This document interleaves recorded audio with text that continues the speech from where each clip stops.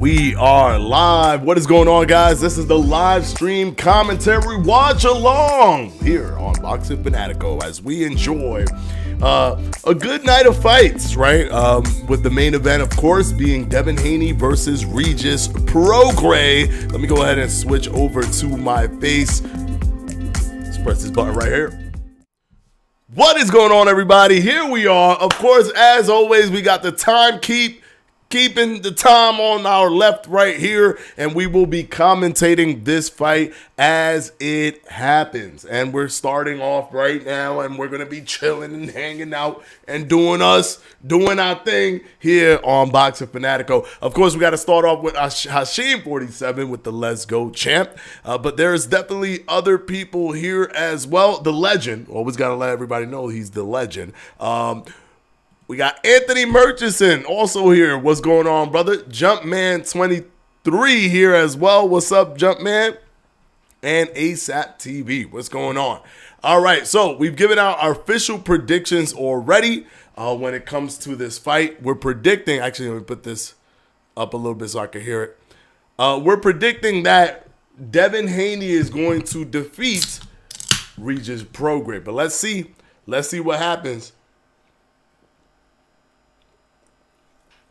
Because it's boxing. Yes, we are on a 12-fight prediction streak. As crazy as that sounds. But it is boxing. Anything can happen, and anything has happened. Anything can happen, and anything has happened before.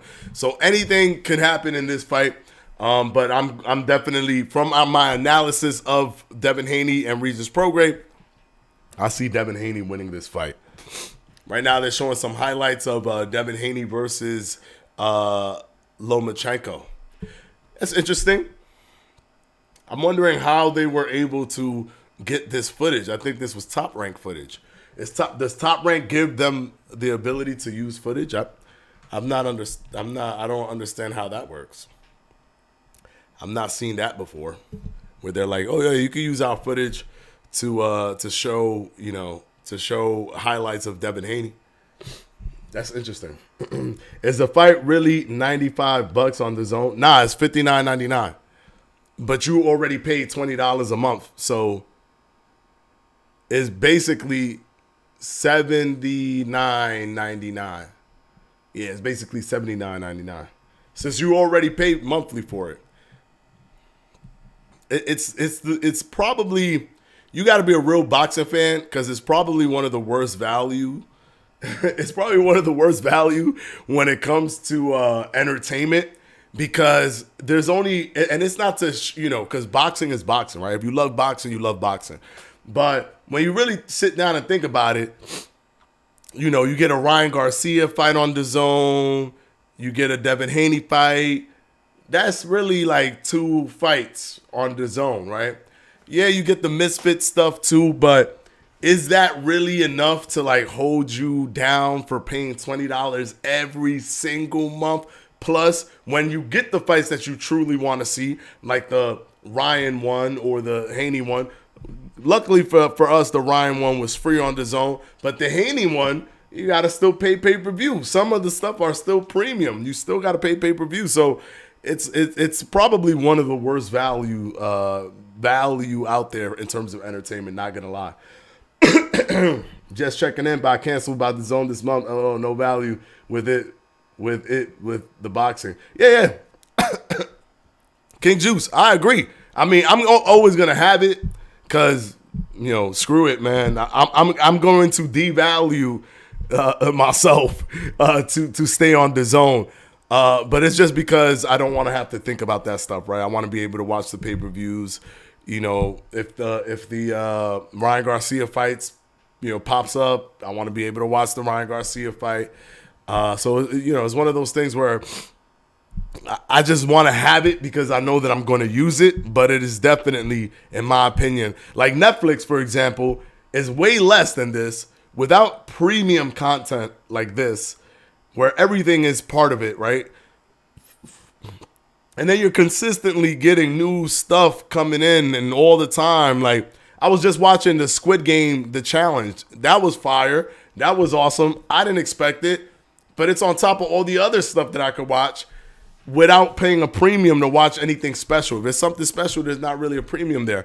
So I'm thinking, like when you compare it to that stuff, you can see that this is not, the value is definitely not there in comparison to other forms of entertainment where there's a monthly subscription, like an Amazon Prime or whatever. I personally think that Netflix is probably the most valuable one of all of them, just because of how much content that they make in-house. Is constant. There's like almost everything on Netflix is Netflix exclusive, right? There's other stuff, but Netflix exclusive stuff is like the bread and butter, and that's their better stuff anyway. So, yo, W Stream, we here, ready. Let's go, AP, whatever. We got Love C Shorty. I'm so mad Devin went back to DAZN. I will never pay for that app.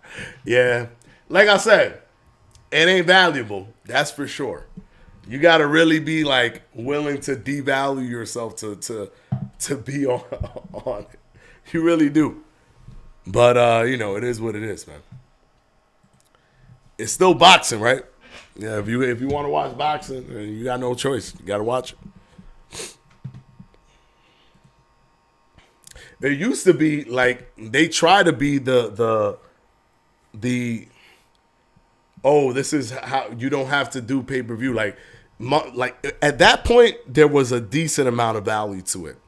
It was still crazy. It was $20, right? Where all the other ones that have way more than just one fight or two fights a year that you truly want to see, it was still overpriced, in my opinion, for what it gave. But at least you knew you had the comfort of understanding, okay, but there isn't a pay-per-view. It's all monthly subscription. And at first we were getting that. We were getting Canelo fights like for what felt like free, even though it wasn't really free because you were paying monthly, but it did feel good, right? It felt like, yo, this is cool. Like, all right, I'm paying monthly. It's $20 is overpriced, but at least I don't got to pay for these pay-per-views. Then they switched over to, and now you do the monthly and there's a pay-per-view on top. Their pay-per-view tends to be a little bit cheaper, but it still doesn't matter. It's still like, damn, bro, you are double dipping and triple dipping, actually, because we still see ads too. It's actually, one of those things that's crazy. When does it start? I don't know exactly when the fight is going to start. We are waiting right now. The show just started. I think there's 4 fights total. So I would venture a guess at maybe 11 o'clock. I want to say maybe 11 o'clock. The fights will start. Or the fight will start with Devin Haney versus Regis Prograis.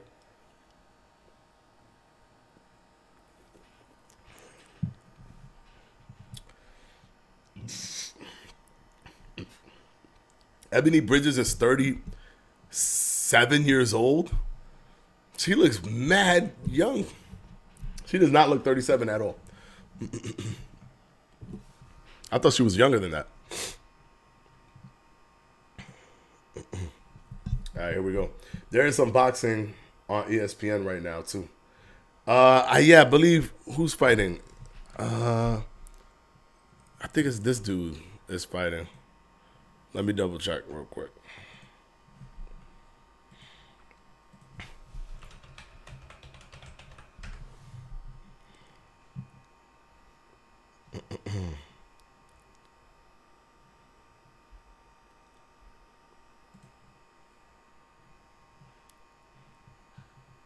And of course, Top Rank is going to try to cut in on. They trying to cut in on this pay per view.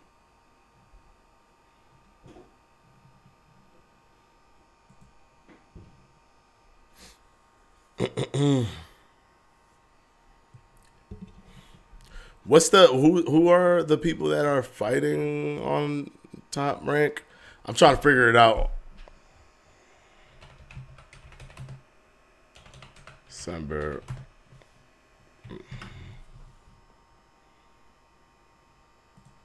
I got it right here. Hold on.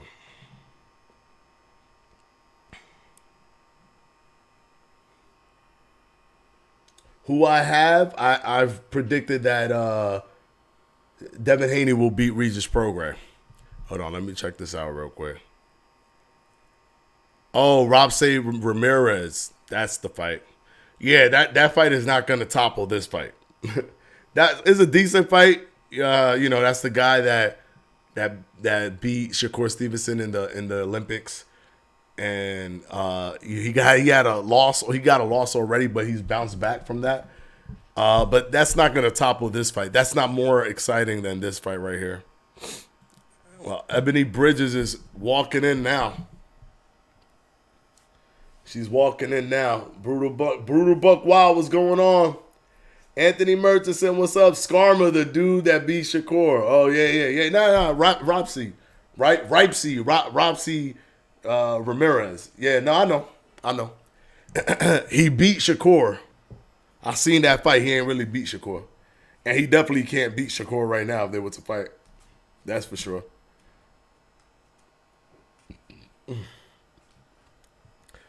Y'all think Ebony Bridges is going to win this fight? Who y'all got winning this fight? What was that, a subscriber? Oh, a follower. A follower on... I keep getting followers on Twitch nonstop. Every day I get new followers on Twitch. But I'm not on Twitch, like, at all. But I get followers on Twitch all the time. Oh, that's cool. DAZN has their own little watch party going on. They got the chat up for the watch party. That's kind of cool. I got that playing on my TV with the UFC and the Haney fight going on. Good. Why this thing has these hearts right here, man? It freaking throws everything off. I can't see it. Can't see what you're saying. Oh, good day for fight fans. Yeah. There's a lot of fights going on. TV with UFC. There's a UFC fight too. My goodness. Got Bridges winning. Her opponent was a late replacement, wasn't she? I think so. I didn't pay attention to this, so I think it was a late replacement. Not sure. It's crazy. She looks mad different when she's about to fight in comparison to how she looks leading up to the fight. Ebony Bridges.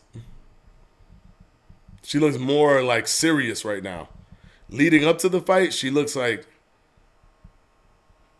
she's chilling.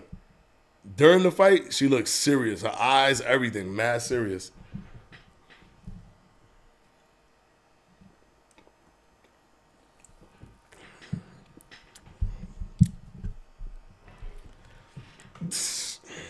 I'm going to have the time keep over here. So you guys are going to be able to see or know where I am in time when I'm watching the fight, when the fight starts. All right.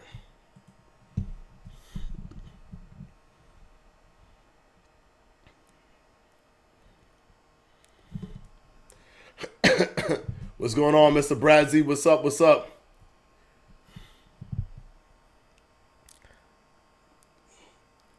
This is going to be interesting. How many rounds they got on this one? 10? They're doing 10 2 minutes.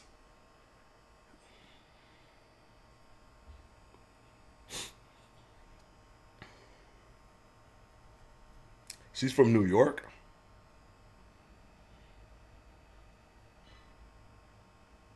Yoshida, she's from New York. That's interesting. She hails from Japan, but she's from New York. I've played with Ebony before. Oh, yeah. She's in the game.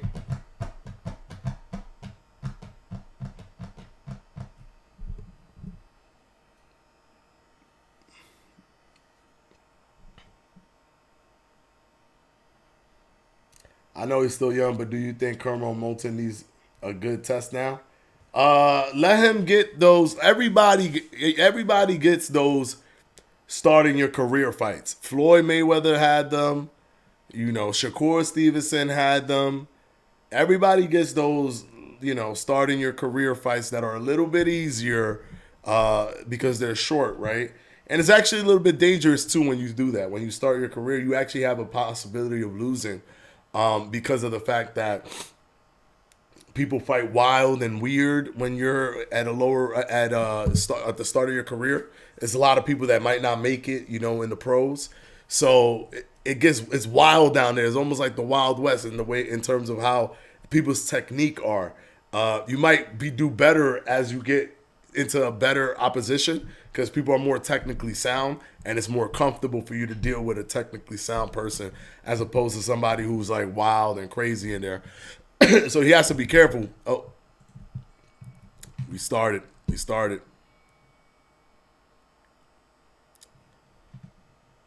Oh, wait. I can't even line it up with this one. I can't line this up because it's 2 minutes. I just realized I can't line this up. Build up that record a bit. Yo, mods, kill this full fight stream here. Please kill this. Thank you, Hashim47. Please don't post how to illegally stream in this chat, please. Thank you. Yo, Fanatico, Parker or Wilder, and what round? Parker versus Wilder. I got Wilder winning. Probably early because he's probably gonna get the knockout. Wilder's right hand is insane. He's probably gonna get the knockout. So I see Wilder winning that fight early. What round exactly? I don't know. Maybe the fourth round. Wilder don't play, man. I'm gonna go ahead and stop this timer because this is a female. This is a women's division fight. The timer is gonna be off, so might as well just take it off. But it is happening right now. It's pretty even between the two right now. Ebony Bridges, they're tied up. They're hitting to the body. I don't see anybody really creating any separation early on. Yo, go ahead and kill that one too, guys, please. And ban the person at the same time. Ban full fight streaming here. Ban that guy, please. Thank you. What do you think about Nicholson saying Amanda Serrano ducked her? Well, I don't know who. Amanda Serrano was a 7 division champion. And she's fought people like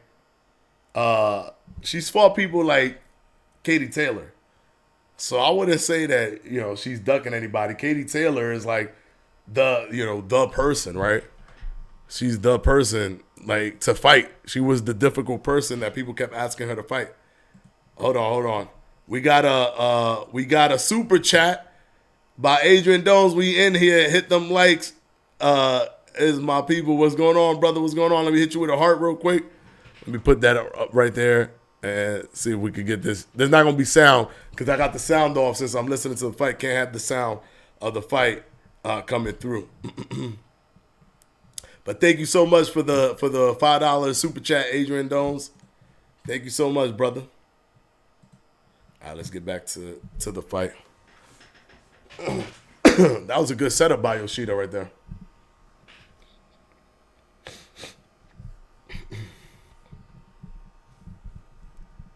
All right, let me try to pay attention to this round. I didn't really pay attention to the first round.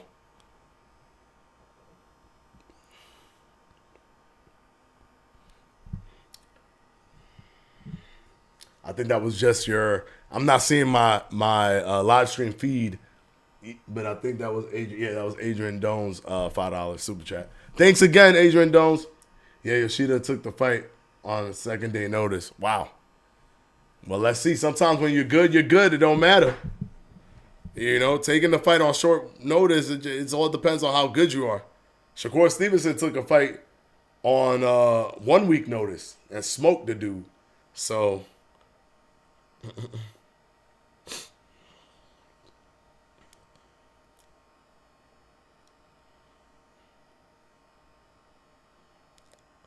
they are really fighting in the pocket. They are really fighting in the pocket.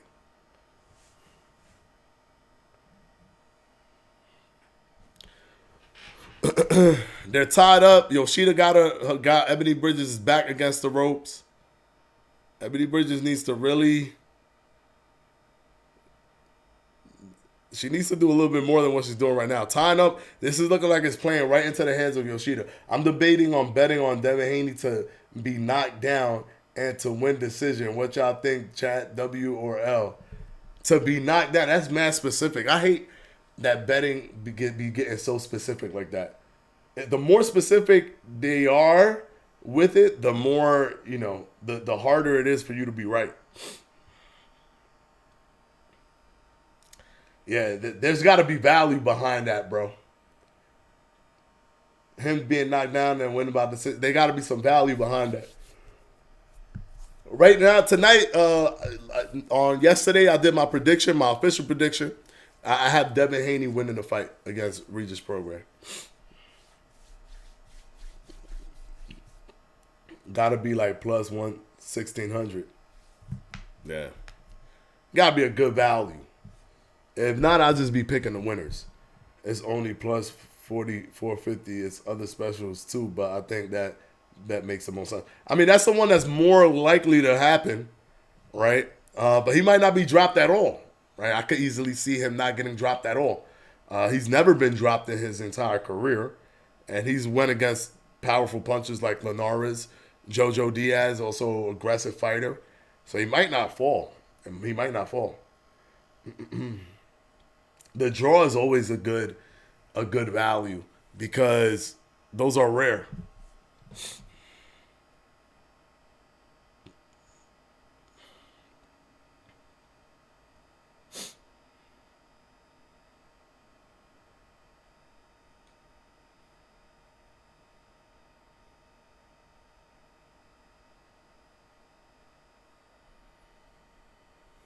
I wouldn't take that bet. Yeah, me either. Man, yeah, I don't know. I want to bet on this fight, but I just don't know. Man, it's one of those where you don't know what's going to happen until the bell rings. Nah, it's probably going to be Devin Haney on the back foot. Regis Prograis throw. Ooh, Yoshida throwing some bombs right now to Ebony Bridges.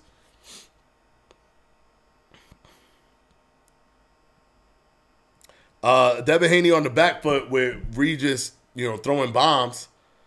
That's what I'm expecting.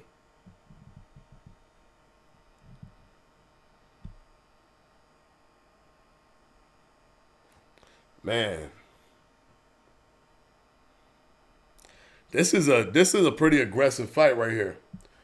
I won big money on Fury versus Wilder draw. Oh, that's good. Yoshida looking good for a short notice. Like I said, guys, short notice don't matter if you skilled or you're good or you're always ready. Sometimes if you're always ready, you don't have to get ready because you're always ready.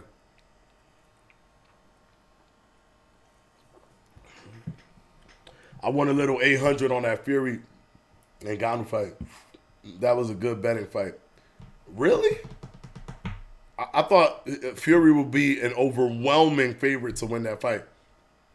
Ebony eating a lot of counters. Yeah, I know. She needs to do much better than what she's doing right now. She's too squared up. But she always fights like this. This is how she fights. Squared up. Kind of that war of attrition style. She loves being in the pocket, but it's not working for her.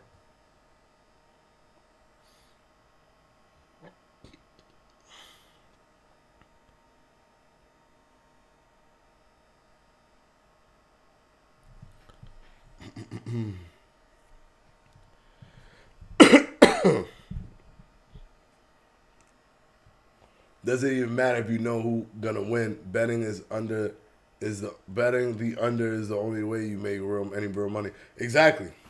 Exactly. The only way you can make money with knowing who's gonna win is if the person that you feel is gonna win is the underdog. That's the best way to do it. Because it's designed for you not to make money, right? Like if somebody's supposed to win, like they gonna make sure the betting odds is gonna be against you, so you're not gonna make that much money anyways.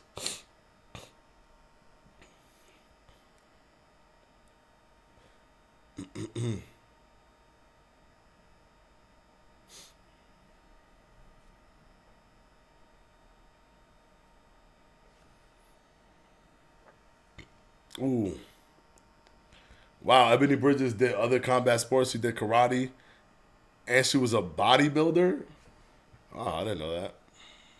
They're giving us that info right now.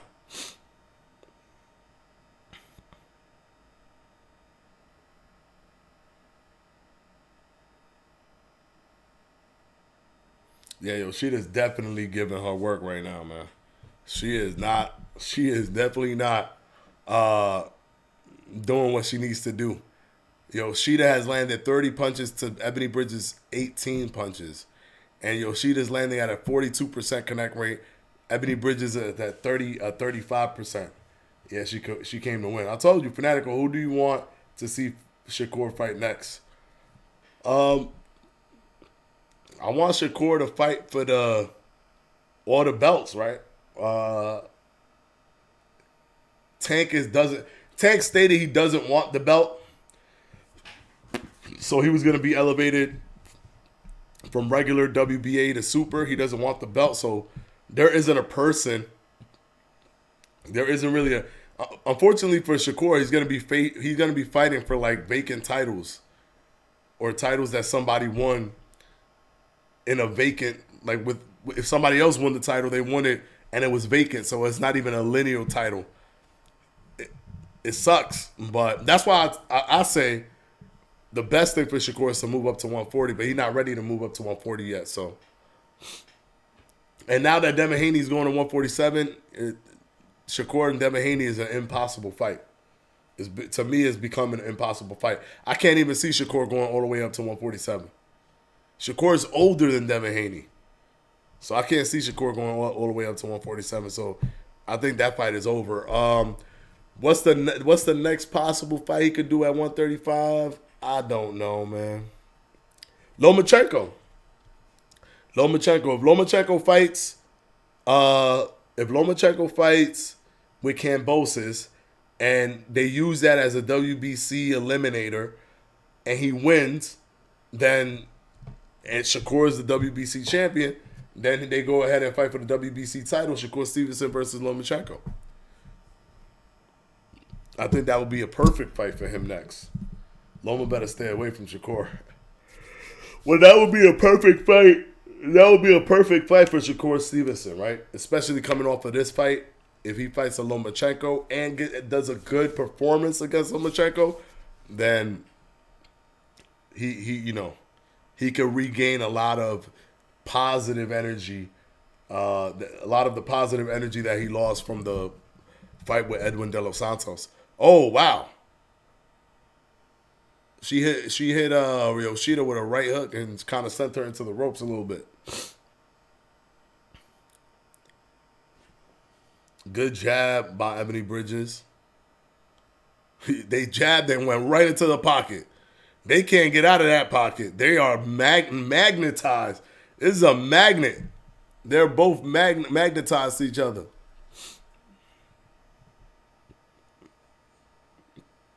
This ain't good, man. It's never good when you lose to a person. Wow. It's a no knockdown. It was a slip, but it looked like a knockdown. Looked like a knockdown, but it wasn't. Ebony Bridges throwing some bombs.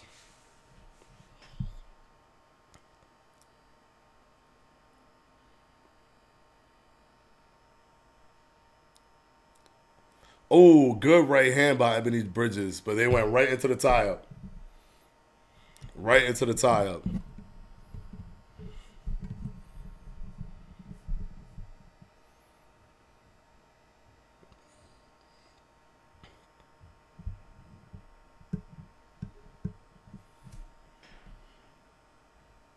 Man, his referee is working overtime with these guys, with these two girls.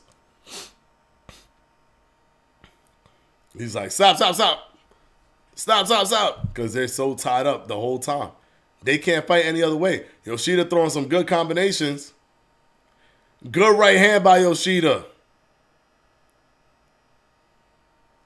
Wow, she came here to fight.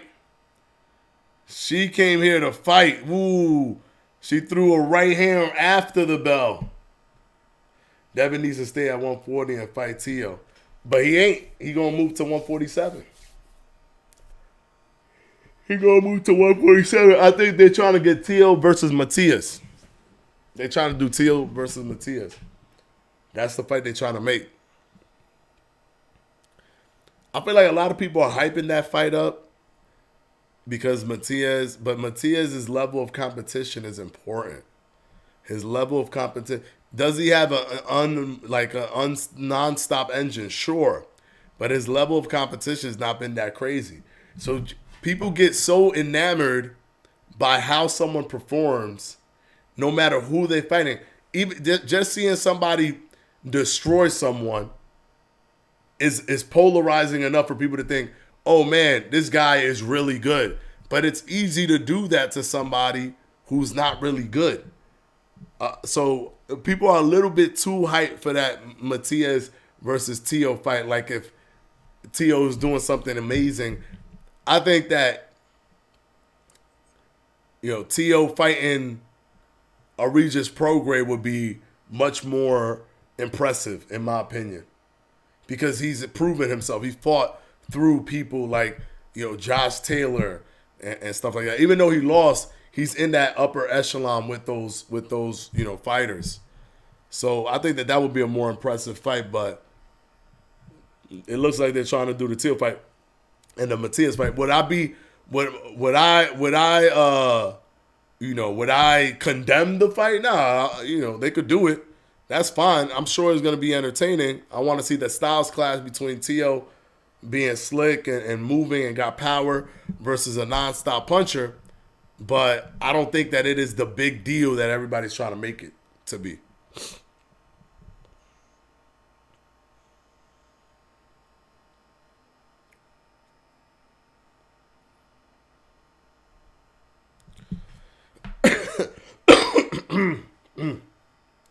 These women boxing always throwing down every fight. They throw everything. They have. Yeah, I know. They do. I mean, 2 minutes, 10 rounds, 2 minutes. I'm still waiting for Amanda Serrano's knockout win so that she could break the record. The all-time women's knockout record. Oh, my goodness. They love to fight in the pocket. My goodness.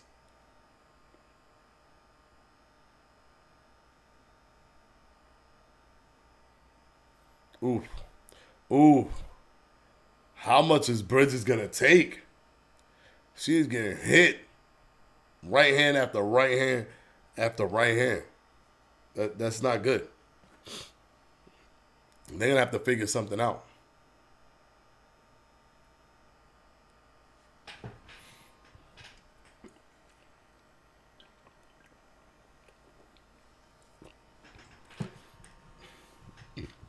How many times I watched the GTA trailer?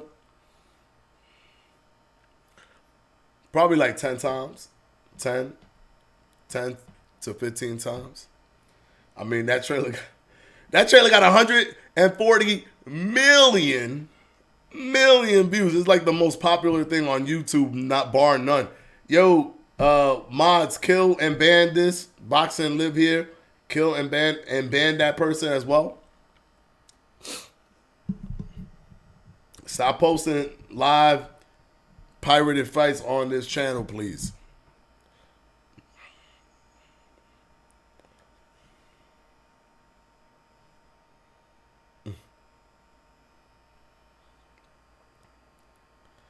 They're fighting with a little bit more space now. Nope, no, they went right back. Are those bots? They gotta be bots, bro. It's just bots that go into all the lives. See, another bot. Take that guy out, please. Thank you. Yeah, it's just bots that go into all of the lives. Yo, Yoshida's dropping hammers on her.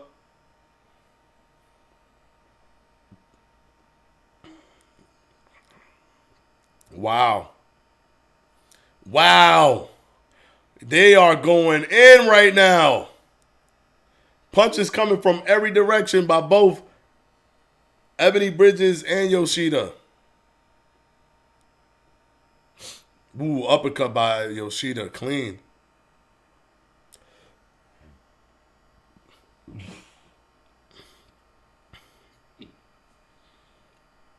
Yoshida dropping heavy bombs, bro.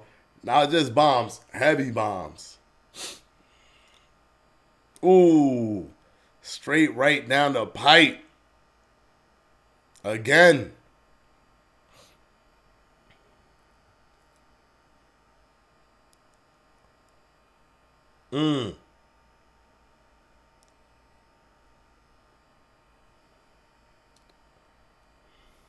We jumped that bot for real. Yeah, man.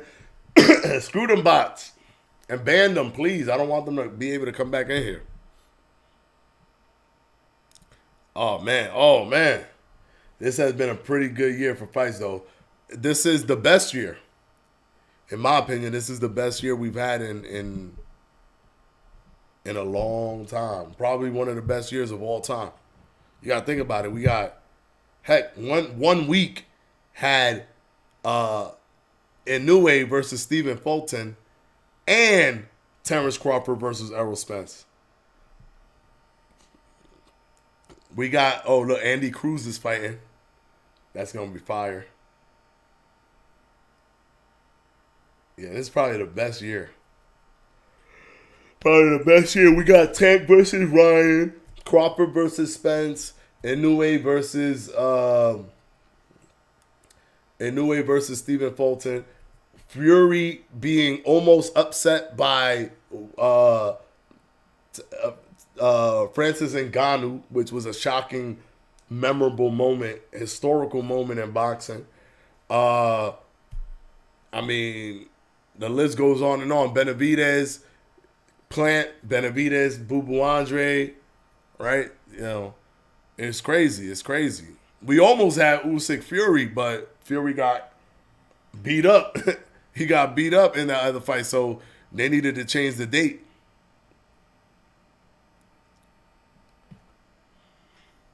Yes, sir. Inoue fight still to come this year.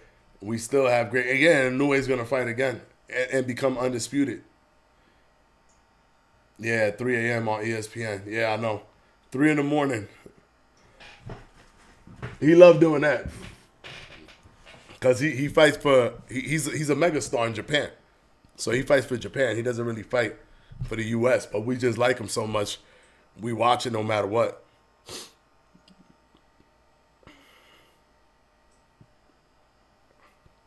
My goodness.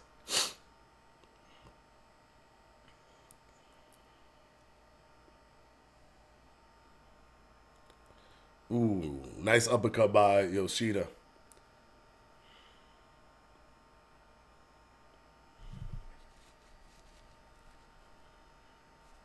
Oh, yeah, I definitely have Yoshida. I haven't been paying full attention because I've been talking with you guys, but I definitely have Yoshida winning this fight. Just off of the feeling of the fight. Do you want Inoue to move up? Yes, I do. I mean, after Inoue becomes undisputed, he needs to move up. I think Inoue moving up, fighting Robsy Canseco or Robsy Ramirez will be a good fight. And they're both in top rank, so it could happen. Inoue would fight. The fight will be afternoon for me, LOL. Well deserved because all of these fights, I'm up all night. Yeah. That's true, Hashim. The UK. Honestly, if you're up by 7 a.m. Eastern Time, he'll catch the main event. Probably, yeah. These women whooping on each other, bro. Yeah, I know. Hashim is in the UK. David Morales, UK.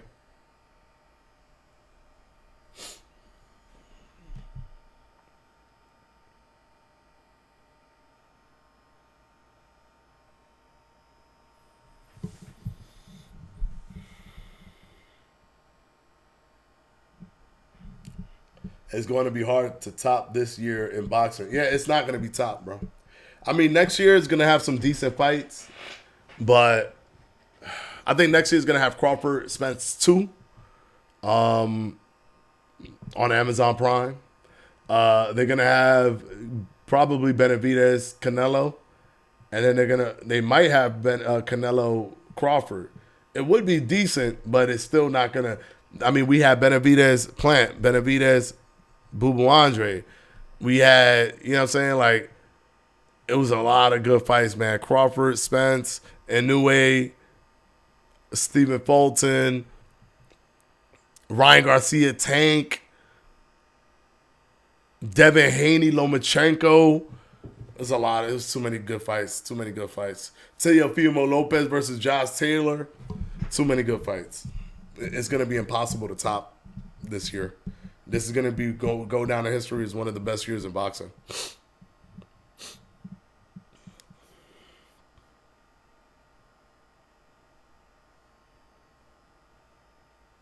Ooh, good body shot by Yoshida. Good uppercut by Yoshida. My goodness. Good straight right. Another straight right. Another uppercut to the body by Yoshida. Clean. She is lighting up Ebony Bridges right now. Another hook by Yoshida. My goodness. 90 punches landed by Yoshida to 52 punches landed by Ebony Bridges.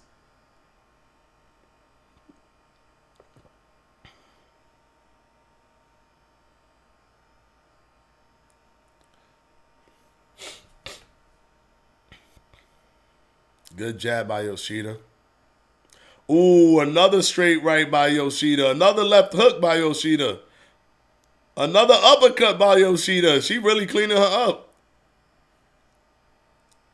Bridges is frustrated. She looks frustrated. But the way Bridges is fighting right now is just, it's one of those kind of things where it's like she's just trying to force herself onto her opponent. She's not doing anything like intelligent. She's not really moving. She's not really trying to get out the way. She's just forcing herself onto her opponent. And it's like, you're not going to win like that.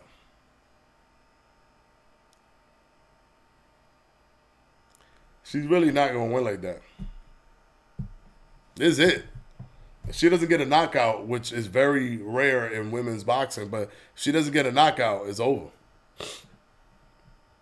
Yeah, it'll be over for her.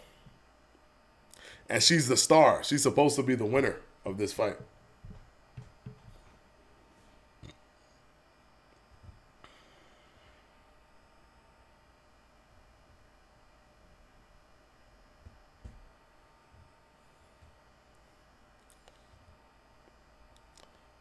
Yoshida fought last month. That's crazy. Yeah, man. It is what it is. They really be trying to scrap in the women's division. 10th and final round of this barn burner.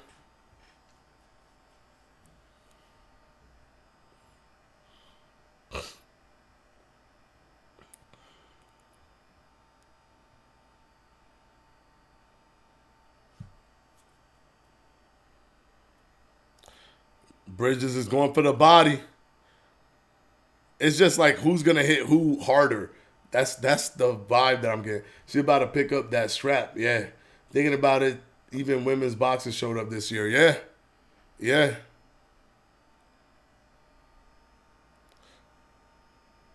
I mean, we had Katie Taylor losing and then coming back and winning in a rematch. It's crazy, man. Coming off an L to win a belt, yeah. Amanda versus Taylor. Shield versus Marshall. Was Amanda versus Taylor this year? Was that this year? Or was that last year? But yeah, we did have Shields versus Marshall. Was that this year? Alicia Baumgartner versus Michaela Mayer. Was that this year? I don't know, man. I'm getting confused with the fights and when they took place.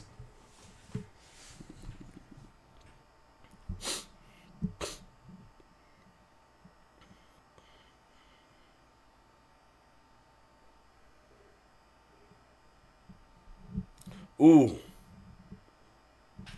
Ooh. Yoshida landing that right hand clean. Ooh, man. Left hand landing clean for Yoshida. Right hand landing clean for Yoshida.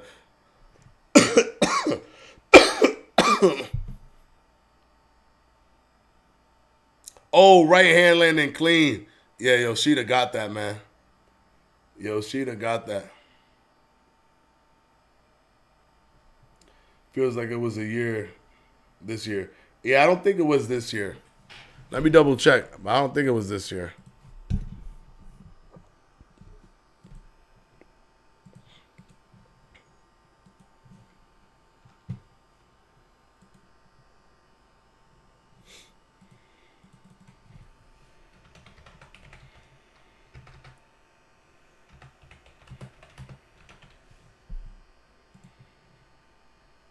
Nah, that was last year, April 30th. That was last year. But Shields.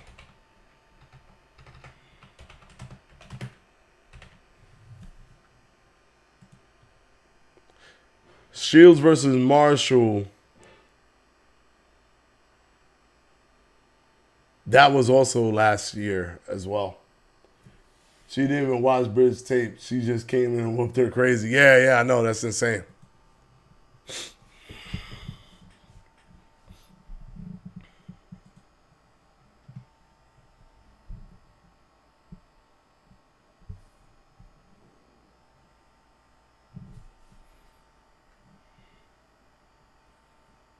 Robbery, we're going to see.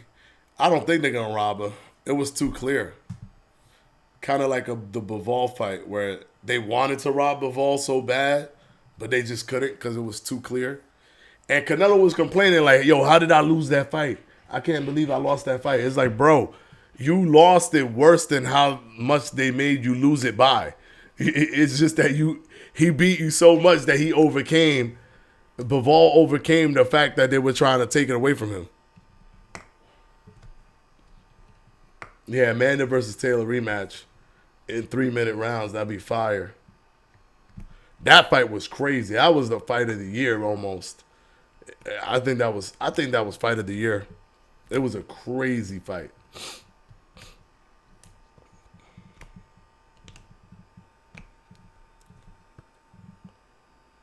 Yeah, this one would be a robbery. This one would be a robbery. This is what a robbery would be if this happened. If Ebony Bridges wins. Yeah. 99-91 she lost. Yeah. She lost.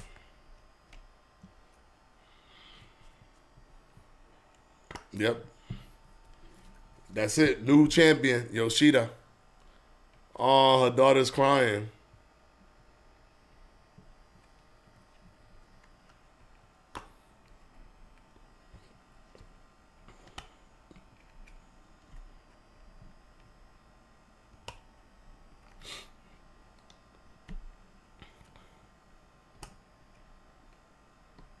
Wow. Good performance by Yoshida. And that's her name, the single mother. The fighting single mother is her nickname. And her daughter's there. Oh, her daughter's in the ring hugging her right now. Cute.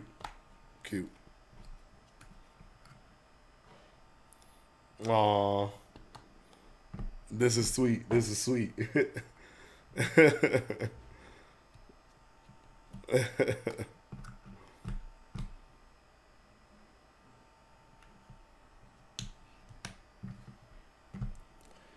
Damn, beautiful. Yeah, it was beautiful. Got me a little bit teary-eyed. Damn, W, she had a reason to win this fight. No wonder. Yeah, man. I mean, for her to care about her daughter so much that her nickname is the single mother, that's literally her nickname. That's a fire nickname too, because it's different. It's different. But that's her nickname, man, the single mother. And she out there as a single mother with her daughter. And her daughter, you can tell her daughter cares about her. Look at her crying, runs into the ring, hugging her. You could tell her daughter's all about it. Like, She not happy. She crying. That means there's a passion behind her mom. W, man, she's a real champ. Yes, 100%.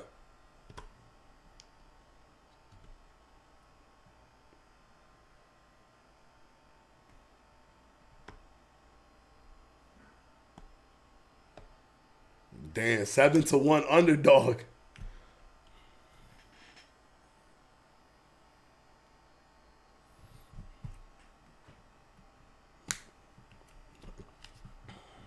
They're asking her about her being a 7-1 underdog, 3-week notice, and just having a fight a month ago.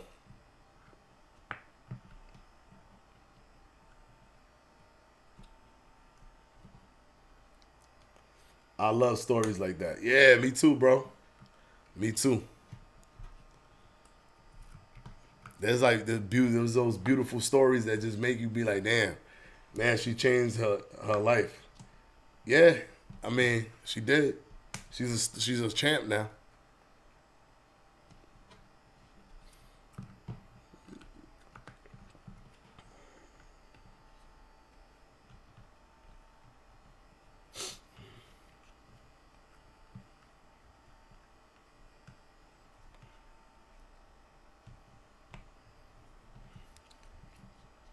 This is gonna be a great card. Oh yeah, yes, we got that Olympic gold medalist fighting. Andy Cruz. He could be a beast, man. He could be a beast, Andy Cruz, in the sport. So, and was he a two-time gold medalist? So he definitely could be a beast in the sport. How much do the women get paid? They don't get paid as much as the men. As much as the men at the highest level for world titles, they don't get paid as much. So I don't know their exact pay, but I know it's not as much as the male fighters or the men division.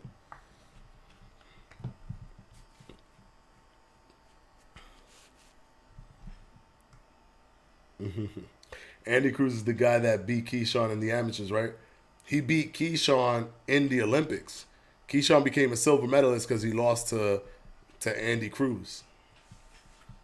And Andy Cruz is a Cuban fighter. He was a two-time gold medalist.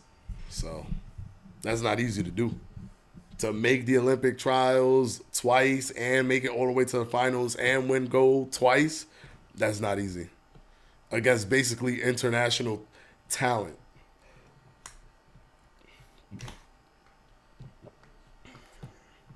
Being good in the Olympics. Oh, she got the Gleason's gym tag patch. Being good at the Olympics to the point where you're winning gold medals multiple times means you are really good technically. Like you are technically at one of the highest, technically at the highest level because you won in the amateur circuit, in the international circuit, in the biggest amateur stage possible. Where it has nothing to do with politics, it has nothing to do with rankings or nothing. You just have to beat everybody to the top. Beat all the fighters to the top. So the only way to pull that off is with a lot of skills.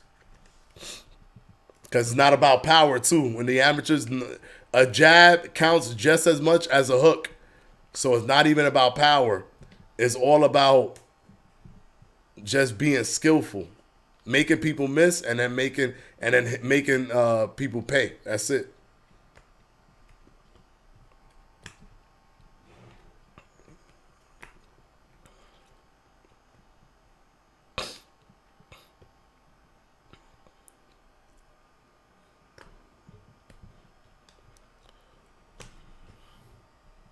What's the next fight? Y'all know the card? What's going on with the card? I don't know what the next fight is. Is it Andy Cruz? Let me see if I can look at the card.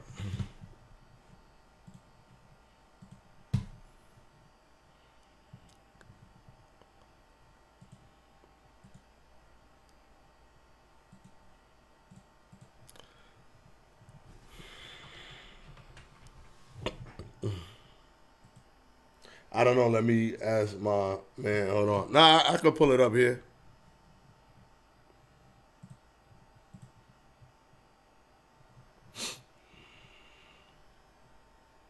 This is an origin story moment. Yoshida's daughter gonna start fighting too after seeing her mom. That'd be super cool because they'll show this clip of her mom or whatever, and if she becomes like a big star, like it'll be a really good clip to go fall back to.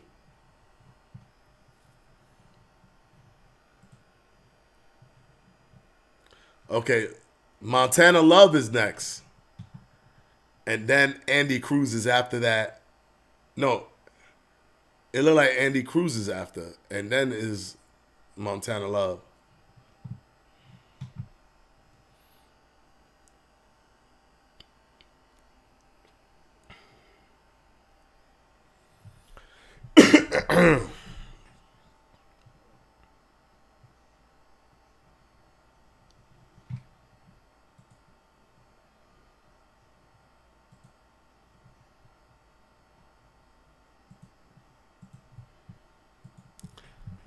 So who they got? They're doing their pick for the night.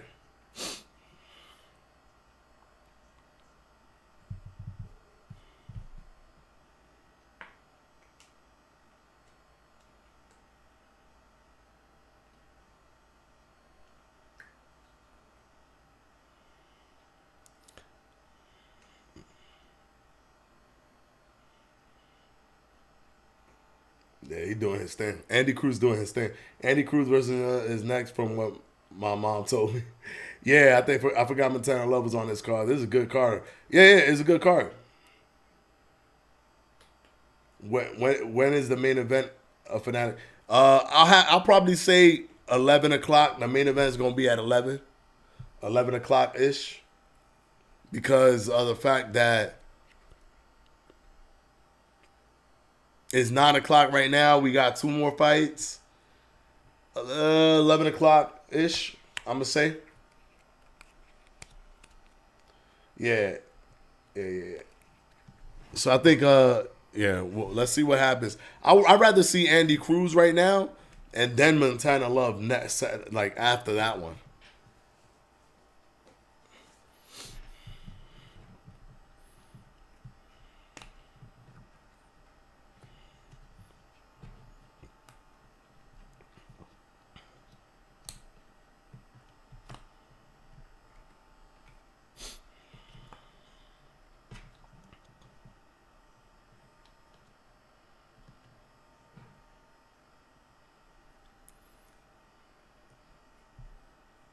What they got it for Devin Haney winning.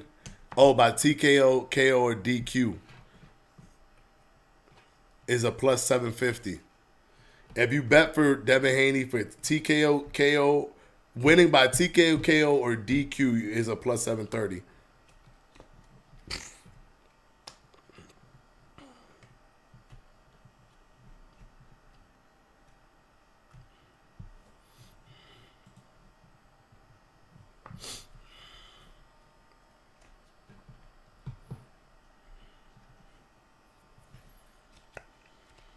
I don't know. I don't think Xander Zayas is on this card.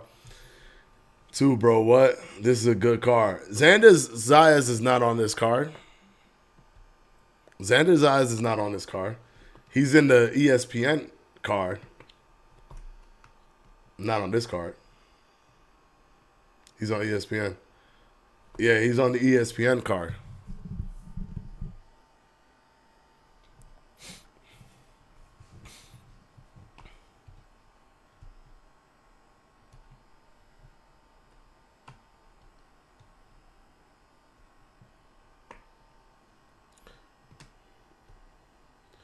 Who's fighting? What are you talking about? Xander Zayas? Yeah, Xander Zayas is fighting on ESPN. Yeah, I did see the Blade trailer. I watched the video game awards, but it wasn't. They didn't show anything.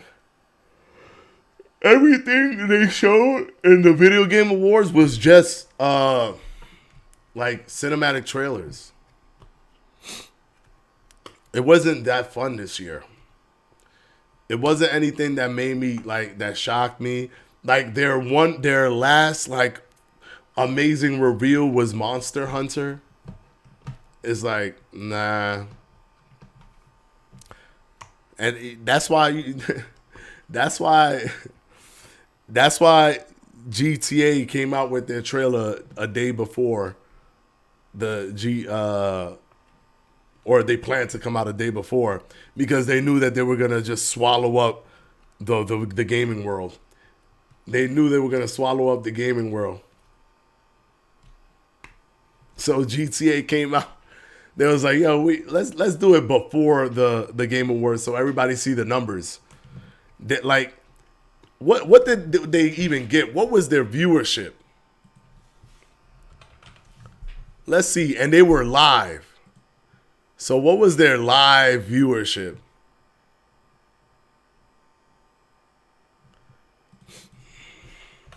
Video Game Awards.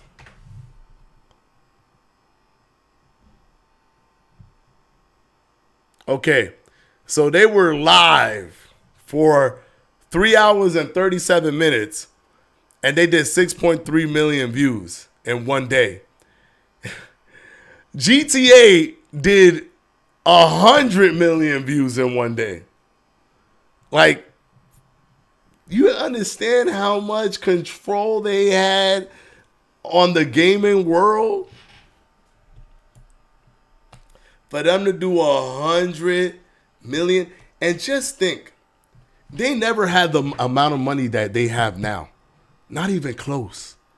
They've never had this amount of projection to make money as they did now, so that even when it comes to the resources that, you know, publishers and stuff and the companies are willing to, and investors are willing to put into it, knowing how successful GTA 5 was, they've never had this much money, and they still innovated without this much money.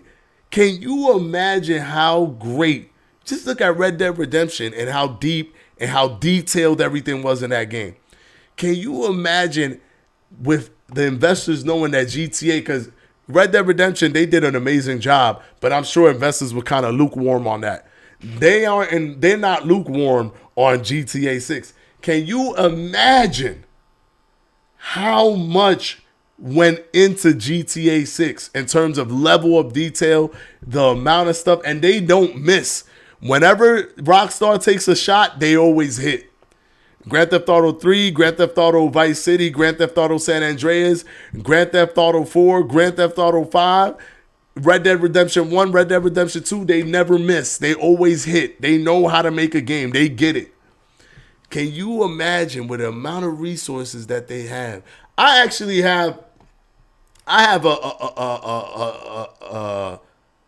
have a sneaking suspicion.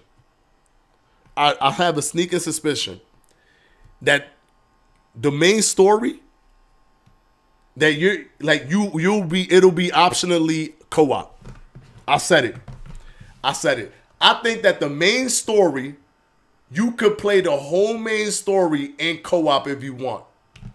And it could be drop in, drop out, where you can control both characters, but if somebody's playing with you, one is controlling one character and the other one's controlling the other. Quote me on this right now. Watch them do some crazy joint where the story could be played co-op. Watch. They have the resources to do it. That will probably be the best co-op game of all time. That will be the best co-op game of all time. Bro, I'm sure GTA 6 is going to be bananas. Yeah. He can't not talk about that game on his channel. As people ask, yeah, you can't ask me about Undisputed. I work for Undisputed, so I can't talk about it on this channel. If you want any information about Undisputed, make sure to go to the Undisputed social channels. But that's my prediction, guys. The main story is going to have co-op. Like drop in, drop out co-op. Or you could just play by yourself and switch between each character, whichever character you want to switch to. That is my prediction on that.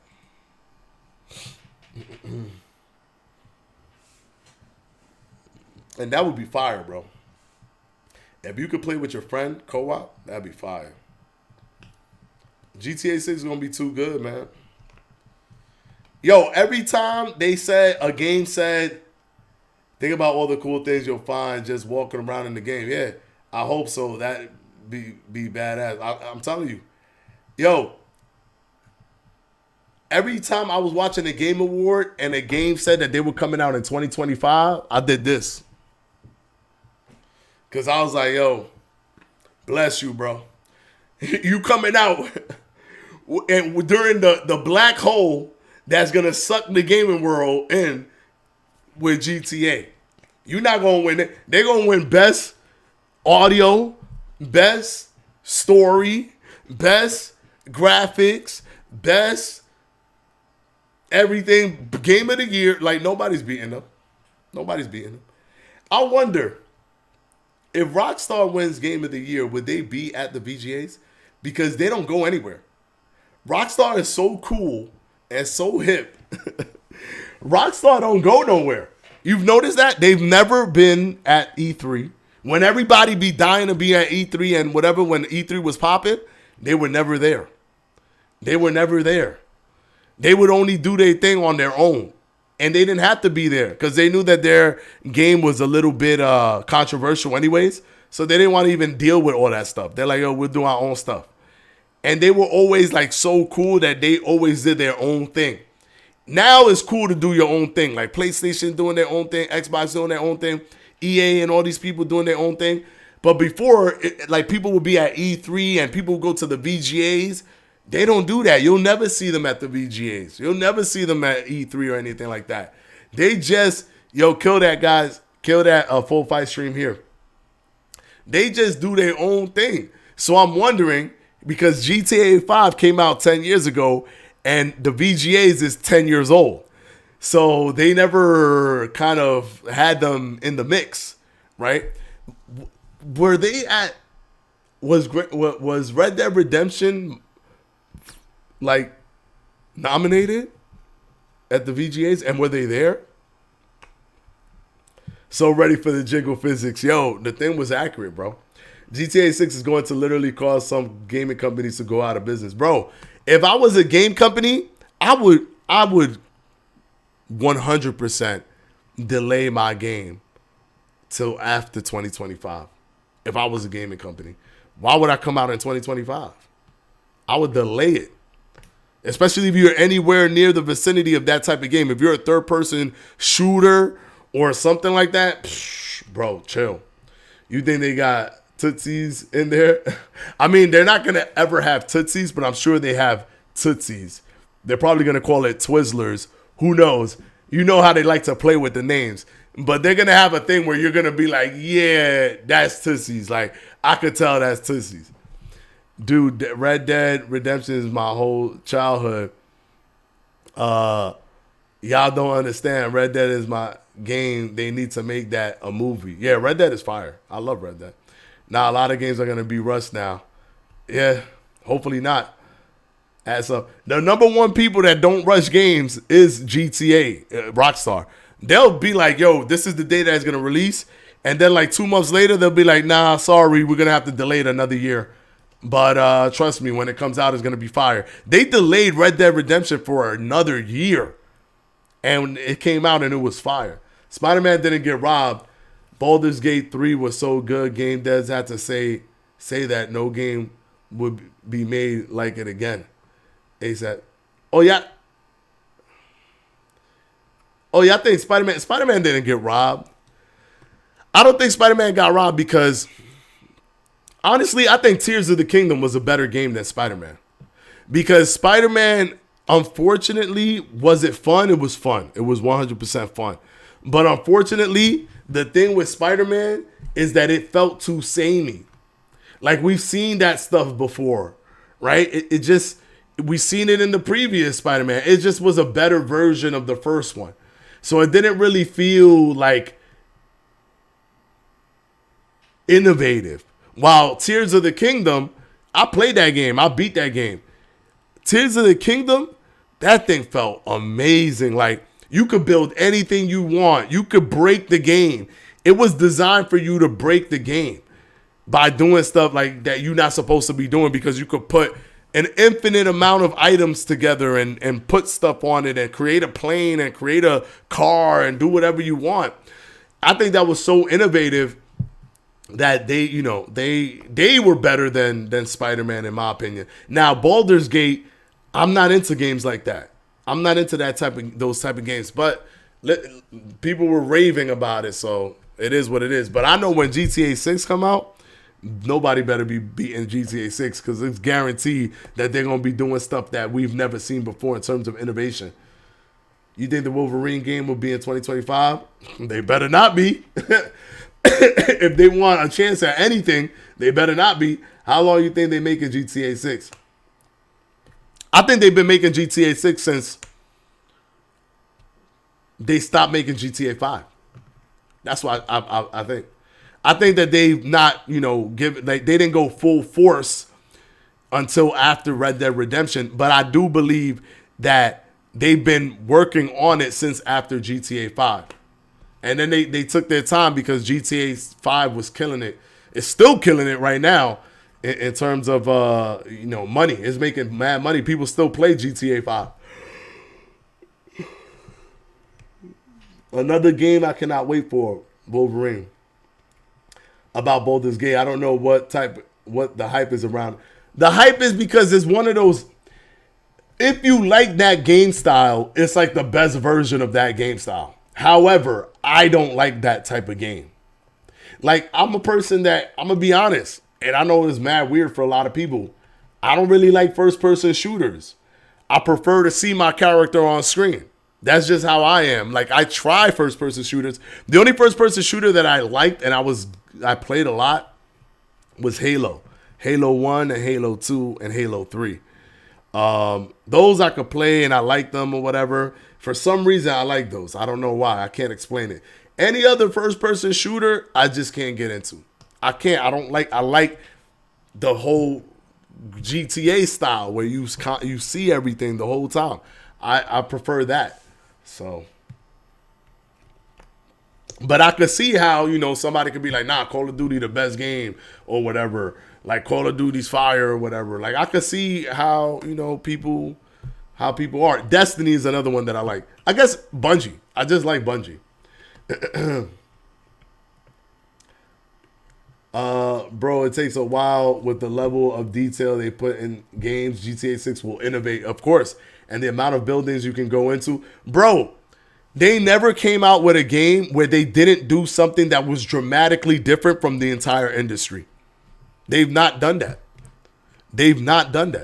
They've always, even when they did Midnight Club, if y'all remember Midnight Club, you could go to the cars, you could rev your engine next to them, and then they will race you. Or you could go to any car and like flicker the lights behind them, and they will race you.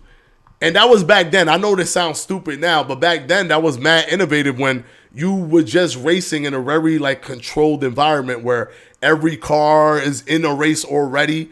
But Midnight Club was like, nah, drive around, race random people and stuff. And it was cool. It was fun. They always innovate with their games. San Andreas, still my favorite GTA to this day. Even though I know they innovated in GTA 5, obviously, with the switching of the characters and doing all these different things. But San Andreas, bro, you could box in San Andreas. It was trash, but you could box. You could work out and get brolic. Like, they were crazy in that game. Yes, I can't play games like that. FPS too, but I'll play Destiny though. Yeah, same with me. It was just funny. GTA 5 was before its time. That is why people still play it. I have put so much time in that game.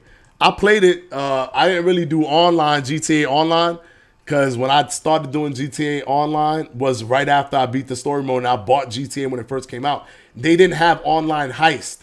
So online felt bare bones. It's not like how it is now with like the millions of things that you could do. So it felt a little bare bones. And so I kind of was like, I'm done with this.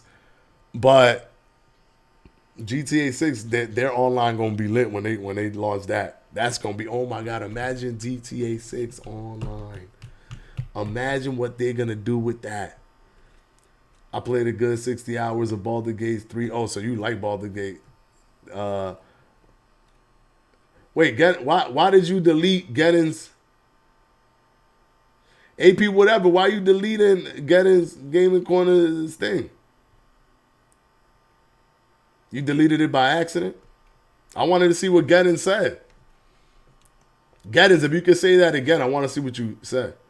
Bro, it was an accident. My bad. Let me. Oh, I could view the deleted message. Hold on.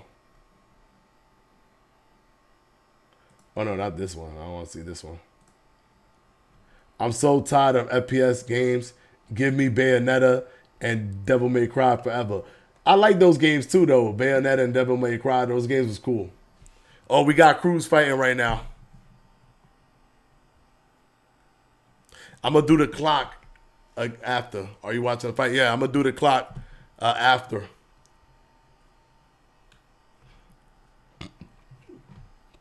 On the second round. Let's just get it to the second round.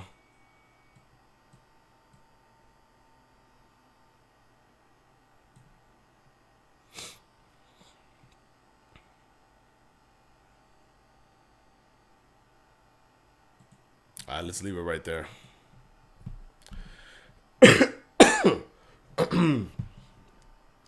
Good little counter jab by Andy Cruz. He's doing his thing. It's all good, AP, whatever. It's all good.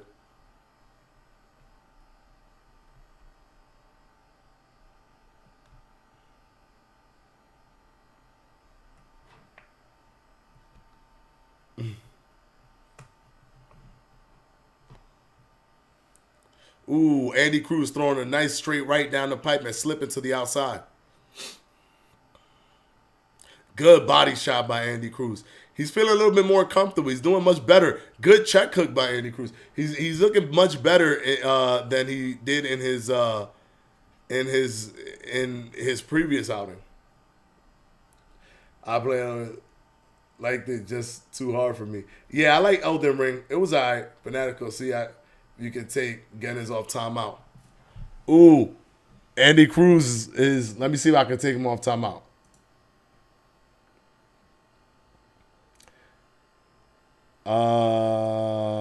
It doesn't let me do it. It doesn't let me take him off a timeout. It just lets me put him in timeout. That's it. How long is his timeout?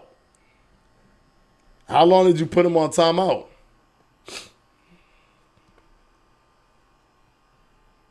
I can't take him off a timeout. Good body shots by Andy Cruz. Look like it was free fight type bots. He is not on timeout bots for 2 days. Oh my God. Wow. Oh my goodness gracious. My bad, Geddons. My bad, Geddons. Yo, y'all got to be careful with the putting people on timeout. My man said, oh, joking. Well, AP whatever said, let's just say he's not coming back tonight. So he's on a long time out.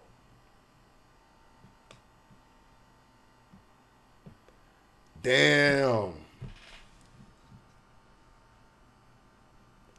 It said his name was a bot, bro, I swear. Damn. I'm trying to get him back, but I don't know how.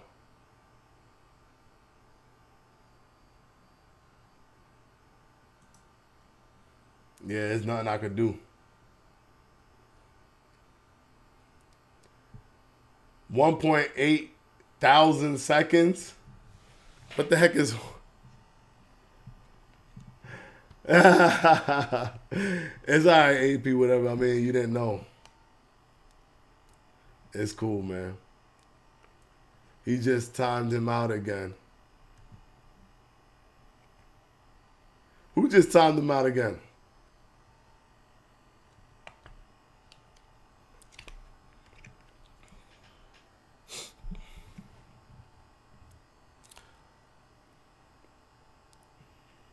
I don't know, maybe 10 seconds canceled the older ones. Ooh, good punch by Cruz. Ooh, good combination by Cruz. Started the combination to the body and went upstairs. He said, go outside and think about what you said.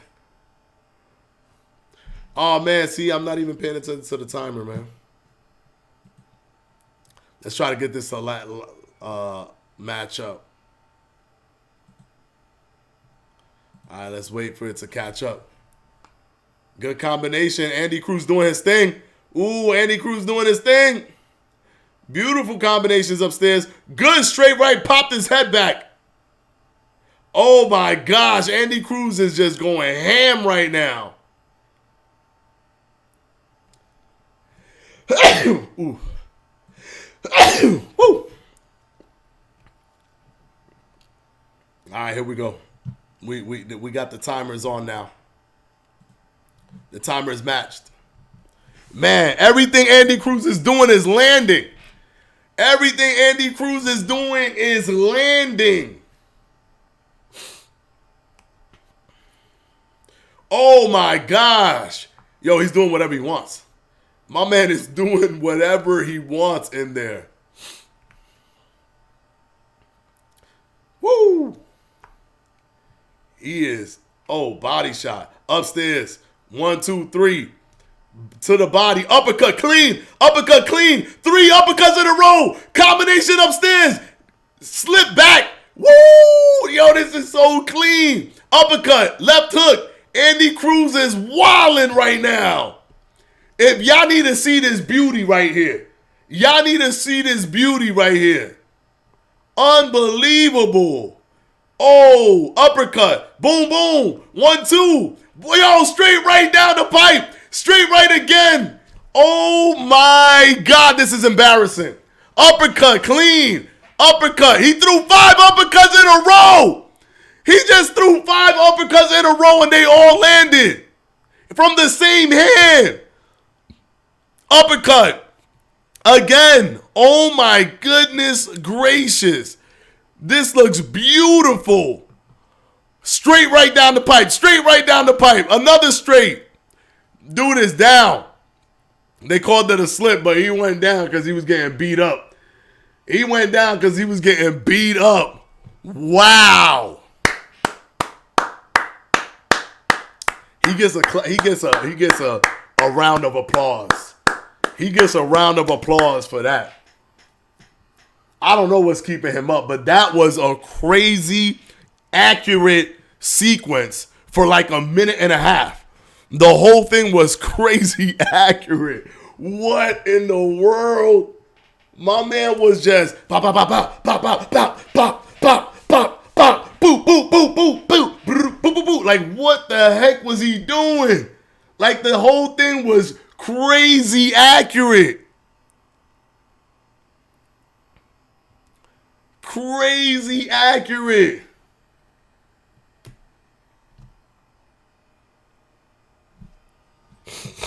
Wow. Here we go. Second round.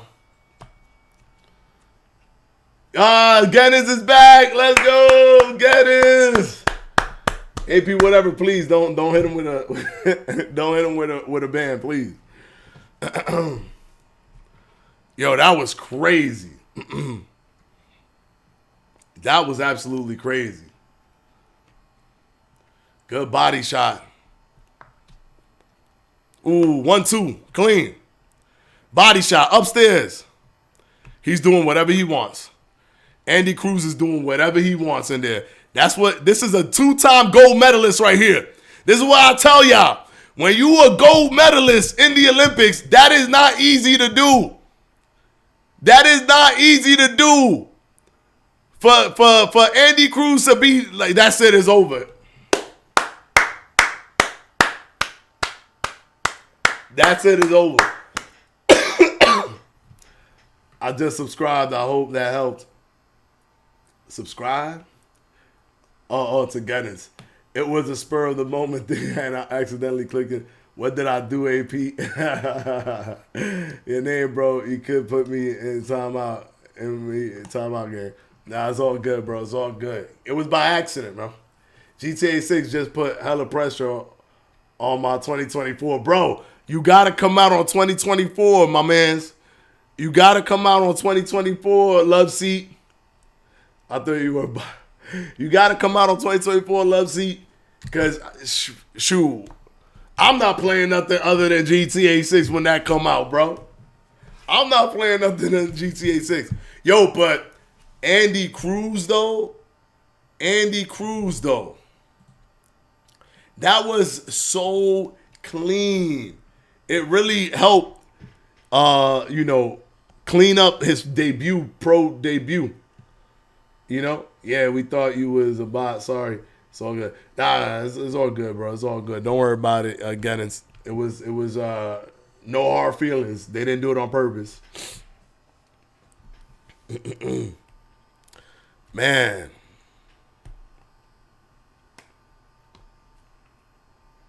Unbelievable. Should we start a GTA 6 server game? I think we should. I think we should probably start doing something like that. Cause I'm really about that GTA 6, man. Like I'm gonna be playing GTA 6 hard body. And I already bought all the material that I need. Let me just make sure this is running. I bought all the materials that I need because of the fact that I was going to play UFC 5. So I have everything where I could connect my PlayStation 5 to my PC while still having my camera connected and everything moving and flowing quickly or whatever. I got that all set up. They bought the role-playing servers? No, they didn't. Once the role-playing servers come out, we on that. Did they buy the role-playing servers? Did they really do that? You know that they know that the role-playing servers exist, right? And they know that that's something that's driven, or they bought it, fire. They know that that's something that's driven their gaming community. Obviously, there wasn't an infrastructure for that in GTA 5, but they might actually like do stuff that's embedded into GTA Online in terms of role-playing, and that would be fire. Oh, that's so cool, man. That's so cool. I never did the role-playing stuff, but if it's embedded into gameplay, that would be fire. If it's embedded into gameplay, like if they do have role-playing inside of GTA Online where you don't have to, be on a role-playing server or whatever, and it's just embedded because it allows the console players to partake in that stuff, that would just be fire. I'm gonna start my own gang in the role playing servers called Albany Park Boys. Y'all let me know if y'all want to join. What's good, Jay Shep in here? Jay Shep, what's up, bro? It's like a whole nother game. Yeah, I heard, bro. I seen videos. I seen videos of the role playing thing, and the only reason the role playing works the best in GTA is because of the freedom of the game. It's the best game in terms of freedom than any other game that exists.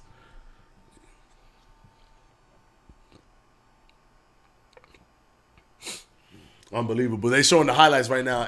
Cruz, he's doing his thing, man. Man, he was doing his thing.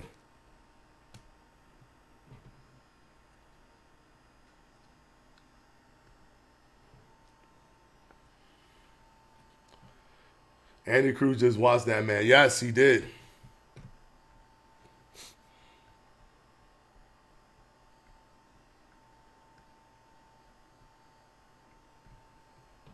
You got to put gas in your car and wear your seatbelt. And what?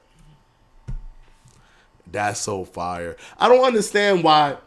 I feel like the only people that be having their finger on the pulse, the closest is Rockstar. But I don't understand how people don't really understand that there's a funness to simulating real world stuff. There's something fun in there. And if you could do it in a way like how the role-playing community does it, but you make it part of the game, is part of the game and is embedded in the game, like, bro, you gonna kill it because the console players will never stop playing either. And the PC players will never stop playing. Bro, you could rock Jordans and Yeezys and all the drip in the role-playing service. Oh, that's crazy. That's crazy. Imagine doing a drive-by and running out of gas. LOL, that's OD. And then there'd be people that just be like working in the role playing, right? Like there'd be somebody that work at the store or whatever to make money and stuff. And people work as cops and you go to jail and everything. Crazy, man. Crazy, crazy. Money ain't easy to come. Either once you lose it, you lost it. Oh. Wow. Crazy. That's crazy, bro.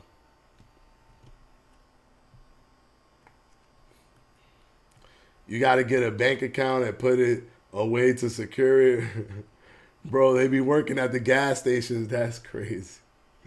That is crazy, bro. I'm telling you, they going to embed that stuff. The role playing stuff is going to be embedded in the actual game itself.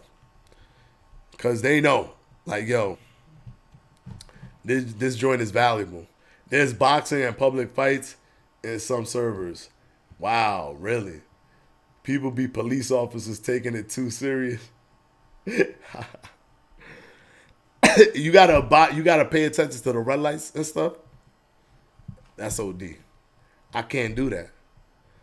I can't pay attention to the red lights, man. It's like muscle memory to drive right past them. Yeah, I seen a whole press conference. What? Wow, they wildin'. They wildin'. But it sounds fun, right? It definitely sounds like something that's fun to watch. Not just in partake, but to watch it. They be like, weapon, he's got a weapon.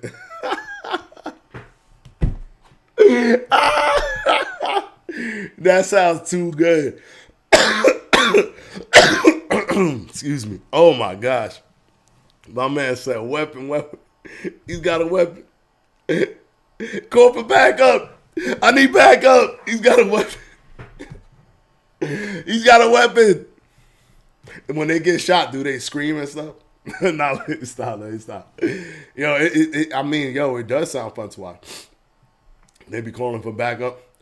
Is there a thing like if you die, like, what happens? Do you like what happens? Like, are you dead if you die? Man, we're gonna go crazy on that. Yeah. But we gotta see what they do because it's gonna come out for consoles. It probably won't come out for PC until like another year. So we gotta see what they do with the console version of it. I seen a prison breakout. Damn, that's great. It's looking like this one's gonna have prison. Like this one's gonna have like you could go to prison and all this stuff. Y'all talking about role playing? Yeah. I think if you die, you're out for a while, like a few minutes, and then you come back from square one. By square one doesn't mean you got to get a job again. And how do you become like a police officer? And if police locks you up, you get put in prison. I've heard about that, but they have EMSs. Yo, they wilding, bro. They are wilding. And they can take you to EMSs, and they can take you to the hospital. Some servers put you on a waiting list after you die to make it realistic. You have to go to the police academy first. Damn. So you really start from square. So I can understand the fear. Imagine robbing a bank in a role-playing server and actually getting away with it. Yo, that's crazy if you rob a bank and get away with it. Man, Cruz is killing it, man. These highlights are beautiful to watch. Beat. Uppercut. Wildin'. Woo. We just watched a great fight together. Yeah, we did, bro. We just watched a great fighter. It wasn't even a great fight. It was a great fighter. Just going in there, being slick, smooth. Yeah, I give Regis a chance. I said it's not going to be as easy as people think. We got two great fights. Yeah. Well, we got two great fights in terms of one being a good back and forth and one being a good performance.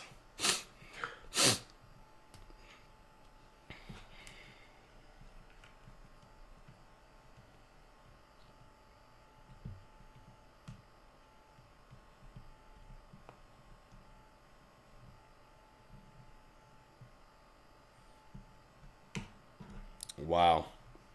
Wow. Yo, my man Andy Cruz was 60% accurate. 60%. My man was 60% accurate. My goodness, on all punches thrown. Montana Love is next.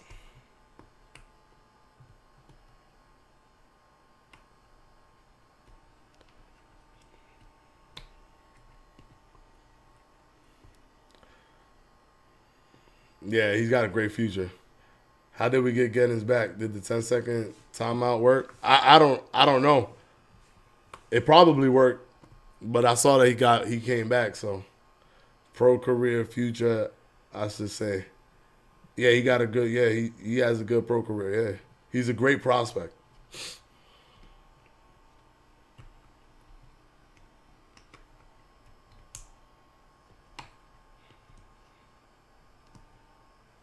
I'm about to get a seltzer water. I'll be right back, guys. They just went on a break, so let me get a seltzer water. I'll be right back.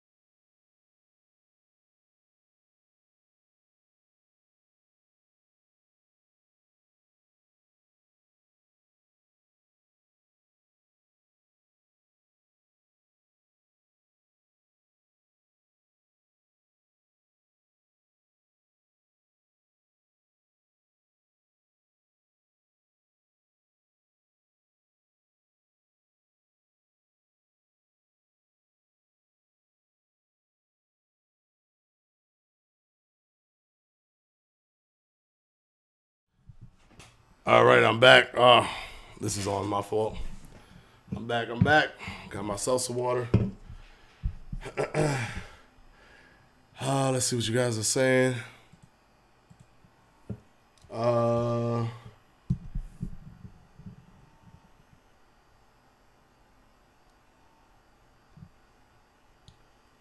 Pro career future, I should say. Gonna get my man, y'all. We watching some good fights. We are honestly think Prograis might knock Devin down. I really want to make that bet. If he does, and then Haney wins, and you didn't make the bet, I know you're gonna feel upset.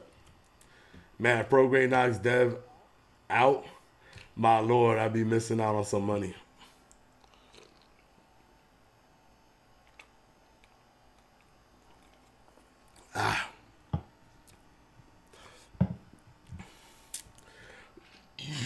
Yo, that's gonna be a good fight, man. Sonny Edwards versus Bam Bam Rodriguez. That's gonna be a real good fight.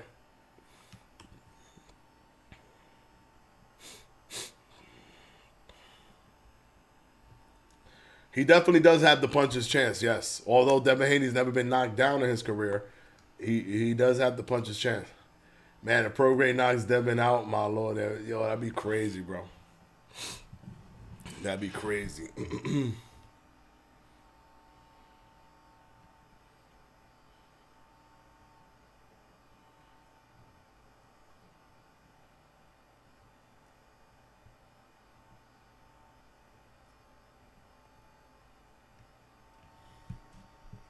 Got to make sure to catch the next Amari Jones fight. I didn't know my city had one.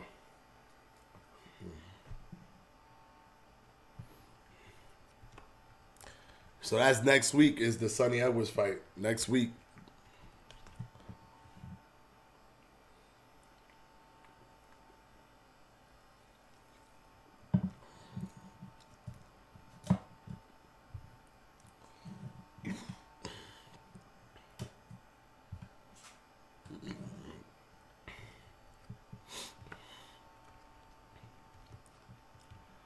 Sonny Edwards, man, that's my guy, man.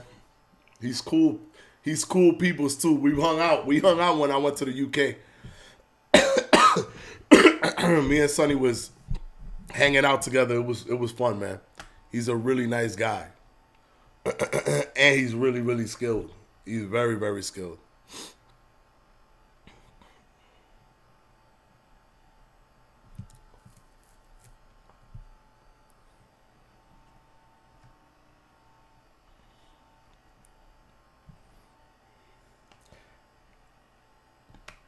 You got Sonny winning that one? Yes, I do. I really had no idea how that fight is going to go. Probably be my first flyweight fight watch. Yeah. Bam Rodriguez is really good, but so is Sonny Edwards. Sonny's got skills, man.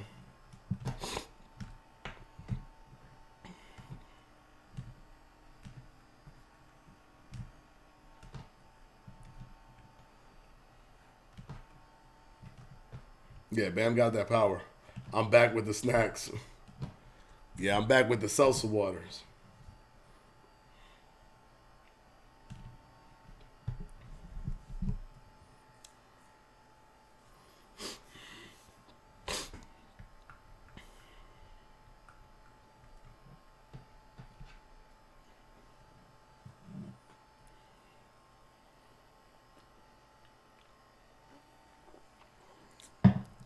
How could they say two of the best guys at 140 with Devin Haney and Regis Prograis? When that's technically true, but he hasn't fought at 140. Like he hasn't had even one fight yet. So it's one of those kind of weird things where it's like, at least if they have one fight, you could kind of say, because it's almost like he's stepping into the division for the first time. So you're not seeing him do anything in the division yet. Looking forward to that fight. Always like Sonny. Enjoyed the interviews, discussion you did with him on Twitch a while back. Yeah, that was crazy. That was real cool that he came on here and we had like a Twitch live stream conversation. He's such a cool guy, man. He's such a cool guy.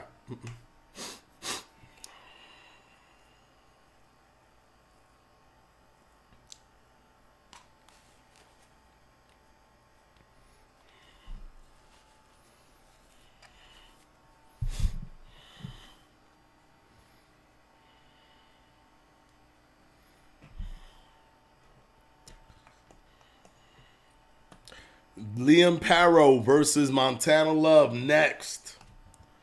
Yo, this is a stacked card, bro. The DAZN got some talent, man. They got some talent. But again, I don't know if it's I don't think it's valuable though to have with DAZN because you get one of these events once, once a year, once, twice, three times a year, but you're paying every month. And you could buy the pay-per-view without being monthly subscribed. You just have to pay like by the month, right? You could pay every month or whatever, but you could just pay by the month and then cancel the month. Yeah, the zone took the back road this year. Yeah, they did.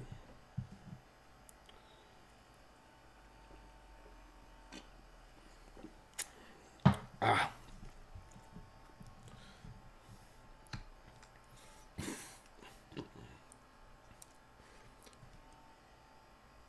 So, Sonny Edwards wants to fight Chocolatito Gonzalez. Wow. That's kind of crazy. You think Canelo might go to the zone, back to the zone after these two fights? I don't know. Maybe. Maybe the 100 million was too enticing for him to say no to. That's guaranteed money right there. He was like, word, 100 million? Word? Okay. Boxing in general for the rest of this year and next year. Yeah, me too. Dark Ronnie. I'm excited for boxing.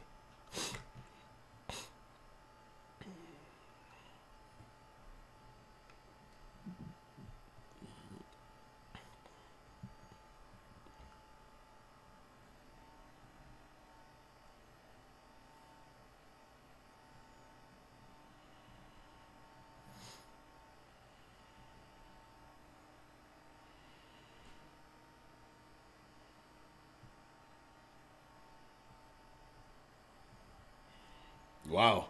Sonny O was giving Bam Bam his props. So Canelo should just go independent, see how that works. But how? He needs a promotional company to behind. He can't go independent. You have to have some. He is independent. He's as independent as Devin Haney is. It's like you'll sign a 2-fight contract, a 3-fight contract. He signed a 3-fight with PBC. He could sign a 1-fight with DAZN, a 2-fight, with PBC again. He could sign a 1-fight, a 2-fight, a 3-fight with Top Rank. He is technically a free agent, but he does need the infrastructure for them to, put. He's the fighter. They got to put the show together. Shout out to Gideon for really being part of boxing history. I never saw this coming. What do you mean, Gideon, for being a part of boxing history? What did he do?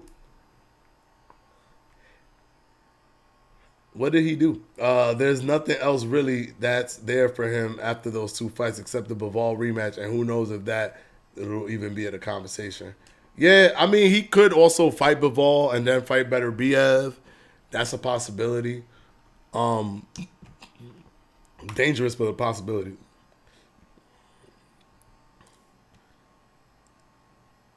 That wasn't Gideon? Oh, my God. My man said, that's not Gideon, bro. That's somebody else.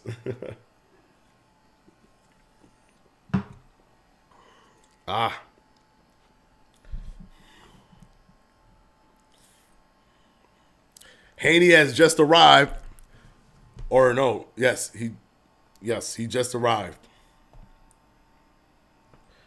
175 again, bro. I don't think Canelo will go back up to 175. He's been there twice. He might go up there. You never know. He's been there twice.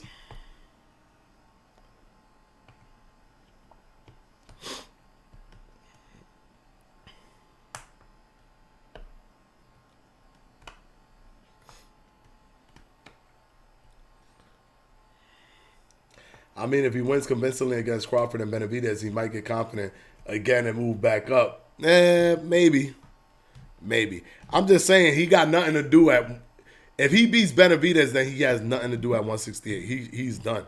He should start contemplating retirement if he beats Benavidez. But if he doesn't, then maybe he goes up to 175 because there's nothing to do at 168. Fights Bivol in a rematch. And then fights Beterbiev and then retires.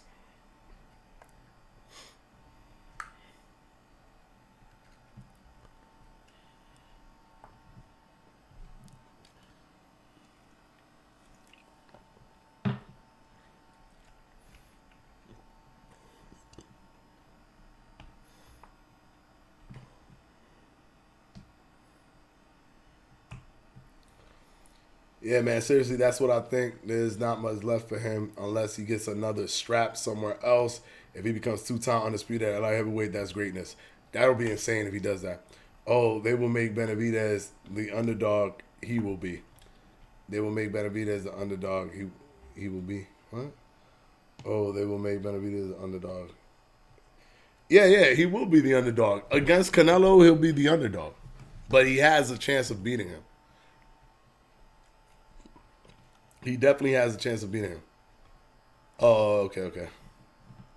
Oh, I'm just hoping them odds make Benavidez the underdog. He will be. Yeah, I see. He will be the underdog, though.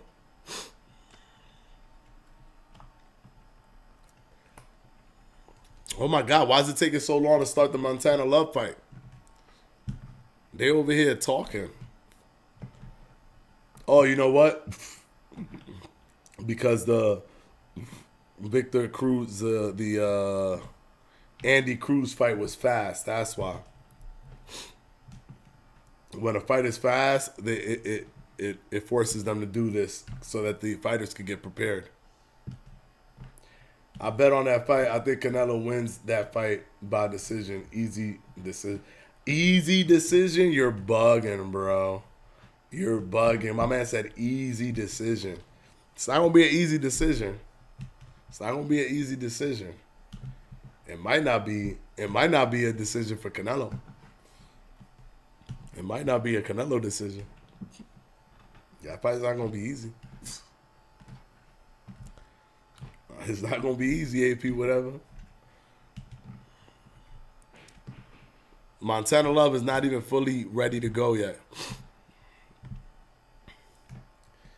Yes, man, I think it's gonna be so much easier than everyone thinks. All right. Yeah, I'm putting a minimum of 500 on Benavidez. I really don't think there would be an upset that night. All right. All right.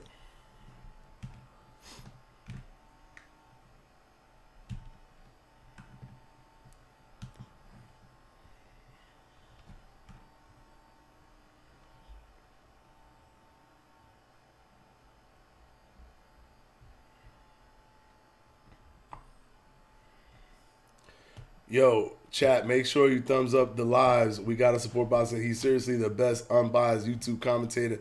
Damn. Channel out here. Hold on. What did he say? He's what Boxing Ego used to be before it became super biased. Boxing Ego, back in the days, I remember Boxing Ego. I used to watch Boxing Ego too, back a long time back. When like right before Mayweather started taking off, he was one of those guys that would talk. I remember when he didn't even have his subscriber count on.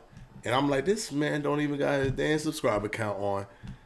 And he over here getting all these views when he first started. Or not, that's not when he first started, but that's when he started way back. But the thing is, it became more profitable on YouTube to be biased. It's more profitable. Because you could gain, now the internet is divided, right? The internet is polarized by stuff, right? So just think about any community, right? The commentary community, the red pill community, the like women empowerment community, the right, the left. Everything is like be part of group, be part of group, be part of group. The internet became be part of a group. So when it evolved to being part of a group, a lot of the boxing talk people said, oh, you know what? If I'm part of a group, if I polarize one group, if I energize one group, I could grow faster because they're more passionately going to be subscribed to you. They're more passionately going to show up to your videos. They're more passionately going to show up to your live streams.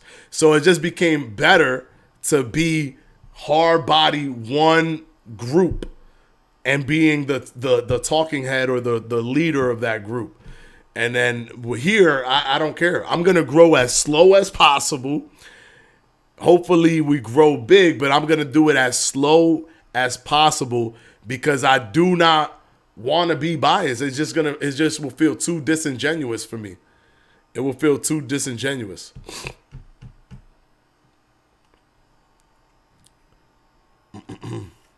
So, yo, just took a break and now I'm fried. Am I still live? Yes, I'm still here, bro. I'm still here. We're going to see, though, man. It's like GTA 6. Once we get to fight week, then I'll be hyped for real. Right now, it's a distant dream. Hey, listen. At least we know it's real. We know it's really, really real. And we saw it, right? We saw how it looks. We saw the characters. The game is probably, you know what's crazy? Is that they are the only company that when they show you the sizzle reel, the sizzle trailer, the game gets better when it comes out because they made the graphics better over time. Like from now to 2025, the graphics are going to be better. The game's actually going to look better graphically. Red Dead Redemption looked worse in their sizzle trailer than it did when it actually finally came out. So you know that this is what we saw. Even though it looked amazing, it's going to look better when it comes out. Which is going to be crazy. And that's what I like about this channel, non-biased. Yeah, 100%, bro. Non-biased, man. We'll grow as slow as we need to as long as I can keep the integrity of being non-biased. Because that's one of the things that I hated about content creators over time, that all boxing content became like Team Top Rank, Team PBC. Like, it was so annoying. And I like people that, because then when that happens, it's hard for me to believe what they're telling me. It's hard for me to believe what their opinions are. Not even just the facts that they're saying, but their opinions. It's hard for me to be like, is this a genuine opinion that you have? Or is this opinion driven by you trying to pander to your audience? That's literally how I view them when I'm watching them. And it's unfortunate. So I don't even watch them.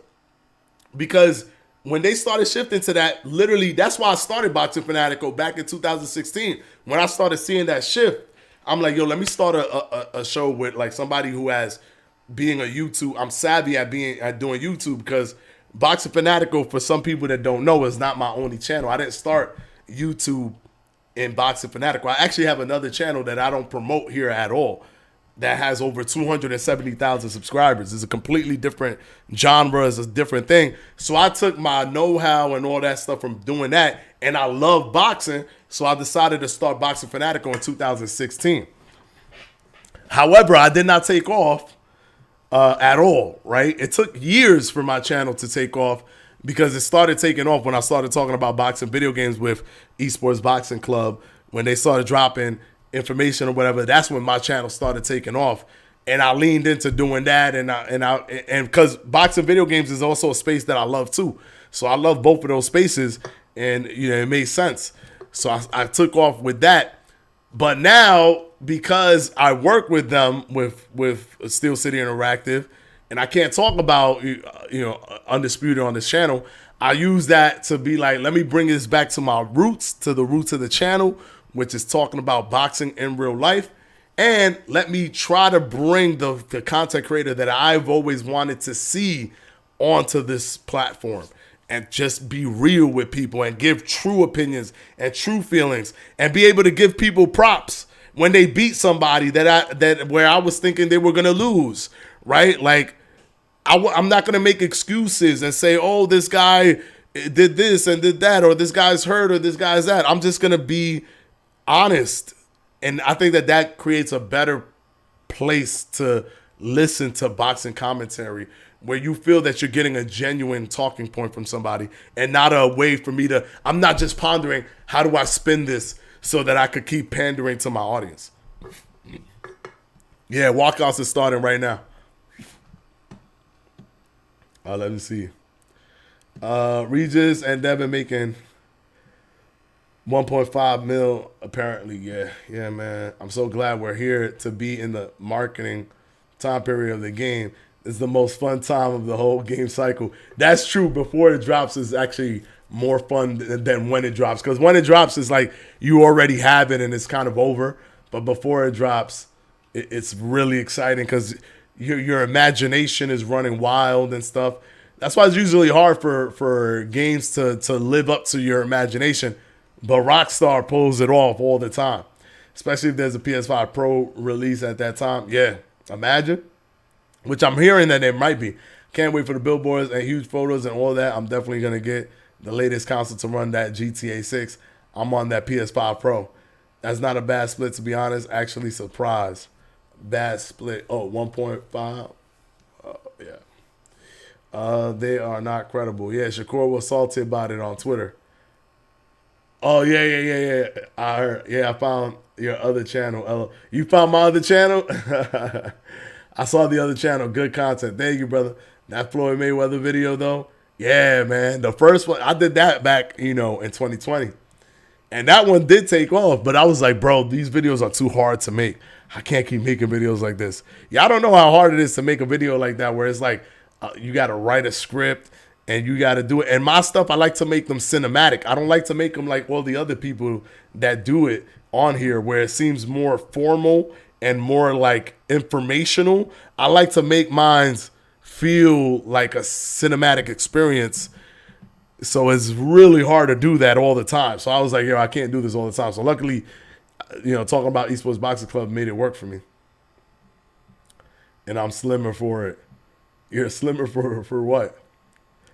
Oh, Derek Harris. Oh, you're slimmer for, don't say the name though. Don't say the name. I don't like cross-promoting my channels. I'm about to go on my own little fitness journey soon. So yeah, that other channel will come in handy. All right. Yeah. Just don't let nobody know what the channel is. I don't like cross promoting. Yeah, I was surprised you had a big channel outside of this one. That's great. Yeah. I mean, how y'all think I have all of this? I got a ring light. I got backlights, floodlights. Like, I got a A7S III Sony DSLR camera. This thing is like almost $3,000 something. I have a Yeti Blue mic. Like, you guys think I just had this? Like, I don't know. Like, I just bought all this stuff and then started doing a box of Fanatico? Like, no way. That would be so irresponsible if I bought all of this equipment for Boxing Fanatico. I actually started YouTube on my cell phone. I would talk from my other channel. I would talk using my cell phone, park my car because I was living with, like, you know, me and my fiance at the time. We were living with her parents because we were buying a house in Florida. We moved to Florida and we were buying a house, but we had to wait because we bought the house in a gated community and they were building the house. So it wasn't even built yet. So we had to wait. We were living with them. So what I would do is I would just drive like the car after the gym. I would get in my car, I would park the car, make sure that the sun is pointing at me. I would get the lighting from the sun and I would just use my cell phone, talking to my cell phone. And that's how I started growing. Just talking into my cell phone, started growing. And then I eventually bought a Sony A6000 mirrorless camera, got a little bit of like lighting or whatever. Then I started growing. And I started getting the A7S III when I hit like 100,000 subscribers. Got the ring light, got all the computer stuff, the mic, everything. And I mean, I have drones and stuff and all that I use sometimes, but I don't have to do that all the time. Most of the times I'm talking on a camera like this. But I invested in it, you know, after. Like, I didn't start with all of this stuff. Yeah, you have to tell us so we can support the broski. Nah, man. Nah. It's all good, bro. It's all good. All right, here we go. It started. Hold on. Let's go ahead and start this one, too. Try to get it up. Let it catch up. Good little right hook by Montana Love coming in. Parro throwing some jabs, keeping him at bay. Right now it's very tentative in the beginning, as it normally is. All right, here we go. Everything is tied together. It's all in due time, so as long as you keep at it, there's no way y'all not going to make it with what y'all want to do. Just keep working every day. Consistency is the key. Y'all going to grind on what you really want to do in life for real. Yep. All about boxing that we love. Exactly. Damn nice. I knew you had been doing this not because of the setup, but just because you're on point with your videos and you're fantastic with the communication and commentary. Thank you, ASAP TV. Thank you. I said, yeah, I was like, huh? That's fishy. LOL. I'm surprised you. That's funny. He said, I'm a scrounge. AP whatever said, I'm a scrounge the internet for your channel. You might find it. You might find it. I mean, it's 270,000 subscribers on that channel. You probably could find it, but, you know, there's a lot of people that talk about fitness. It is a fitness channel. At least that will narrow it down for you.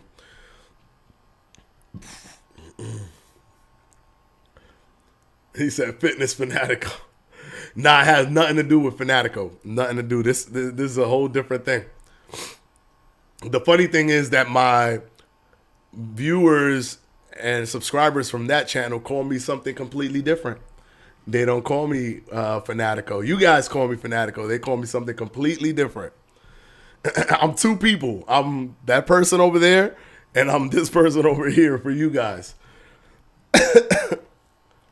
It's actually, I've seen people tell me, yo, I found both of your channels, and it's like Twilight Zone. It's like a Twilight Zone thing because it's completely different stuff that I talk about over there. Ooh, man, this dude's nose is red. Liam Parro's nose is real red right now. Them jabs is really lighting him up. I'm gonna try to watch it though. Ooh, Good clinch by Montana Love.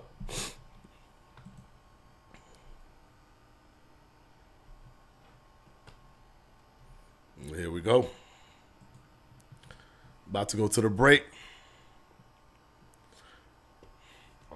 See, their time is on point. It's not accelerated like it is, like it was with Showtime. LOL, witness protection. Yeah, man. My man said fitness fanatico. You imagine? Boxing Fanatico was made after that channel. So Boxing Fanatico was just a name that I came up with. It was almost like a paying homage to my dad because he's Spanish, and you know, like he's the one that got me into boxing when I was like 5 years old. You know, watching like Mike Tyson and them. He's the one that got me into it because he really liked boxing too. So it's because of my dad that I got into boxing. So Boxing Fanatico is really an homage to my father.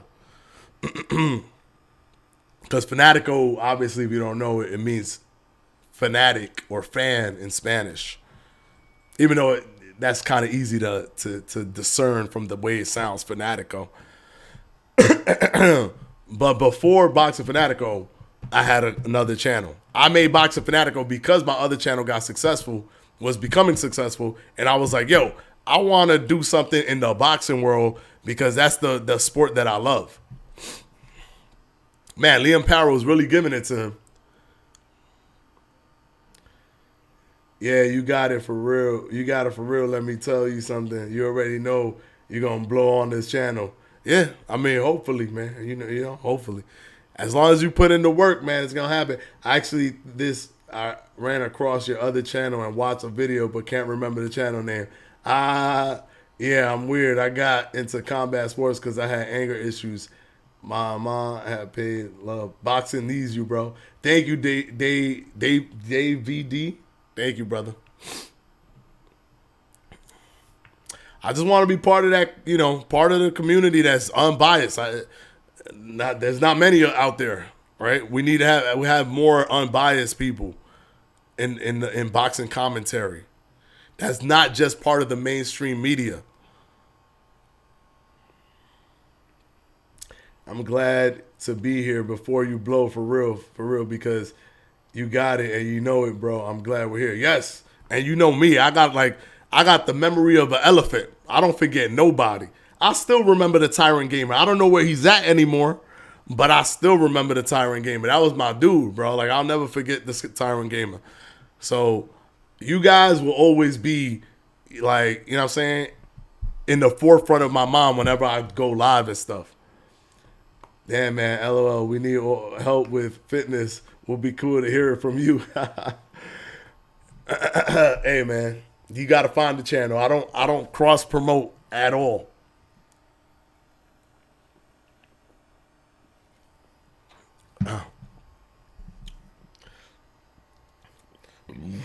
Damn, they just both jabbed each other with a stiff jab at the same exact time. Uh-oh, the crowd is booing. I guess they seen two explosive fights, so they booing against this fight right now. Respect boxing. Yeah, bro, facts. I lost 74 pounds in 2 years. Amazing, bro. Amazing. Good job. It's not that hard to find, bro. My man says it's not that. Who was the guy you were fighting on fight night all the time? The Tyrant Gamer. That was the Tyrant Gamer. What's the first two letters? Nah, I'm not telling you that. I forgot his name. I'm not telling you that. But yeah, the Tyrant Gamer, that's the guy I used to fight all the time.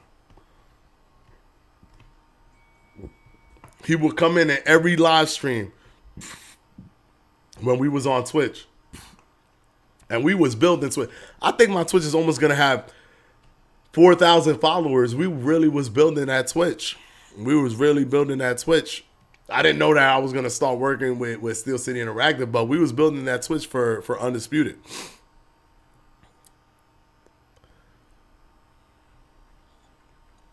It was pretty fun, too.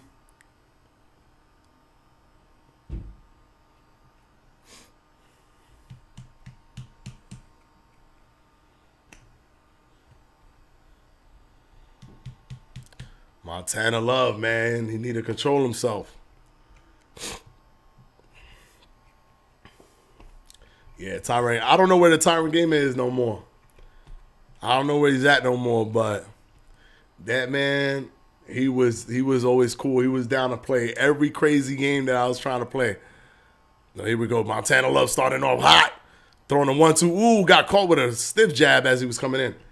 I searched it because I started working out, and then I found out Fanatico had a fitness channel. I've always wondered which is better for streaming, YouTube or Twitch.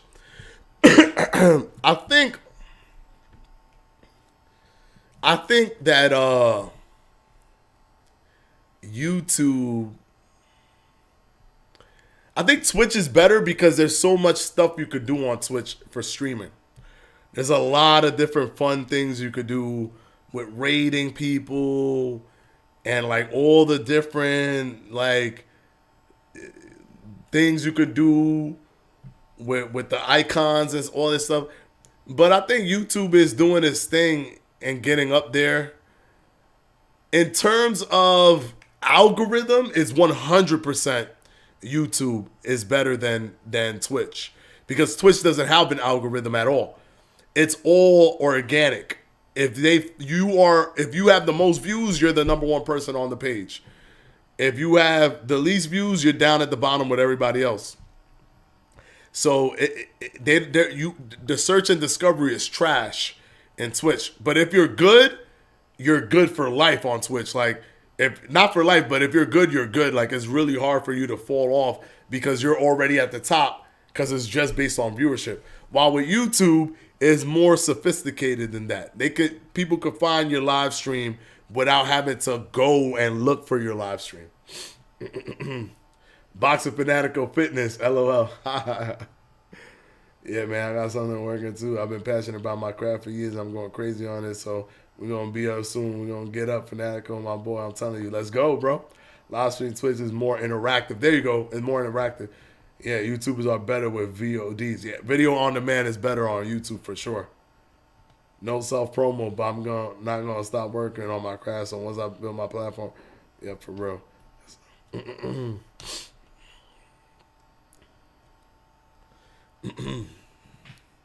Oh, they're down. They're down. There's not a knockdown, though. They just fell. They got tackled. My man said I found it, but don't post it. If you found it, please, out of respect, don't post it.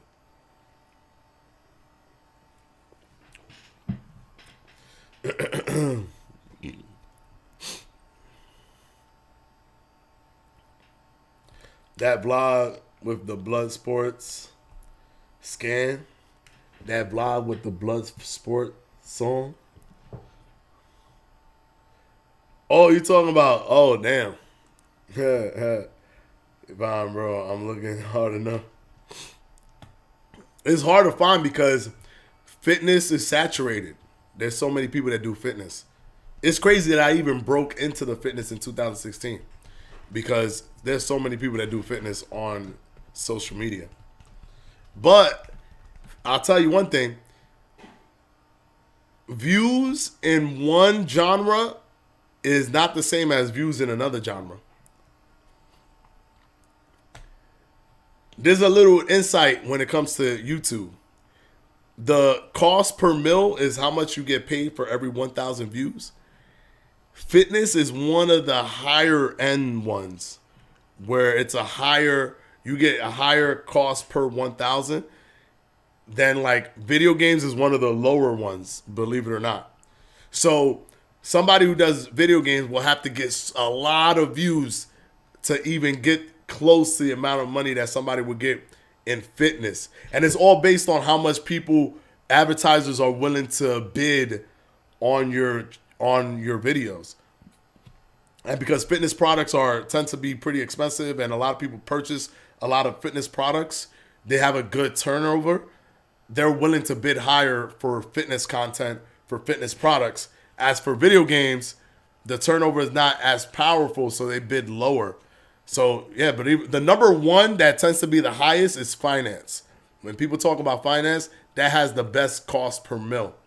But fitness is right under finance.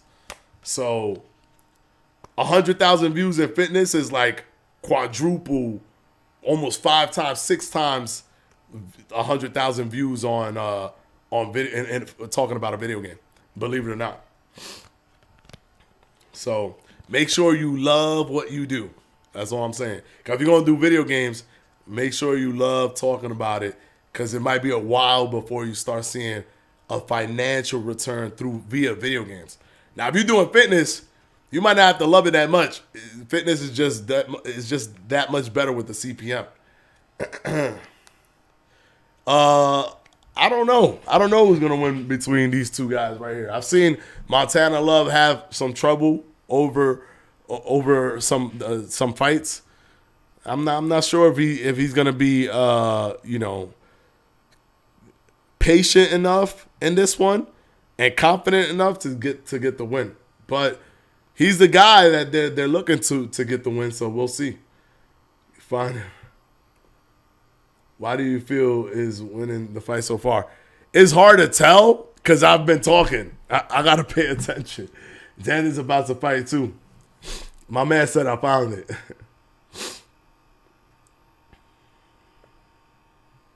It's hard to tell, man. I got to see. I can't. I've been talking to you guys. I got to pay attention to the fight.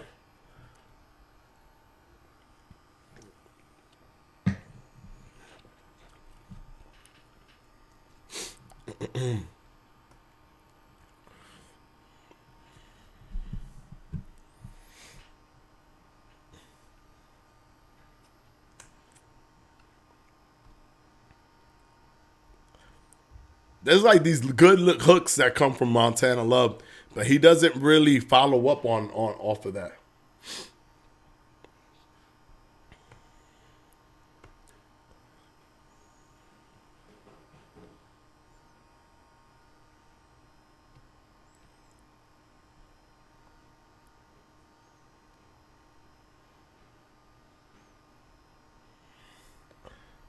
All right. They just gave him a Parro warning for hitting on the back of the head.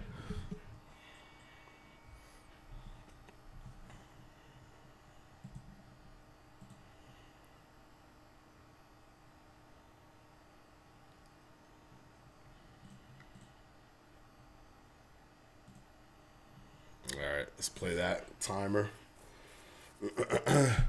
Xander, he's another good prospect, man. That dude.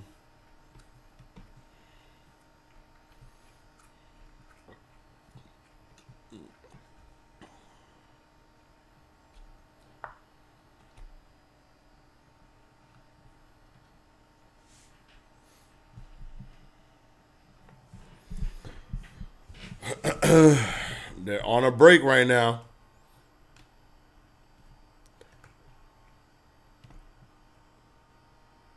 Where are they? Where are they fighting right now? I think this fight is a little boring. I had a feeling this might be the least popping fight of the card. It's not too bad though. The crowd doesn't agree. They booing. The crowd. I mean, the the crowd is a little, a little spoiled from the first two fights too.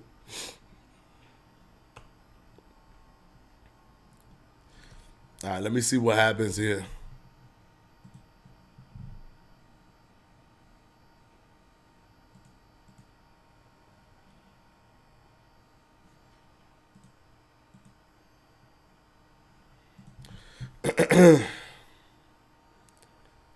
Montana Love, got caught with a clean straight left.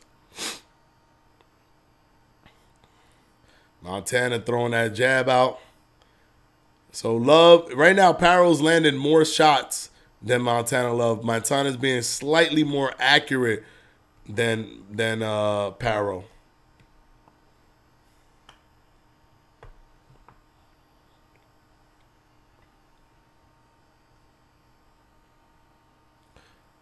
Chris Mannix has it even on his scorecard.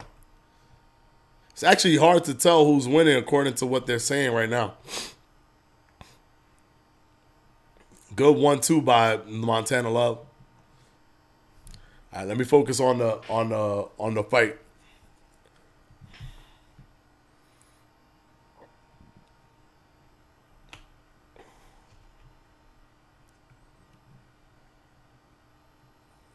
Good jab by Parro. Ooh, good hook by Parro. Good little check hook as Montana Love was coming in.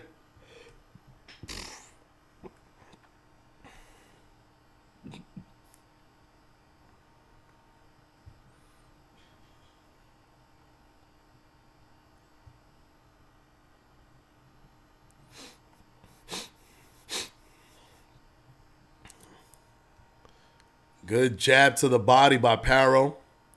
1-2. Clean by Parro. Ooh, Montana Love got no answer right now. He got no answer for what's going on with Parro. He's trying to throw to the body, but it's not effective. And it's not landing either.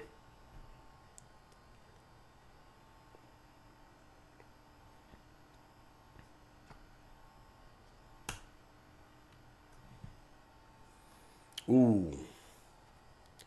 Ooh, Parro got him on the ropes. Good body shot by Parro. Good straight left by Parro. He is landing that straight left at will now.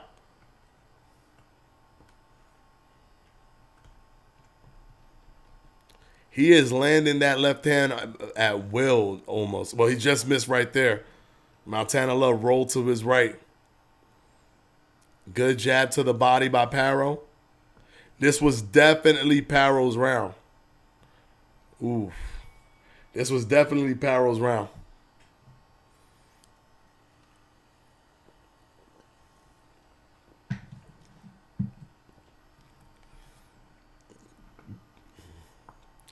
The day of reckoning, the loaded card that only Saudi Arabia could pay for. Ooh. Versus Joseph Parker. Munguia versus Ryder.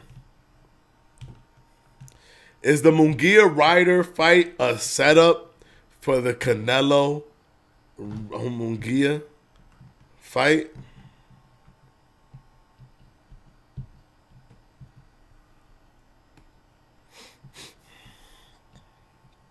Boom, that left hand, they showing it in slow motion, is landing flush.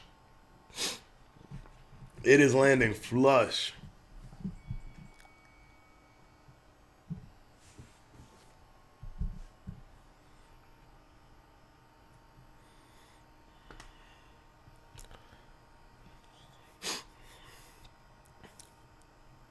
Ooh, double jab. 1-2 by even Munguia stops Ryder. Still wouldn't want to see him fight Canelo.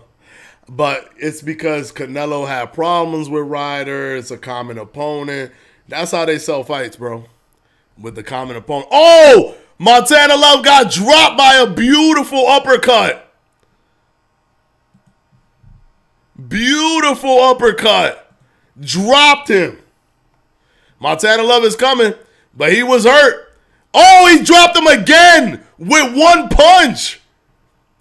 He went down with one punch. He's not on, he is wobbly right now. Oh my gosh.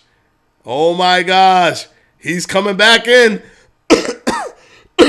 He's about to drop him again. He's about to drop him again. This is why I was saying he wasn't looking confident.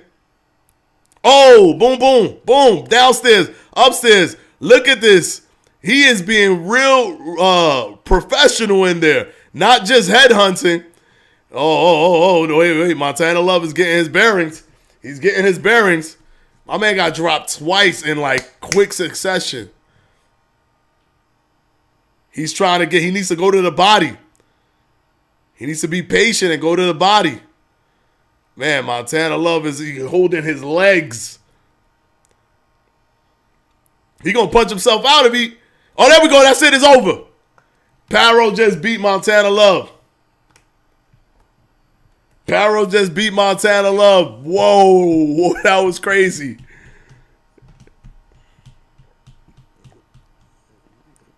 Wow. That's crazy. 2 back-to-back losses for Montana Love.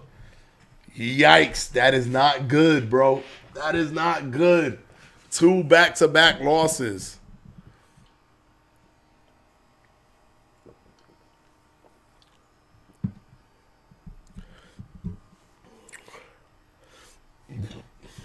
That's wild, bro. That is wild. Wild. My goodness. He dropped him with the uppercut. Like the dude, like he bowed. And then he got up and he looked okay-ish. And then he goes, boop. He just touches him with a right and then he falls again like crazy. Yeah, he's a little bit overhyped. He's a little bit overhyped, and it's starting to show. It's starting to show. Montana Love is his being overhyped is starting to show. Man, this is crazy, bro. Even this fight that wasn't like the greatest entertaining fight still ended with a bang. It still ended with a bang. And now we're going into the main event. Yeah, it was crazy.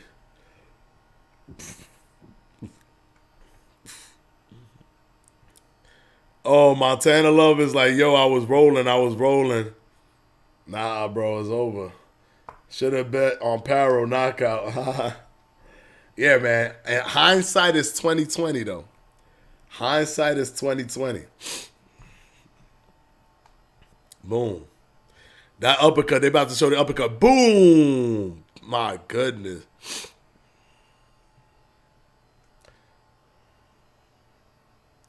And then dropped him mad quick. So I'm gonna need to put him on the Broner plan.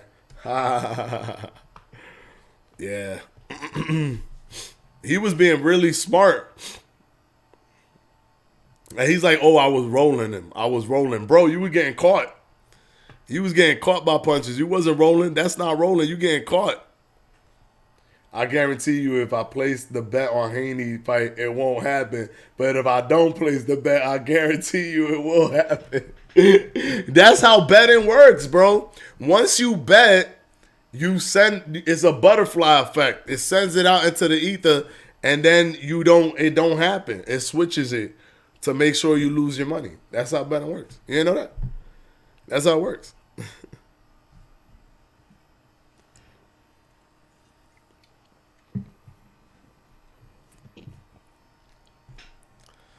All right. It's official. The betting guys be playing too much. That's what happens, bro. They be playing, bro. They really be playing. They don't want you to win money. You ain't know that? They don't want you to win money.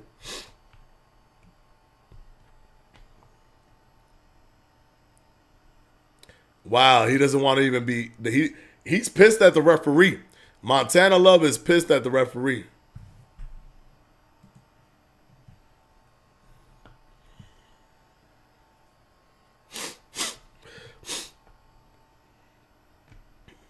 All right, here we go. Here we go. BS stoppage. You ain't like the stoppage? He wasn't really hurt, but I think the previous two knockdowns planted a seed in the referee's mind where he was really antsy to make sure that Montana Love, was protected. So I think he had Montana Love not fallen twice before that sequence where he had him in the ropes and he was battering him. I think the referee would have gave him a better opportunity. But because of the fact that because he dropped them twice, I think that heightened the referees kind of antsy, like being antsy to stop the fight. Now you got to close your eyes before you place the bet. Yeah, you can't let the boxing guys see through your eyes and see what bet you actually placed. Because they're looking through your eyes to see what you're doing so that they could change it up in real life.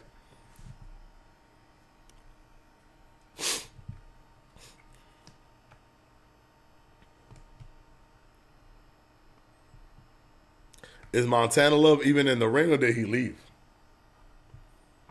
I don't see him.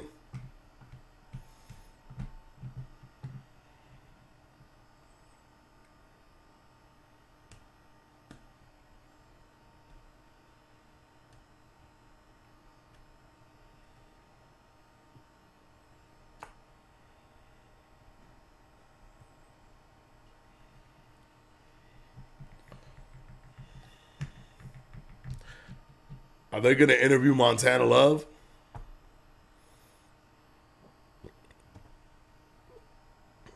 That uppercut.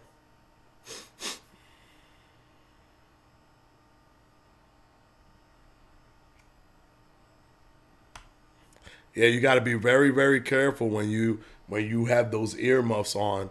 When you're just like this, is really difficult for you to see punches. You're lowering your field of view.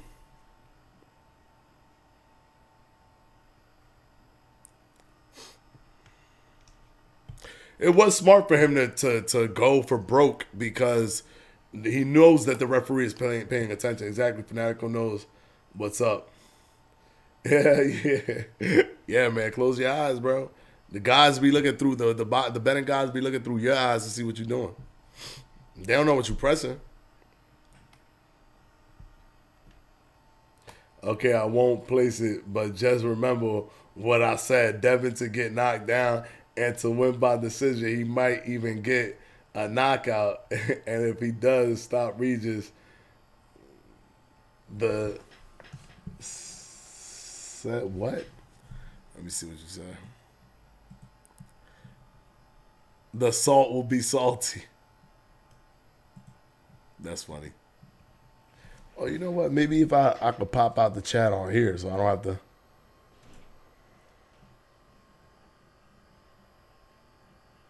Here we go. I could just pop out the chat.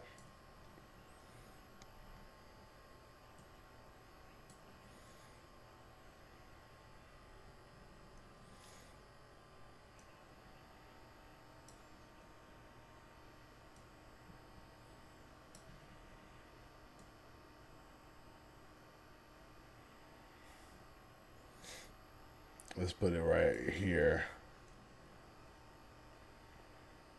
I'm actually just expanding my thing so I can see it better.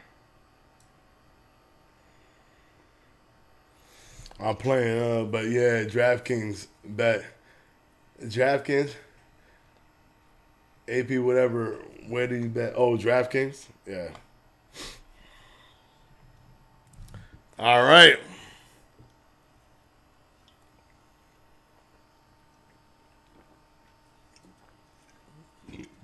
Here we go. Devin Haney versus Regis Prograis about to start.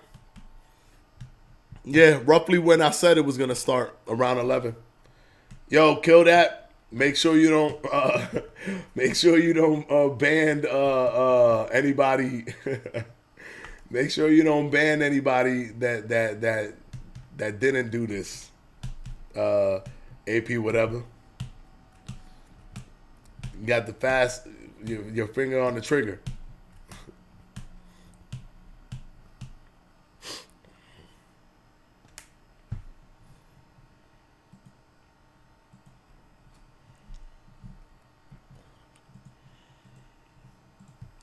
Here we go. He said use code whatever for 100 in bonus bets. Looking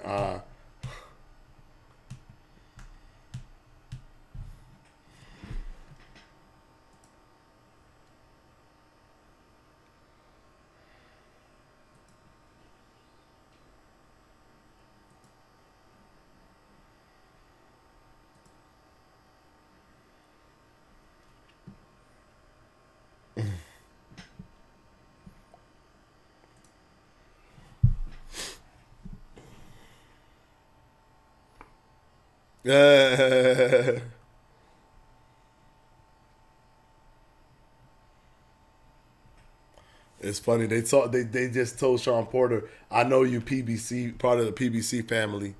And Sean Porter said, I'm everybody's family.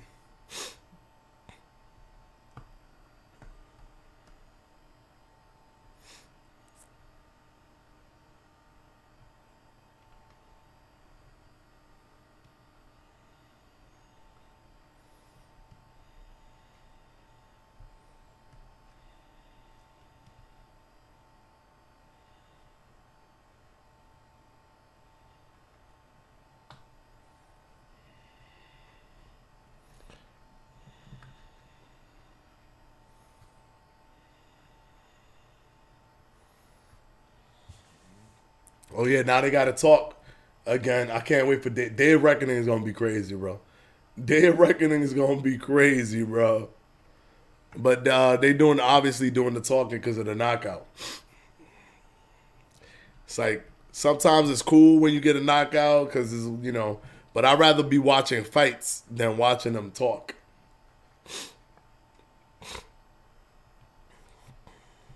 So they're probably gonna start the fight like in maybe 10:50 or something. Who knows? Whatever for that 25% off Blue Chew. Blue Chew. What's Blue Chew? What is that? What's Blue Chew about?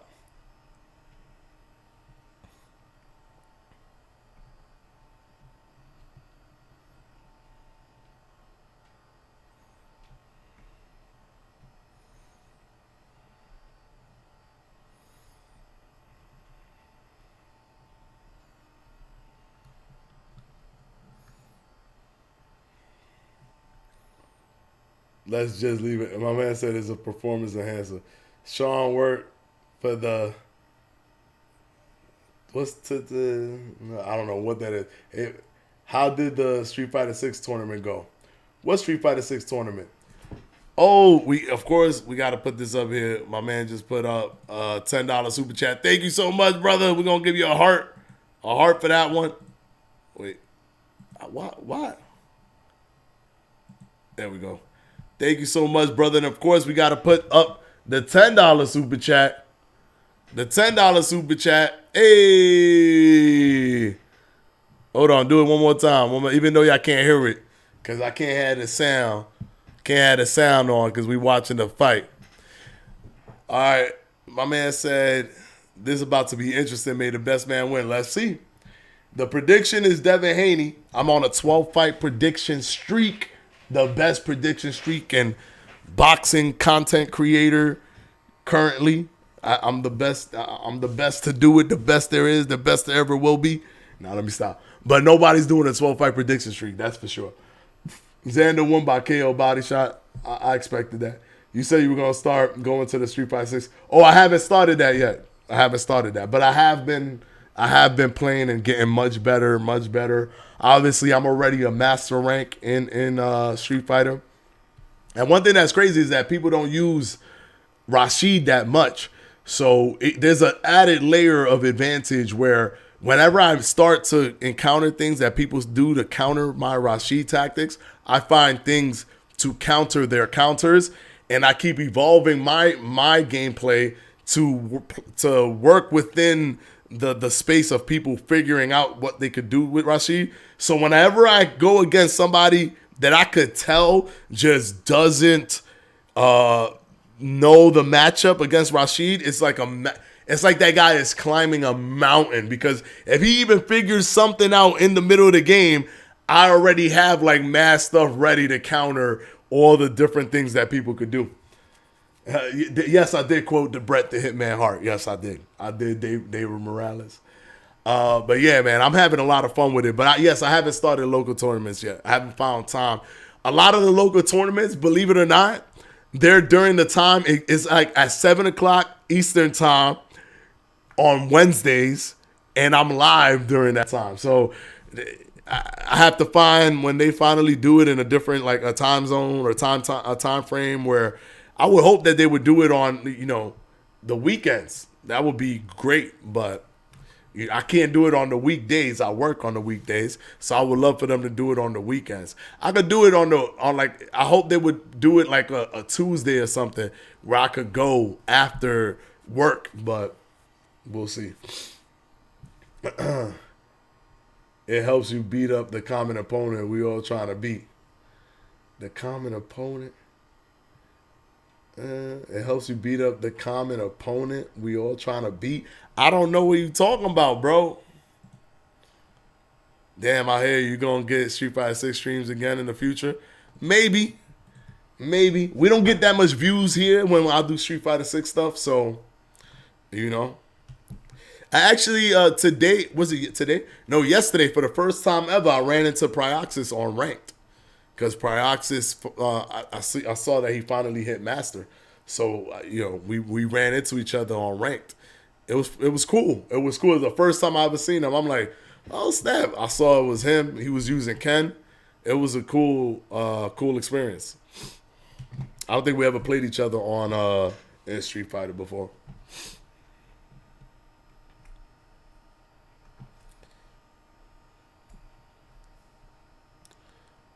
This is gonna be a tough task. It's an enhancer for cardio for that cardio workout with your boot if you catch my drift. Got it.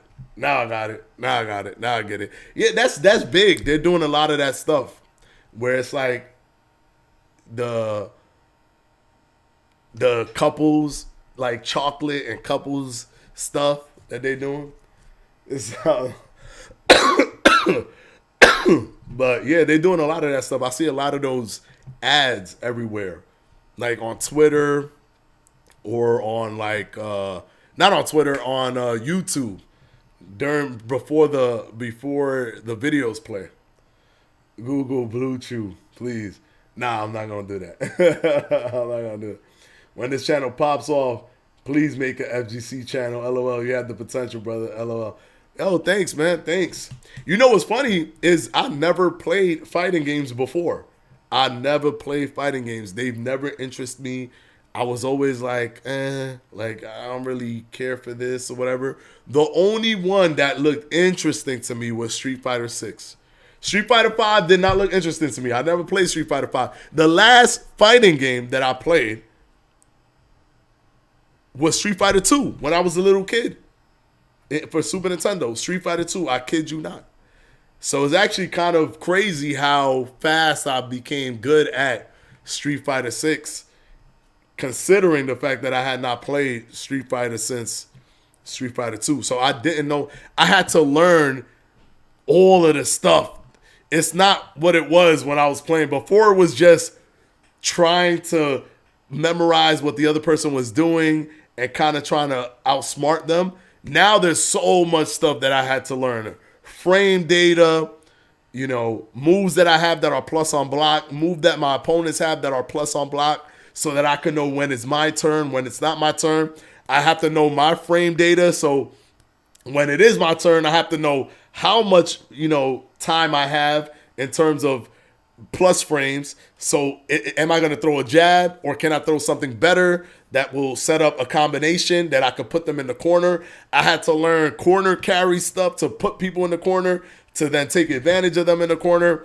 I had to learn, like, it's so much footsies, understanding how to draw them in to then hit them with a combo and stuff, and just timing my parry. It's so much I had to learn. It's crazy. It's crazy, but it's satisfying. Once you like learn it and do all that stuff, it's satisfying. It's very, very, very satisfying. Outsmarting somebody is an incredibly satisfying feeling, especially in the fighting game. When you see it work, when you do something and you see it trigger the thing you want it to trigger in the other person. Like sometimes I'll hit somebody with a combo and I'll do another combo and then I'll do another combo and I'll suffocate them. And then I can sense that they're going to do a reversal, and I'll block, and they'll do a reversal, and I'll just go into a full combo, into a special, and then it's over. Like, that's just like one of the greatest feelings, bro. Blue Chew is a male enhancement. Oh, got you. Got you. Okay. Now I know. They don't know what's in these things. They just be taking them like taking them. They drop like new albums. That's funny. Bro, you have the mind for it. Fighting games are all about the speed chess. Yes. Intuition, rock, paper, scissors, and mind games. And yeah, like you said, the frame data when you really want to dial in. Yes.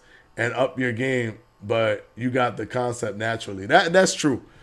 Because if I went live and I was still doing decently, and I was using Kimberly, which was a low tier kind of player, I don't like picking the super high tier people either, because then you end up with mad mirror matches and stuff. And I like the dynamics of having different tools versus somebody else. But Rashid works for me because I'm a rush down fighter. I like to completely suffocate you and like constantly create situations where I'm always in offense and you're almost always on defense. So I'm one of those people. Bro, I literally I took one round off of Punk the God with my Rashid. One round. Granted, I didn't win, but that's Punk the God. He was third at Evo. So for me to take one round from Punk the God, I cherish that to this day, man. And we just met in rank by a fluke. But I went back to his live stream and I saw the live stream where me and him fought. And bro, and I suffocated Punk the God. Like, I didn't let him breathe. I was just constantly on him, comboing him, going ham or whatever. So that's just the style that I like to do. By this time next year, I'm gonna probably be crazy in Street Fighter. I'm probably gonna be real good in Street Fighter. I'm not gonna front. Bro, I wanted to see that clip, but I couldn't find it. I put it on my Twitter. It's on my Twitter. It's on my Twitter. The VD is on my Twitter. If you go to my Twitter, just scroll down on my profile, you'll see it. It's like, got around on Punk the God or something, and it's a video of me facing Punk the God. And he was like on a 30-fight win streak when we fought. He was like on a 30-fight win streak.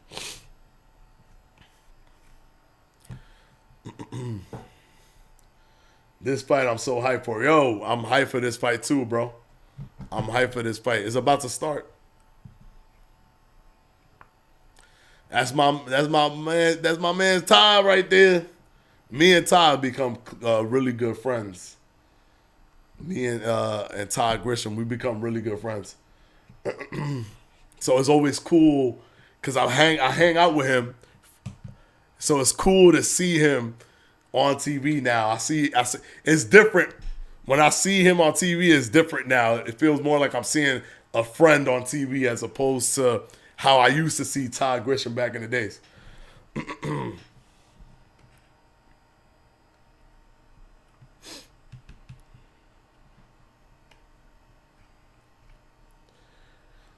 He's warming up still? They saying live in the locker room. Why is he warming up? When are they going to come out? Like, what's up? Come on now. Let's go. Let's start this fight.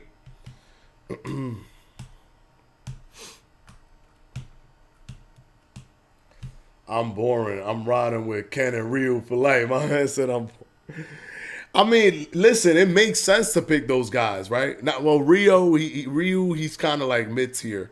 Ryu and Rashid is in the same thing. But to me, if a fighter has all the tools you need, then all of them, then you can make any fighter good.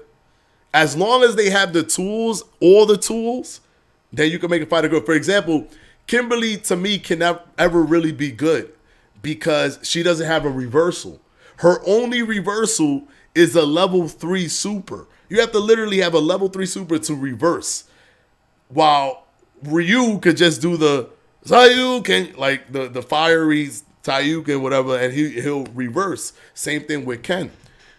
Rashid has that, right? Having a plus on block attack is also very strategic because you can hit somebody with a plus on block. They think it's their turn. It's not their turn. Rashid has that. Ryu has that. So I think anybody who has those things, like you could make them. You could beat anybody with those guys. You just got to be really, really, really good with them. And then you'll be able to do it. To me, as long as you have all the things that are necessary, like a throw loop, Rashid has a throw loop, Ryu has a throw loop. So what makes them mid-tier, I don't know. I think it's just because people don't play with them that much. But they're probably they're not mid-tier. They're probably just as good as everybody else that's good that has all those tools. Plus, Ryu and Rashid do big damage. I'm thinking of giving Mortal Kombat 1 a try, but I just play Street Fighter 6 casually right now. Oh, I can't get into Mortal Kombat. To me, it looks too stiff. It looks too stiff. Yeah, that's dope, man. I be seeing Ty Grisham and Sean Porter, and I know how y'all be. So it's dope to watch them on podcasts and during fights. Yeah. Sean Porter, I've met Sean Porter like twice or 3 times, or I've been with him and talking to him like 3 different times. We hung out when I was in North Carolina. It was me, Todd, and Sean Porter We all four of us hung out. All four of us hung out. We were in North Carolina with King Juice and Coach's Corner, but King Juice and Coach's Corner didn't come out with me, Todd, Sean Porter, and Showbiz. Us four, we went out that, like, I think it was the night before the final night. We went out and just, have fun and all that stuff. But Todd, I've hung out with him so many different times. Sean Porter, and then another time was when I went to the Boxing Hall of Fame. Sean Porter was there. I interviewed Sean Porter there. So there was like a lot of, it's fun. It's fun being part of the boxing community, being integrated with the boxing community. But me and Todd is more like a legitimate friendship. Like, he comes to Florida, we hang out. Like, we go to different things together, hang out. So me and Todd is more like a legitimate friendship. Me and Sean Porter is like, we've seen each other a few times. Street Fighter 6 won Best Fight Game at the Game Awards. Yes, I know. I was hyped. I'm like, that deserves it, because Mortal Kombat 1 ain't better than Street Fighter 6. I don't want to hear it. Street Fighter 6 is better. It's a great game. I'm just probably going to try hard and Tekken, for some reason, get bored of 2D fighters. I need that 3D environment. Nah, man, but Street Fighter, man, it just feels so satisfying. And it feels fluid. Like, it doesn't feel stiff at all. It's like real fluid and real good. And I love the logic of the game. The logic is crazy. You be killing me with the Thayuken. It's sure you can. Oh, my fault. So wait, hold on. When they throw the blast, that's not Thayuken? I thought that was Thayuken. I thought this was Thayuken. And then the uppercut is Shoryuken, right? Shout out Todd, the boy, the homie. Yeah, man. That's my dude right there, Todd. Mortal Kombat was made in Chicago, though. So I bought the game to support local businesses. Oh, it was? Oh, okay. That's cool. That's cool. Yeah, Street Fighter 6 is a great game. That's Hadouken. Wow, so it's never Thayuken. So I'm just way off. So it's Hadouken and Shoryuken and never Thayuken. Wow. My bad, guys. Listen, this is what happens when you remember, like, you've played it as a child. And that's the last time, you know what I'm saying? That's the last time you actually really experienced it. And then you playing it for the first time again after a long time, all right? That's what happens, right? That's what happens. It made me actually fall in love with the whole concept of a 2D fighter. Because to get better at Street Fighter 6, I actually bought Guilty Gear Strive just so that I could, because once I started getting really good at it, I wanted to know if I was good at fighting games. So the best way to get better in Street Fighter for me was to play a different fighting game, but keep the mentality of the footsies and all that stuff. And I was doing good in Guilty Gear Strive. So I'm like, okay. And I did good in Guilty Gear Strive like quickly. So it gave me even more confidence and more understanding for Street Fighter 6. Devin Haney's coming out with a jacket. He got a puff jacket on. But what the heck? It looked like there's air in the jacket. This is weird. Devin Haney's entering right now and look like he got air in his jacket. Love these fight night streams. You spoil us with them. Love these fight night. What do you mean? Oh, these streams right here? Come on, man. You know it's fun. It's different than the show, because the show, we talking about a topic. The stream, we chilling. I just grew up on Tekken. I've been wanting to sidestep and punish so bad. Yeah, them sidesteps is crazy. Yeah, you get a pass because you played the OG Street Fighter 2 in the arcade. LOL. Exactly. See, at least you know what I'm saying. I played the Street Fighter 2 arcade, all that. So I'm somewhat legit. I'm legitimate. Like I'm legitimate. I need that jacket though. Yo, that jacket is like mad puffy. It's crazy. It's crazy how it looks.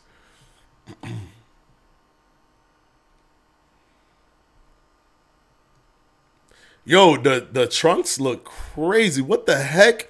I am confused by what Devin Haney is wearing. The blast is Hadouken, but I spelled it wrong. Okay. No, they just let me know, love. See? So it's Hadouken and Shoryuken. Got it. Now I know. Hadouken and Shoryuken.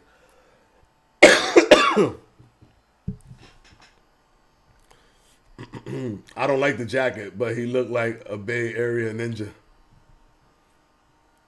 I mean, the bubble jackets from before or the flight jackets or whatever, they don't look that, like that looks weird. It looks like there's air in that jacket. It don't normally look like this. Like there's something definitely wrong with, or definitely unique. Let's say unique. He's trying to do something unique. There's definitely something unique with that. Now Regis Prograis is entering.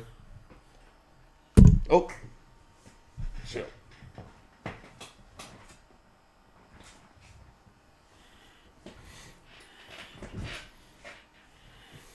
Just drop. Okay, we're good.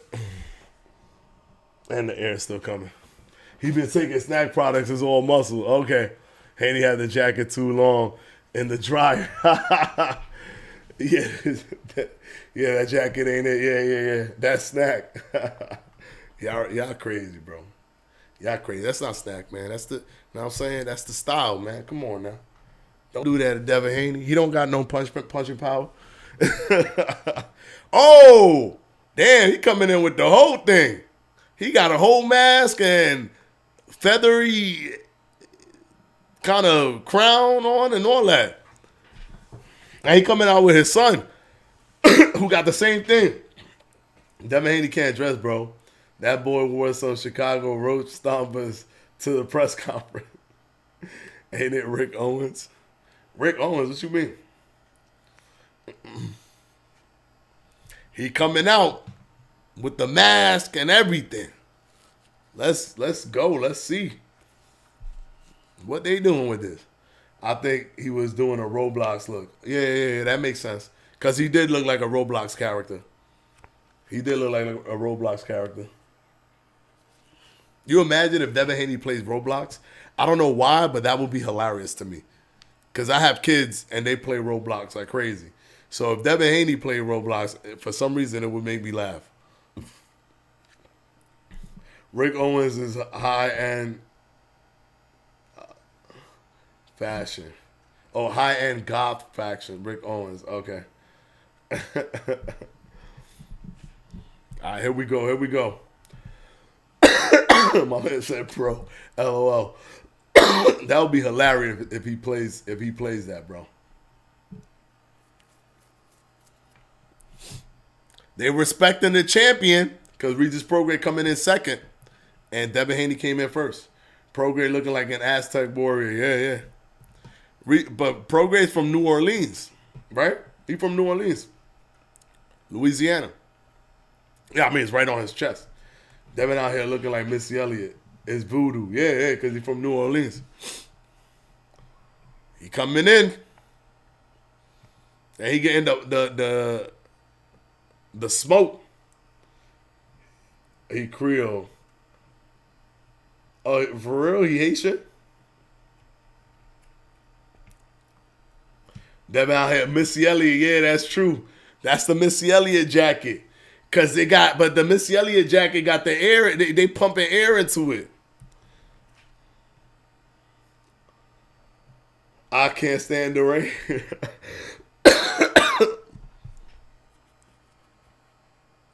Here we go.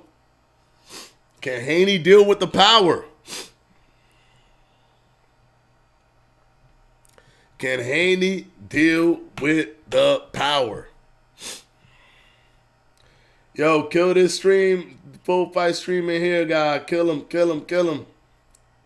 Thank you. Y'all tripping with the air pumping. No Louisiana Creole. I'm Louisiana Creole too. It's a unique culture similar to Haitian Creole. Oh, okay. Got you. Got it.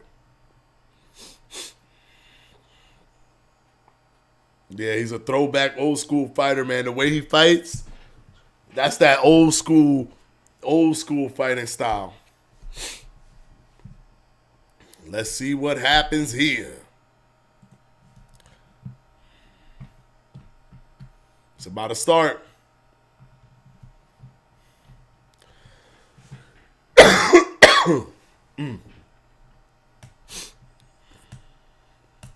Okay.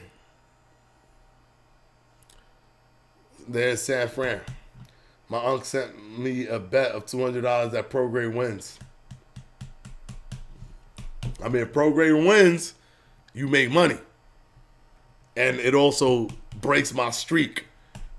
My streak will end at 12 fights in a row. But I'm pretty good with these predictions, so we'll see. We'll see.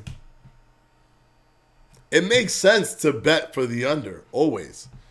Even if you put in a little bit of money, it always makes sense because the under will net you the most return.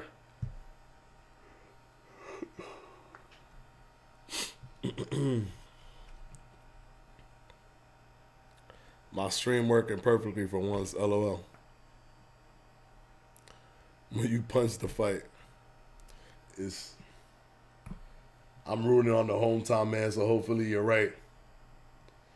The hometown man, I'm rooting on. He from Louisiana. You rooting for Prograis? Because I'm predicting that Devin Haney's gonna win this fight. Yeah, so you got Prograis winning that fight. I'm predicting that Devin Haney gonna win the fight. That was the prediction that I put up on the official prediction. Oh, you from Oakland? Okay.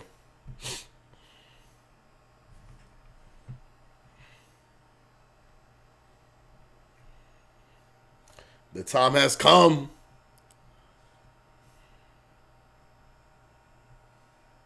Oh man, easy money. Take that from your uncle. What you mean? Okay. Here we go.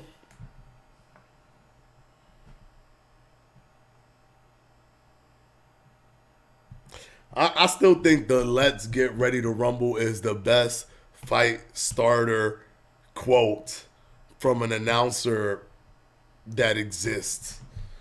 Like, people have tried, "It's time," or from "Let's get ready for," or "It's showtime." And it's like, they're all okay, but nothing sounds more like high impact and high energy and like just fun and like gets you into the mood for the fight more than "Let's get ready to rumble." Like, that's just too perfect. That's just too perfect. Every time I hear other people do theirs, it's always like, that's cool. You got a thing, that's cool. But "Let's get ready to rumble" is just iconic. Here we go. This is going to be interesting. It's going to be interesting. Some people think it's going to be an easy fight. I don't know. It's not going to be an easy fight. Devin should feel better at this weight. So he should do better because he's been killing himself, especially if he's going to move up to 147 after this fight. So he definitely better. He feels better. He better perform better. Even David Diamante called out is just be feeling like they trying to be the next "Let's get ready to rumble." Yeah. It's like they want a thing, but it's just "Let's get ready to rumble." I feel like if somebody said "Let's get ready to rumble" now for the first time, it might not sound that good. It might sound kind of corny, but because it's like it came out of Michael Buffer's voice and it sounds so perfect, and the whole way he delivers it with the "Let's get ready to rumble," like it's just so perfect. It's so perfect.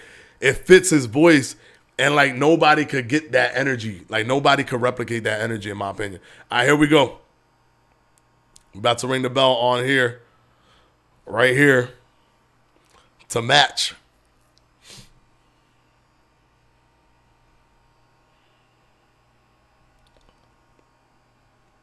Here we go.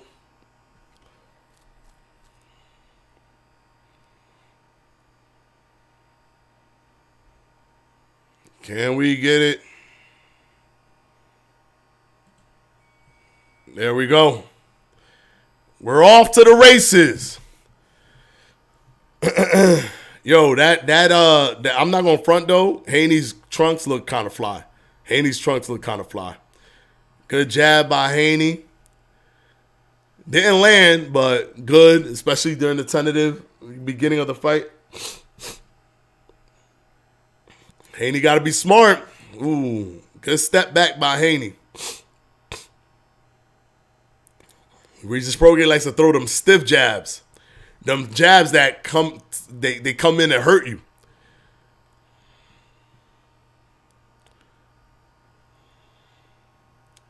Oh, they got Sean Porter on commentary with Todd Grisham. Ooh. Devin Haney got to be careful. Very tentative right now. It's just a jab fest right now from both of them. And you know it's a southpaw orthodox clash, so.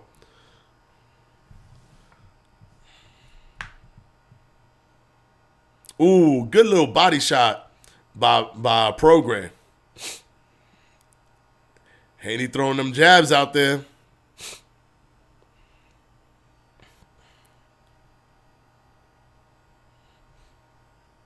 Oh, whoa. They both landed, but the one that got pushed back was Haney. This is what I'm telling y'all about the power. Good body shot by Haney. Good combination, went into an uppercut body, a right uppercut to the body by Haney. Started the combination upstairs. Good jab by Haney as he continues to try to get a rhythm going, get his find his distance. Ooh, good jab by Haney. Ooh, body attack by Regis Prograis. I feel like Regis Prograis has a little bit of a bewilderment look. Looks a little bit bewildered. Kind of like he didn't expect this kind of accuracy by Haney. Ooh, good head movement by Regis Prograis. And Haney goes for the body the second time.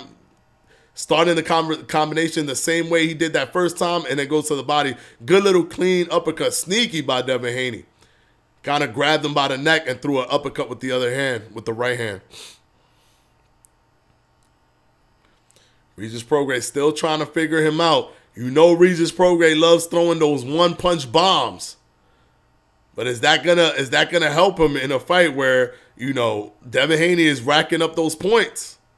That's gonna be difficult because if you never find that bomb, then what do you do? If you never find the bomb, then what do you do?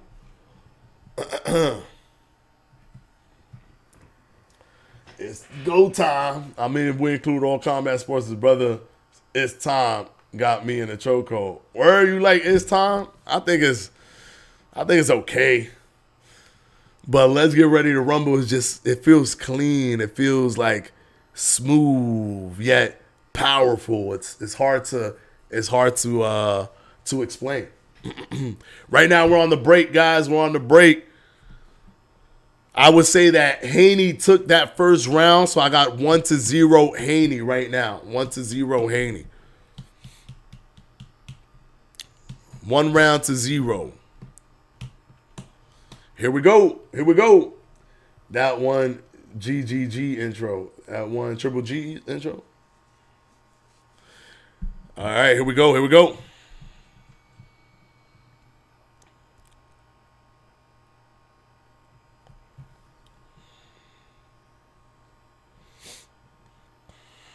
Throwing those quick jabs. Ooh, good movement by Haney, but he got caught in the body twice by Regis Prograis.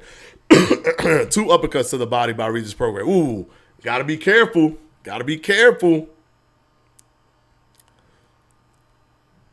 Devin Haney, like I said, man, he don't have the power to. He's not gonna be keeping somebody at bay from the power. He's gonna be keeping them at bay from the counters and using his reach. Ooh, good little hook by Devin Haney. He pivoted and then hit him with a nice hook.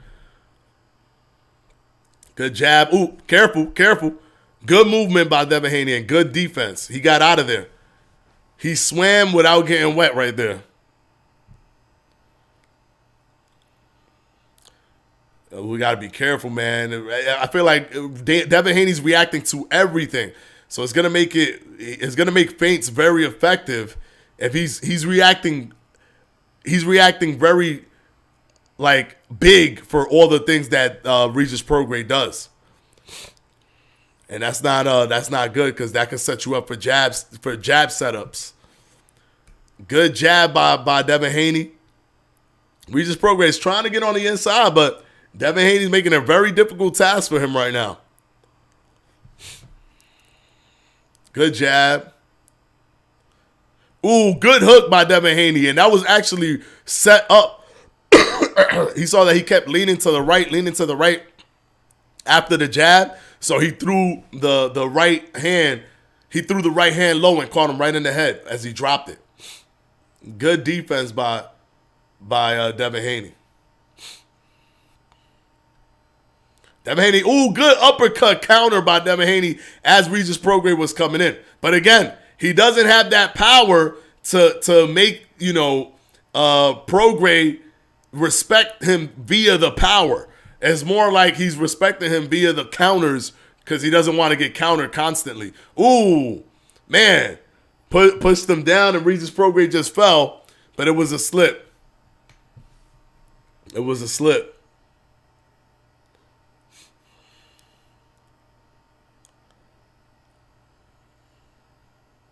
Ooh. Good little snappy jab by Devin Haney. Devin Haney looks real comfortable in there. I feel like he's comfortable at 140. He's comfortable because 135, he was a little bit too drained. Look at that movement. Devin Haney, as I said in the official prediction, guys, Devin Haney just got it, man. He got the understanding. He has the understanding of of being on the back foot, working off the jab, using his reach. Essentially, what I said in my prediction is what we're seeing right now happening. So, if everything continues in this path, we're going to be on a 13-fight prediction streak. If everything continues on this path. But this is basically what I said. If you notice, what's Regis Prograis looking for? He's looking for those one punches. What ends up happening is he needs to get set. So somebody who's good on the back foot, somebody who could keep you at bay, is going to keep you from getting to that space where you actually do well. So because you can't get into that zone, you're constantly waiting to get into that zone. And while you're waiting to get into that zone, your opponent is racking up the points. So as I said, he's not going to necessarily knock him out. He might not knock him out. I mean, he might. It depends if it's too much of an attack. But he's probably not going to knock him out, but he will be outpointing him throughout the entire time. 2-0 so far. Ooh, good right hook by Regis Prograis, but he missed. He just missed the hook. I was telling people that Devin is much defensive sharper than Regis. Yeah. Because Regis is not really he's more of a boxer puncher, and he's more of an old school boxer puncher. Good uppercut. Devin feinted the fact that he was going to throw a jab with a step in and instead had him turtle up. And Devin Haney just dropped him. Devin Haney just dropped him with a right hand. But it was more like a flash knockdown. Wow, if Devin Haney could get a knockout, that would be amazing. If Devin Haney could get a knockout, that would be amazing. But let's see if Devin Haney tries to... Nope, he's being patient. He's not caring about the fact that he knocked him down. He's being very, very, very patient. I think he thinks, okay, well, I got this round banked, so now let me just ensure that I've banked this round and I don't give it away. Because you could give it away trying to go for the knockout against somebody who's really strong, and then he's not actually hurt, and then he hits you with a bomb because you're out there throwing wild punches just to get the knockout. Regis Prograis is pushing the tempo right now, but Devin Haney is controlling the fight off the back foot. Good body shot and then a hook upstairs by Devin Haney. A right hand to the body, a left hook upstairs. Ooh, Regis Prograis trying to make this a rough and tough fight now. Man, that's not anybody. Even if somebody doesn't have power, you could flash knock somebody down, bro. Even people that have no power has knocked people down. Devin Haney has knocked people out. Does he have like crazy power when we talk about the fighters with power? No. But can you get a flash knockdown and knock people out even if you don't have? Of course you can. Of course you can. But if you notice, a flash knockdown is one of those things where you get caught and it drops you. You didn't really see the punch coming or whatever. But Regis Prograis wasn't dazed or hurt after that punch. It was just a flash, quick drop. And Devin Haney doesn't even feel that was sufficient enough because he didn't even put on an attack after it. Good check hook by Devin Haney. He didn't even put on an attack after it. He stayed patient. He kept his resolve. Let me try to speed this up a little bit because I think we're a little bit behind. Probably stepped on his foot then. Nah, he caught him, but it was flash. It was a flash. He didn't expect the punch. It was like, oh, damn, oh, okay. But it wasn't one of those things where it was like, eye roll behind her. He's falling. He's getting up. He's still a little bit dazed. It was just one of those punches that he didn't expect. He didn't expect it. And he was a little off balance as he was ducking. Boom, that straight right came in clean. And then, it was almost like he lost his footing. If you notice on the replay, it like he lost his footing. He ducked and his legs. One of the things that I said in my official prediction when everybody was saying, oh, he got some decent footwork, I was like, he has problems with his footwork. He doesn't keep his base well sometimes. And that right there came back to bite him. Him not placing his feet well came back to bite him right there. People forget this is still a fist fight. LOL. Yeah. Nah, he legit dropped him. Yeah, he did. He dropped him, but he dropped him while his foot was, you could see that he lost his balance on his feet as he was ducking. And then he got hit. So that threw him off. But you could tell if somebody gets hurt from a punch by how they get up and how they look. He got up and it looked like he didn't even get dropped. Good attack by Devin Haney. Now Devin Haney's getting more timing and he's getting his rhythm, his tendencies, and he's feeling much more comfortable in there. I still see caution from Devin Haney because Regis Prograis has that power, but he's definitely getting his timing and his rhythm right now. Yeah, it was definitely a punch he didn't see for sure.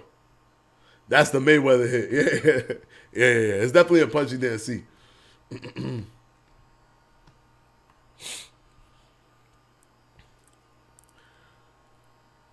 Let's see what. Oh, good jab by Devin Haney. Devin Haney is controlling distance very, very well right now. He understands that there's a certain range where Regis Prograis does his best work, and he's keeping him at bay.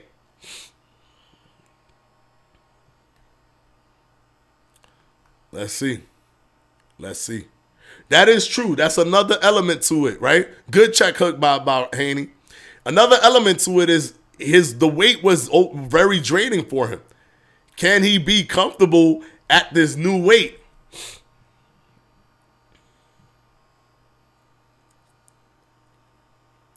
Double jab, good check hook by Haney again. Good stiff jab by Haney. Regis Prograis is trying to get on the inside, but he can't. Ooh, good movement by Haney. Slipped under, got out of there, and pivoted. Look at this. See, look at this. This is the intelligence and the patience of Devin Haney. Waiting to throw the shot, but he has that loose kind of Philly shell style. Waiting to throw the shot just to get Regis Prograis when he's not expecting it.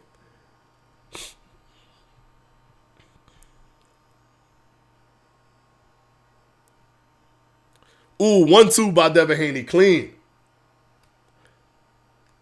1-2 clean by Devin Haney. Regis Prograis is trying to do something to close the gap, but it's very, very difficult. Yo, he has such an old school fighting style. Good combination and pivot by Devin Haney. Ooh, good body shot by Devin Haney.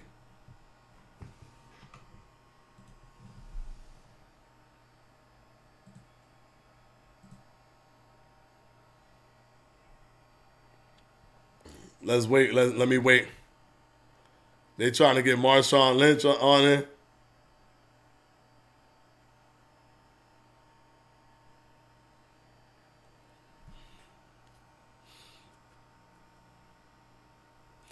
Why Marshawn Lynch don't want to be on it? I hope Shakur watching Devin versus someone who can knock him at, and then he put him down. That's a dog. Wait, I hope Shakur watching Devin versus someone who can knock him out, and he put him down. Yeah, that's true. That's true. That's true. That's true. This is how you're supposed to deal with him. Not like what Shakur did. The way Shakur did that fight, I mean, you know, people saying he had one hand or whatever. I don't buy excuses. The way that Devin is doing it, this is how you do it. Good combination by Haney. Got right out of there.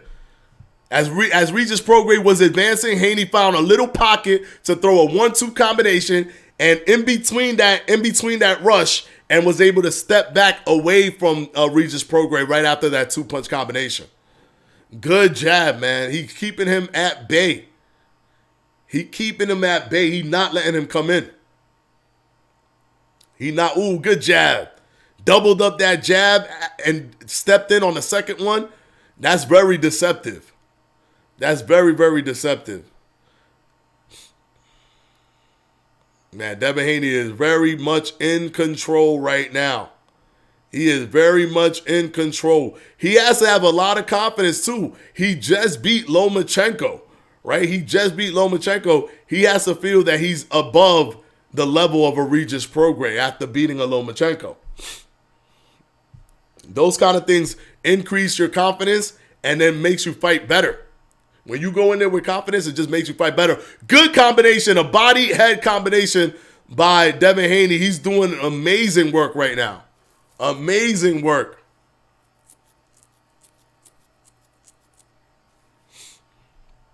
Jabs are clean by Devin Haney. Regis Prograis is trying to get on the inside, trying to put a little bit of a high guard, trying to move his head a little bit to get some to close that distance. Devin Haney is not letting him get into the space where he wants to get into. He's just not. He's consistently keeping him at arm's reach and only coming inside when Haney is ready to throw some combinations, and then he's pivoting, getting out of the way, and resetting the whole situation. Rinse and repeat. As we mentioned in our prediction video, is exactly what's happening right now. What we said in the prediction video is exactly what's happening right now. And you can see Regis Prograis got that old school fighting style. Head moving all the time, nonstop. Constant slipping and dipping and moving to get inside, but it's just not working against Devin Haney. Devin Haney is doing way too good. 1-2 combination by Devin Haney right now. Way too good at reading Regis Prograis. He's doing way too good at that right now. Good body attack and got right out of there. Clean. Good straight right by Devin Haney. Regis Prograis stopped moving and Devin Haney punished him for it. He stopped moving and Devin Haney punished him. 3-punch combination by Devin Haney. Jab and out of there by Devin Haney. Clean. Regis Prograis cannot find an open opportunity. He cannot. Oh, what just happened? Why did my DAZN just crash? What? Okay, we're back. I was about to say, what the heck? We're good. We're still on, right? Yeah, we're still live. All right, cool. That was crazy, man. That was crazy. Next week, Sonny Edwards versus Rodriguez. Sonny Edwards versus Rodriguez next week.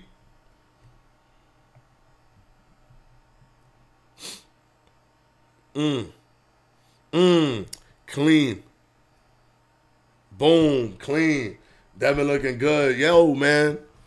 I'm telling y'all, man. I told y'all that his ability to box on the back foot against a person who wants to advance and get into certain spaces, if he doesn't let him do that, it's gonna make it harder for Regis Prograis to win the fight over Devin Haney. And Devin Haney's doing exactly that. He's being really, really good on the back foot. Very, very good on the back foot.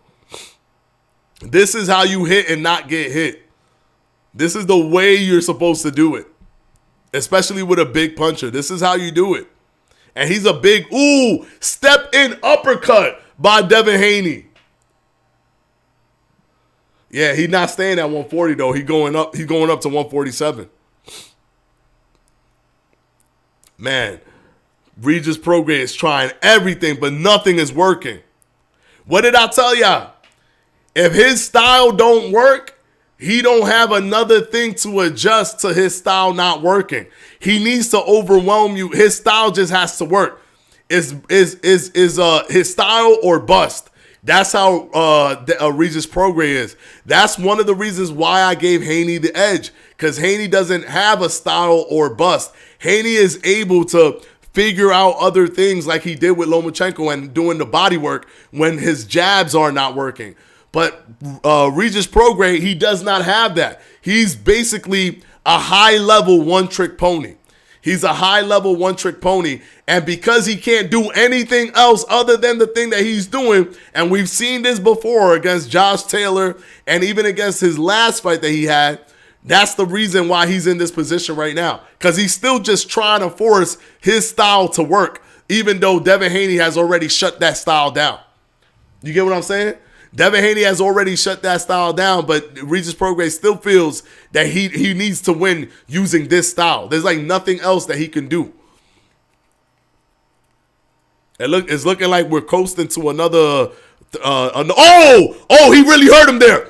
He really hurt him there, but he's not capitalizing on it. Whoa, he is not capitalizing on it. He actually hurt him with a straight right, but Devin Haney is being incredibly patient. Oh, he threw a straight right down the pipe. That actually hurt him. That was a punch that actually hurt Regis Prograis. Oh, man. Good hook by Devin Haney. Devin Haney is a little bit too patient for my liking right now. Oh, he's bleeding. Regis Prograis is bleeding. He is bleeding. It looks like he's bleeding in the eyebrow, but it's hard to tell where the blood is coming from exactly. Ooh, good hook by Devin Haney. Good jab by Devin Haney. Devin Haney looks really comfortable at 140 right now, fellas. Really comfortable. Oh, whoa, trash talking. Trash talking by Regis Prograis.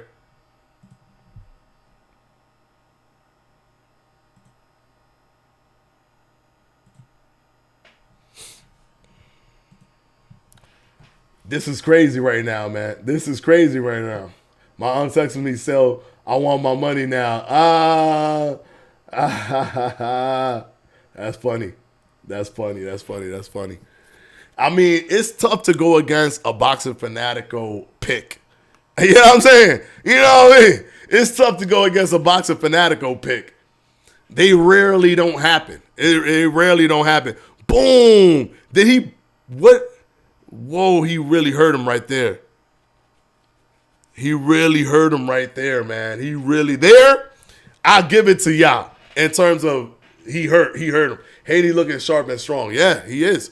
140, it might be that 140 he filled in well. He fills in better at 140.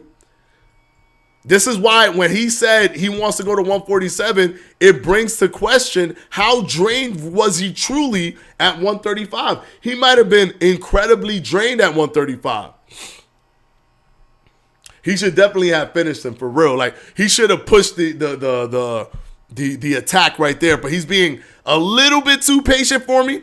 If that rock didn't happen, everything that he's doing right now is perfect. You don't want to get too ahead of yourself and put yourself in a space where Regis Prograis wants you.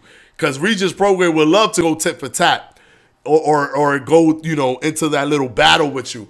But that he doesn't want to put himself in that position. And in that moment, though, he should have pushed the attack a little bit because he had him hurt for a good amount of time. And he didn't capitalize on it. He just kept boxing normally. He's probably just like, hey, listen, I'm not going to take that risk. I'm not going to take that risk. Ooh. He got a KO from being in danger before. Yeah. Yeah, for sure.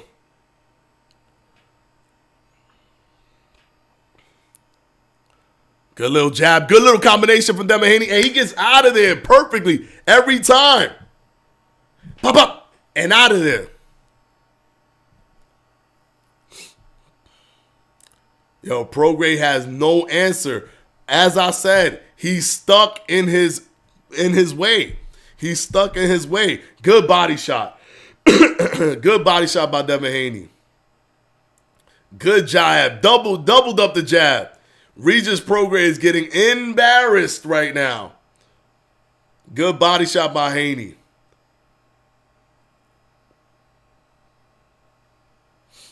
Prograis is getting frustrated right now, bro.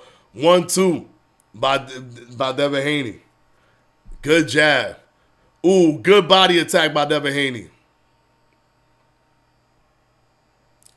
Ooh, be careful, be careful.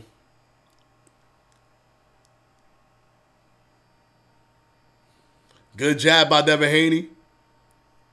Good jab again. Wow, this is beautiful boxing by Devin Haney. Beautiful. Got out of the way, hit him with a check hook.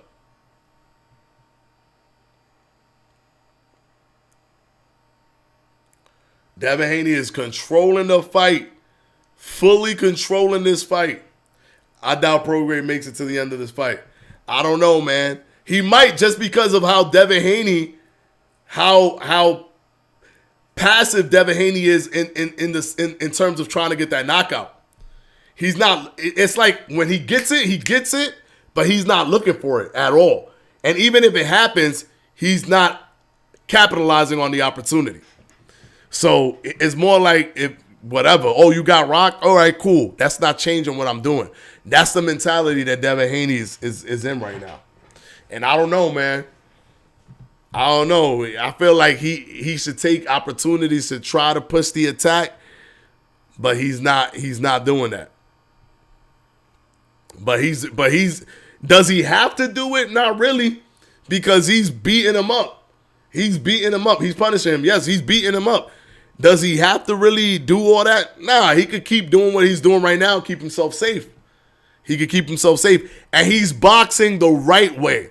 He's doing it the right way. He's not doing it like how Shakur Stevenson did it, where it was like consistently moving away and barely throwing anything and just throwing a jab and then going and just throwing the jab and then it's going.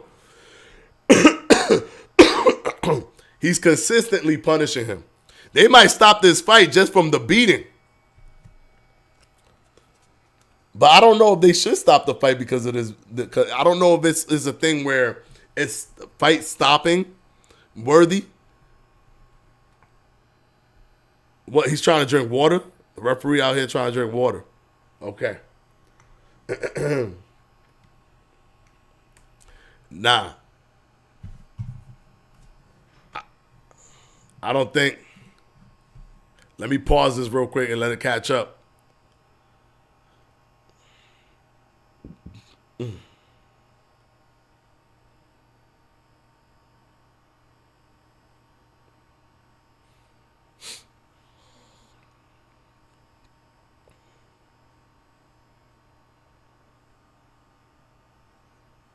Let me get it timed up together. All right, cool. We got it. We're timed together. We're timed in. I drank water once. Ooh, good combination by Devin Haney.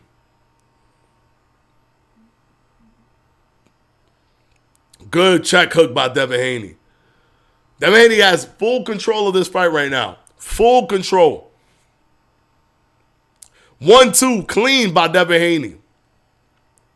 Regis Prograis trying to advance. Devin Haney keeping him at bay. Regis Prograis cannot get inside. Again, trying to force his style. He's trying to force a round peg into a square peg into a round hole. If it don't fit, he's gonna try to jam it in there. he's not actually trying to figure out an adjustment because there isn't an adjustment that he has. He doesn't have anything else to adjust to. Devin Haney is going to work off this back foot and keep putting the piling on the attack on Regis Prograis, and Regis Prograis has nothing to answer for what Devin Haney is doing right now. Good jab, good pivot by Devin Haney. Devin Haney in 100% complete control of Regis Prograis right now. Regis Prograis looks befuddled. He has a confused look on his face, and Devin Haney looks incredibly confident and is literally landing everything that he's throwing right now. Because he's so in rhythm with Regis Prograis' movements and tendencies that it's just making Regis Prograis look really, really bad right now. Beautiful uppercut by Devin Haney as Regis Prograis was trying to get on in the inside. He gets punished for trying to get on the inside. Doubling up the jab by Regis Prograis, nothing landing, trying to get on the inside. A good feint by Devin Haney, and Devin Haney caught him to the body clean. 1-2 by Devin Haney, clean.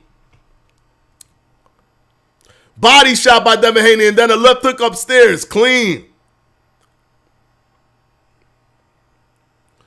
Another jab by Devin Haney. Devin Haney in full control right now. In full control right now. Regis Prograis, double jab. Double stiff jab by Devin Haney. Devin Haney controlling distance. He's not getting on the inside. Good body shot by Devin Haney, and the round is over. Devin Haney literally in full control right now. In full control.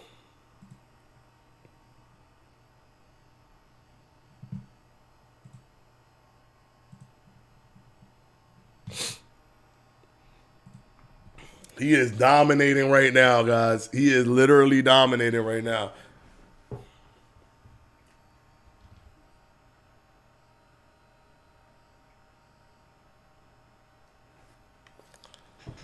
Let's see what happens. Is Regis Prograis' corner gonna help him do something to change this fight? Because it looks like him by himself. Look how beautiful that uppercut was, how accurate that uppercut was by Devin Haney in slow motion. By himself, he's not figuring this thing out. And his corner got to help him. His corner got to help him. Because right now he is struggling. Regis Prograis is struggling. This is probably, good little straight left by Regis Prograis. Very dangerous for Devin Haney. Good jab. Good little hook by Devin Haney as Regis Prograis stepped in. Ryan tweeting that he can beat Devin. Really, Ryan? I don't know, bro. I don't know. I guess they're trying to set up that fight. They're both fighting from the zone, so it could, it's plausible. It's plausible.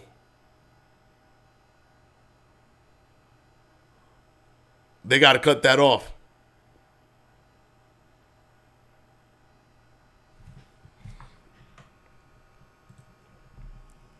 Hey, not a good advertisement for the shoes. Let me pause right now. You're right. This ain't like the Kambosos fight. This is worse than the Kambosos fight. Yes. Yes. This is worse than the Kambosos fight. You're right. Well, actually, no. The Kambosos fight was a little bit. This is kind of in the same realm of the Kambosos fight. This is kind of in the same realm where he's controlling everything off the back foot and his opponent can't do anything. Look how clean Devin Haney is, man. He's clean right now. Oh, we got to catch up. Uh-oh.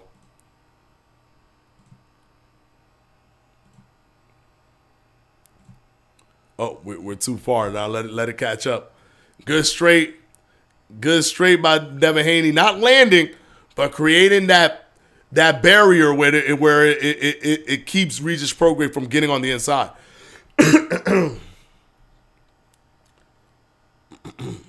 Good jab. Double jab by Devin Haney. Man, one thing for sure, he looks comfortable at 140. If he stayed at 140, he would be in such a lit division, man. I don't know why he wants to move. There's more opportunity at 140 than there is. Ooh, whoa, 1, 2, 3 straight rights by Devin Haney. And it looked like he hurt him a little bit.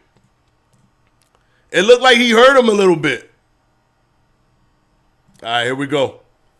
Yeah, Devin Haney is incredibly patient, bro. Because when the discipline is at a million right now. He's seen him get hurt 3 times already, and he's not done nothing. He's just kept the same tempo, the same style. Which, hey, listen, if it works, it works. But that's a marketing tool too, right? You have an opportunity, you can knock him out. That's a marketing tool. But Haney's working off of good stiff jab by Regis Prograis. Haney is working off of the safety of continuing to fight off the back foot like this. Good straight. He's just very intelligent movement and pivoting and turning by Devin Haney when Regis Prograis is coming in. He doesn't ever let Regis Prograis get into a comfortable rhythm. And you know Regis Prograis wants to get on that inside, be comfortable, and throw those big bombs. And he's not letting him do that at all. We just hit the break. He's not letting him do that at all. Where's that cut? I think he's cut in the bridge of the nose. I think he's cut on the bridge of the nose. Oh.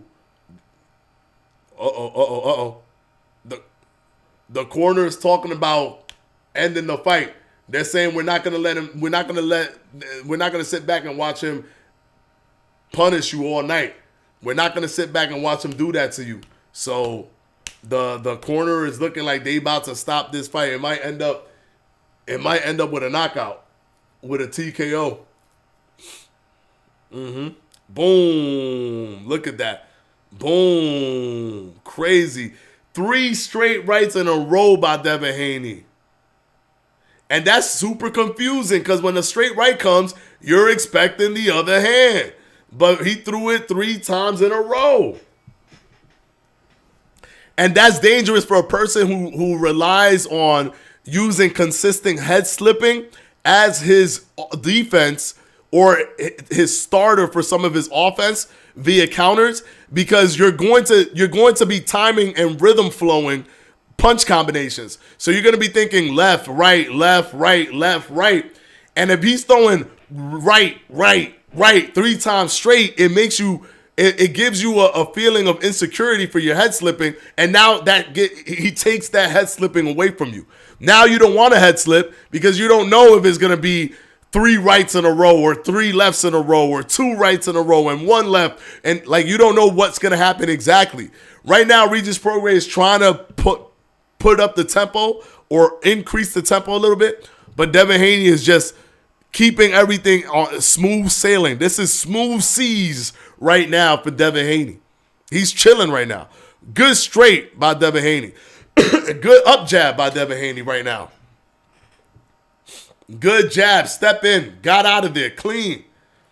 Regis Prograis trying and trying, but to no avail.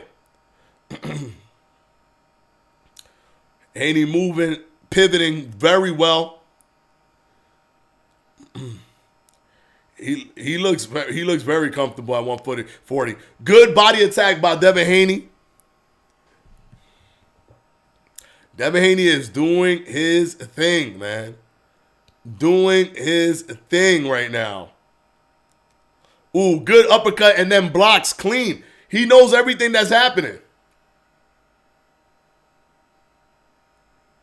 Yeah, he's mad young.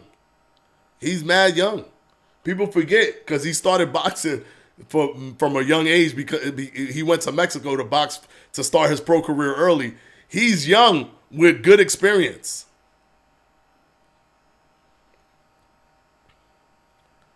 Look at all of this. Look at his movement. So clean. So clean. Good uppercut by Devin Haney. Tied him up very intelligently right there after landing a really beautiful uppercut. This is what's happening. He's not even letting Regis Prograis do any work when he gets on the inside. And that's incredibly frustrating because he's working and working and working to get on the inside. And once he gets on the inside, Devin Haney erases all of his work by tying him up just like that. Erases all of his work by tying him up and spins him so that he can take the center of the ring. This is crazy.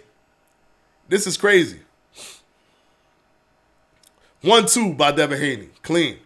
They might stop the fight right now after this one. Ooh, man. Man, he can't catch him. Hugh Jakes, what's going on? It's a sad night for Rigorous. Yeah, man. Hey, listen. We predicted it on Boxing Fanatico. We predicted this. We said Haney was going to be working off the back foot, and Regis Prograis is going to have trouble because Regis Prograis is a high-level one-trick pony. If Devin Haney works off the back foot and keeps Regis at bay, can Regis adjust? No, he can't. He doesn't have the ability to adjust. His style needs to work, right? It works for 90% of fighters, but when he hits that 10%, like a Josh Taylor or a Devin Haney, it's going to be a difficult night for him. It's going to be a difficult night for him. And Devin Haney is doing much better than even I anticipated in terms of how well he would execute this from the starting belt. Very, very good, very good disciplined fight for Devin Haney. And literally every second of the fight has been controlled by Devin Haney. 13 straight predictions, you the man, Fanatico. Bro, barring some sort of flash knockout, we heading into 13 straight predictions in a row. 13 straight predictions in a row. And you can't even say, oh, yeah, but, you know, it's a Devin Haney fight and whatever. You could expect for him to win. Inside of that prediction streak is 50-50 fights that I predicted. Stephen Fulton Inoue, Crawford versus Spence. Fights that were considered 50-50 inside of that streak. So this is a very fleshed out boxing prediction streak that no content creator is even close to. This honestly makes me feel like this Tank versus Haney would look like. It's possible. Tank has a little bit more in his tool belt. Tank has a little bit more of an ability to adjust, so it probably won't look like this. Devin Haney's definitely going to try to keep distance against Tank, but Tank has a lot more tricks up his sleeve to close the distance than Regis Prograis does. Good jab by Devin Haney. Good body shot by Devin Haney. Good uppercut by Devin Haney. Pivots, gets out of there. It's just, this is a nightmare right now for Regis Prograis. This is a nightmare. An absolute nightmare. Good body shot. Clean. And that was deceptive. It looked like it was coming upstairs. He brought it low. 1-2, got out of there, spun out. Used the punch to actually spin out and get out of the way. Just intelligent stuff by Devin Haney. Good uppercut to the body and then hook upstairs. Wow, Regis Prograis can't do anything. This looks insane. This is a 120.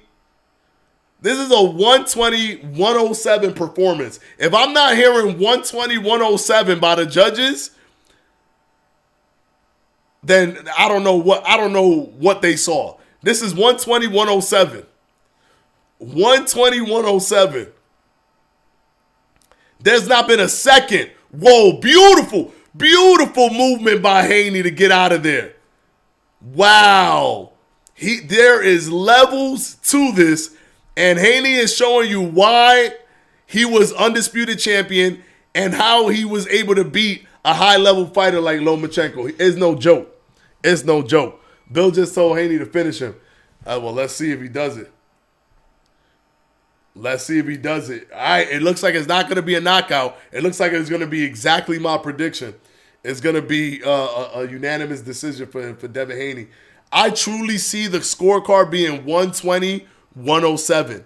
How is it not going to be 120-107 where there has not been a round that Regis Prograis has? Not one round. Look at this movement. Look at this movement. Oh, my God. That was like magic. That was magic to watch. That's intelligence, man. He's so smart. He's so smart, man. He's smart. Here we go. Final round.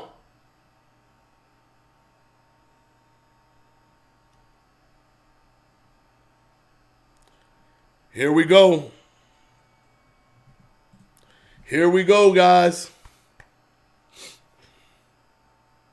Let's see what he does in this round. I know Haney has in his mind that he's winning. Regis Prograis throwing some bombs. But I know Haney has in his mind that he's winning. How does he come out on the 12th? Does he give out an opportunity for Prograis to come in? And does Prograis push the tempo? He's probably going to try to up the tempo in this last round to see if he can force his way on the inside, which is what we're seeing right now. But Devin Haney has the luxury of giving up the 12th round. So he could be incredibly defensive, and it's going to be an uphill battle for Regis Prograis to get on the inside. He has the luxury of giving up this round.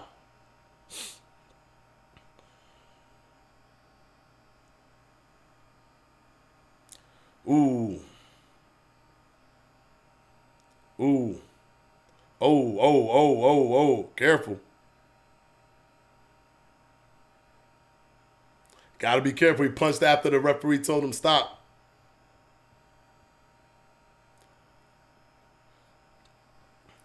Devin Haney's doing his thing, man. Doing his thing. Good pivots. Devin Haney's chilling right now. I'm telling you, he might give up this round. He might give up this round just because he basically banked every single round before this. Ooh, good movement. Good check hook. Good hook by Devin Haney. Good uppercut. Clean. Devin Haney still being judicious with his punches. Still being very smart and landing at will.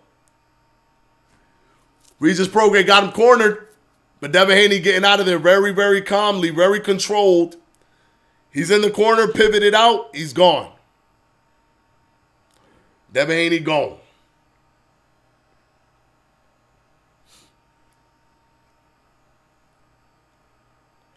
Haney is cleaning him up, man. Like, ooh. Wow, look at that movement. Regis Prograis cannot land anything to save his life, man. He can't land anything to save his life. Got out of there. Good movement. Missed the right hand. Got out of there intelligently, defending on the right side as he stepped to his right. Ooh, good hit by Regis Prograis. Ooh, this might be the only round that I would give Regis Prograis. Might be the only round. However, I still think it's a 120. It should be a 120-107 performance. It should be a 120-107 performance. Let's see what the judges say. One guy looks like he went to a sauna. The other dude looks like he got jumped. Let me know if Regis shows the Haney's respect. Yeah, he's showing them the respect now. He's hugging them right now. He's not saying F the Haneys. They hugging it up. But that was a master class by Devin Haney. That was a master class by Devin Haney. So, boys, we are up to 13 fights in a row before the official. I mean, if Devin Haney loses this fight, this is the biggest robbery in boxing history. So I'm gonna safely say that we predicted 13 fights in a row here at Boxing Fanatico. If you want the most accurate prediction based on CompuBox data and video analysis, there's only one place where you're going to get that. No other content creator is as accurate as Boxing Fanatico. No other content creator. It's not even close. 13 predictions in a row. Are you kidding me?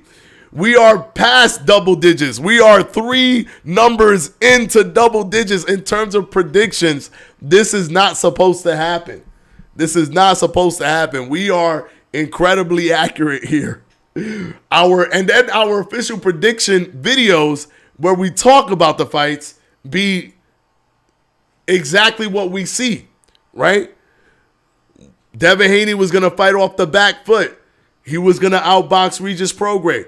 Regis Prograis needs to be in a certain space to be comfortable to throw those big shots. Regis Prograis constantly looks for the one big shot, which is a limitation to his game. He has an old school style with the head slipping.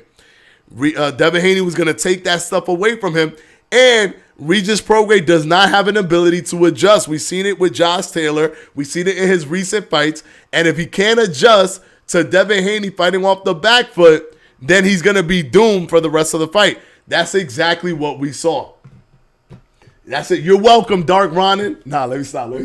But that's exactly what we saw, right? That's exactly what we saw. So, man, we're going to continue our prediction streak, man.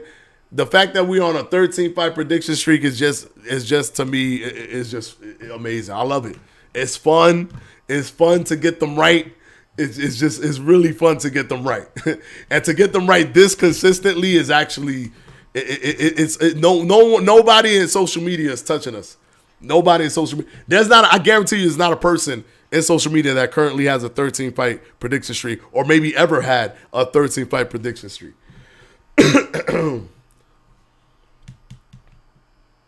120, 107. There we go. 120 to 107. A perfect shutout. What did I say? 120, 107. What did I say? 120, 107 performance. 120, 107. A shutout. He just pitched a shutout. He pitched a shutout. What did I say? 120, 107 performance. Good job, Devin.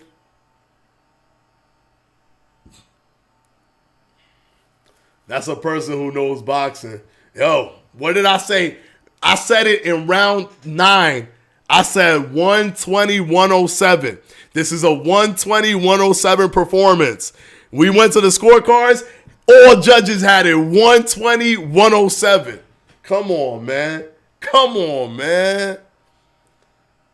There's not nobody getting closer to me in my predictions, in my analysis of the predictions, and just even even watching the fight itself, bro. It's like, come on now. The most accurate out here. Look at the videos. We got the receipts, and exactly the receipts is there.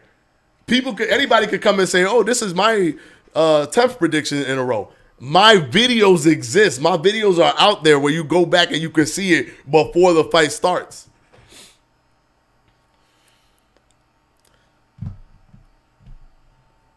Is he moving to 104 to 47? That's what we need to know right now.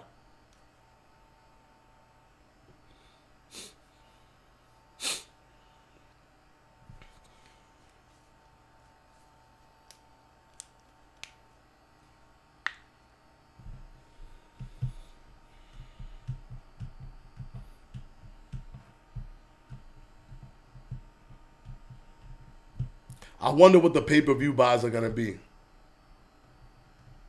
You want some slight little money? All right, it's good. It's good. But you didn't bet that knockdown and then a decision win, and look what happened. He didn't get knocked down. So you're good. In fact, he got the knockdown.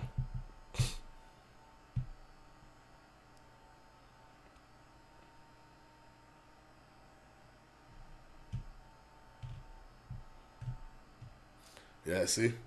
He does. He noticed.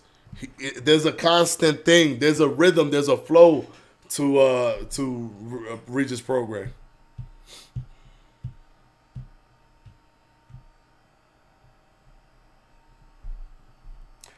I bet 31-0. Yeah, man, he a beast. I bet both guys to get knocked down and Haney decision. Oh, okay.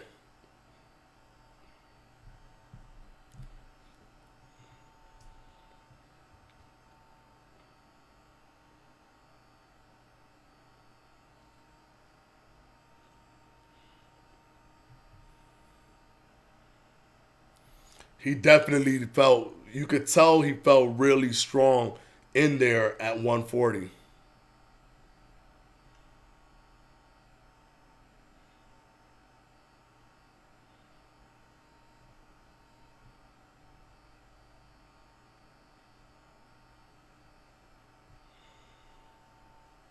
Good job, Devin. It's okay.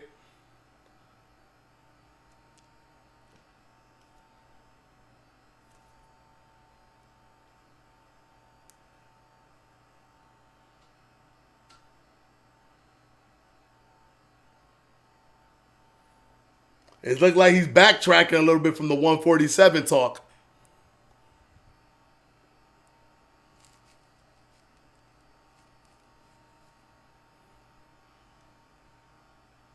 It looked like he's backtracking a little bit from the 147 talk. But I don't care if he stays at 140 because there's a lot of fights that could be made. A Tiafimo fight would be beautiful. So I'm not mad at it. You know, if he go up to 147 is good. It's great. If he stays at 140, it's still good. Wow. Regis Prograis said he good. He's better than what I thought.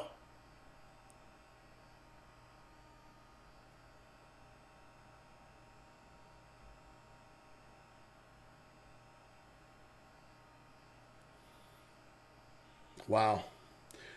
Props to Regis Prograis, man. He's one of those people that he wears his heart on his sleeve. He just says it like it is. Wow. So he was honest.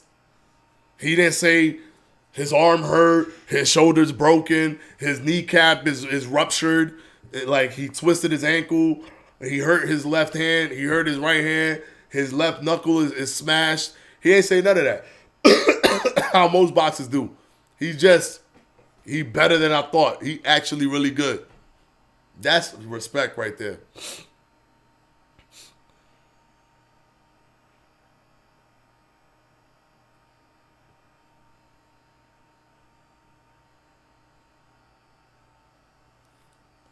Not a Haney fan, but he looked really good tonight. I'm slowly becoming a fan. Yeah, he looked very, very good. Weighed out Bud and Boots.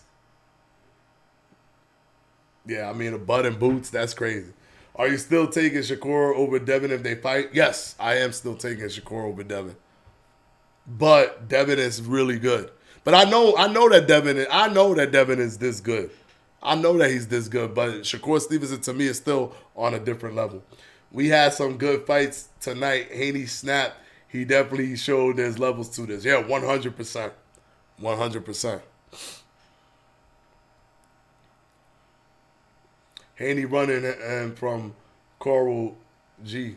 Yeah, Shakur on another level. Yeah, he is. He is.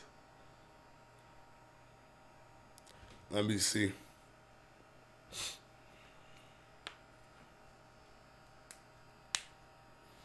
Y'all be safe. Have a good night. Thanks for streaming, Fanatico. This was awesome. Yeah, I almost didn't, but then I was like, nah, I gotta hang out with the guys and everybody and just watch this fight. Let me just see what Eddie Hearn's gonna say. I'm probably gonna end the stream. Oh, they're trying to do the Ryan Garcia fight. So Ryan Garcia is talking about it. This has been all set up. They're gonna do Ryan Garcia versus Haney. This is gonna let Haney become a star, and we could do a pay-per-view fight. This is getting set up. Just curious, not hating or nothing. What to you does Shakur do that stands out above Haney so much? Shakur's ability to control distance is the best in the game, and Haney's entire thing is based off of distance control. But Haney's distance control is keeping you at a distance. Shakur knows how to close the distance and get out. And he's very smart at creating angles. The fact that Shakur controls distance is going to basically thwart the entire game plan of what Devin Haney does. Because Devin Haney's whole thing is jabbing you from a distance. We've seen little spurts and little moments of that in their sparring sessions and how Shakur was taking it away from Devin Haney. Forced Devin Haney really... Even though I get it in sparring, but in the sparring session, you can see he forcing Devin Haney to move forward. Shakur Stevenson's control of distance is what makes him, is what puts him at a level that's very difficult for anybody to get to. Plus, he's incredibly accurate with the best plus minus in the entire sport based on copy box numbers. And he's going to make it a very, very difficult night for Devin Haney. In my opinion, he would win via probably either a TKO or a unanimous decision. You think this fight was more entertaining than the Shakur fight? 100%, yes. This was way more entertaining than Shakur's last fight. Shakur has had more entertaining fights than this. For example, his fight with Jamel Herring was more entertaining than this because that was a beatdown. And Shakur comes to get you. Like when he hurt Regis Prograis, Shakur comes to get you in those moments. While Devin Haney was like, nah, I'm going to chill. I'm going to get my 120, 107 shutout. And that's what he did. Wow, he left Regis Prograis down to 10%. Least amount of landed punches by a fighter over 12 rounds. Oh, wow. Whoa. Whoa. Regis Prograis only landed 36 punches. That is the lowest in CompuBox history. Oh, my goodness. That plus minus has to be insane. That plus minus has to be insane. Not really how Devin fought today, though. Devin was controlling the distance and coming in and out of range a ton today. But he was fighting off of the back foot. Matt, he was fighting off of the back foot. The only time he came in was to explode in and come back out. The main story of his strategy was jabbing from a distance, keeping Regis Prograis at bay, and he would only come in and come out in off-rhythm moments, in timing moments, just to do a quick spurt and get out. The majority of the time, he was on the outside working the jab and keeping Regis Prograis at bay. That's the only reason Regis Prograis couldn't get his offense off, because Regis Prograis has to be on the inside or close. Mid-range is Regis Prograis' best spot, so he doesn't smother his punches and land a big left, which is what he likes to do, slip and land that big left. Because Devin Haney was at a distance the entire time, out of reach, he wasn't able to do that. And whenever he tried to do it, if he tried to do it and it wasn't Devin Haney's turn, Devin Haney tied him up, spun him, and just canceled that whole thing. Reset all that work that Regis Prograis was doing to get into mid-range. So he was actually fighting off of the back foot. He was just doing it intelligently. I give him way more credit than I give Shakur Stevenson in the last fight for how he did it here. He created moments, got in the pocket, landed shots, and then got on the back foot when it made sense, which was the majority of the fight. He has to be on the back foot because that's a strategy that works against somebody like a Regis Prograis who thrives in the mid-range. Man, he embarrassed him. Wow. I like the discipline. Very disciplined. Yeah, similar strategy to the Kambosos fight. Yeah. Anyways, we're going to go ahead and end the stream here, guys. It was mad fun. Thank you so much for showing up, guys. Thank you. Love doing these live streams with you guys. Love watching the fights with you guys. Now we're probably going to see a Devin Haney versus Ryan Garcia fight. That's going to be amazing. Ryan Garcia, Devin Haney, to me, is a really big, popular fight. I definitely think that Devin Haney is a much better fighter than Ryan Garcia. He's probably going to outbox Ryan Garcia. But it allows Devin Haney to become a little bit more of a star, and then they could do a big super fight between Devin Haney and Tank Davis. All right, until the next one, guys, I'm probably going to do a follow-up, a breakdown of the fight tomorrow. So tune in for that. If you haven't, hit the subscribe button so you can tune in for that tomorrow, so we could do that. So when I do that breakdown of the fight. And of course, as always, we are always here Mondays, Wednesdays, and Fridays for the Boxing Fanatico live show every Mondays, Wednesdays, Fridays, 7 p.m. Eastern Time to 8 p.m. Eastern Time. Mondays, Wednesdays, Fridays. All right. Until the next one, guys. Thank you so much, and I'll see you on Monday. Peace out, guys.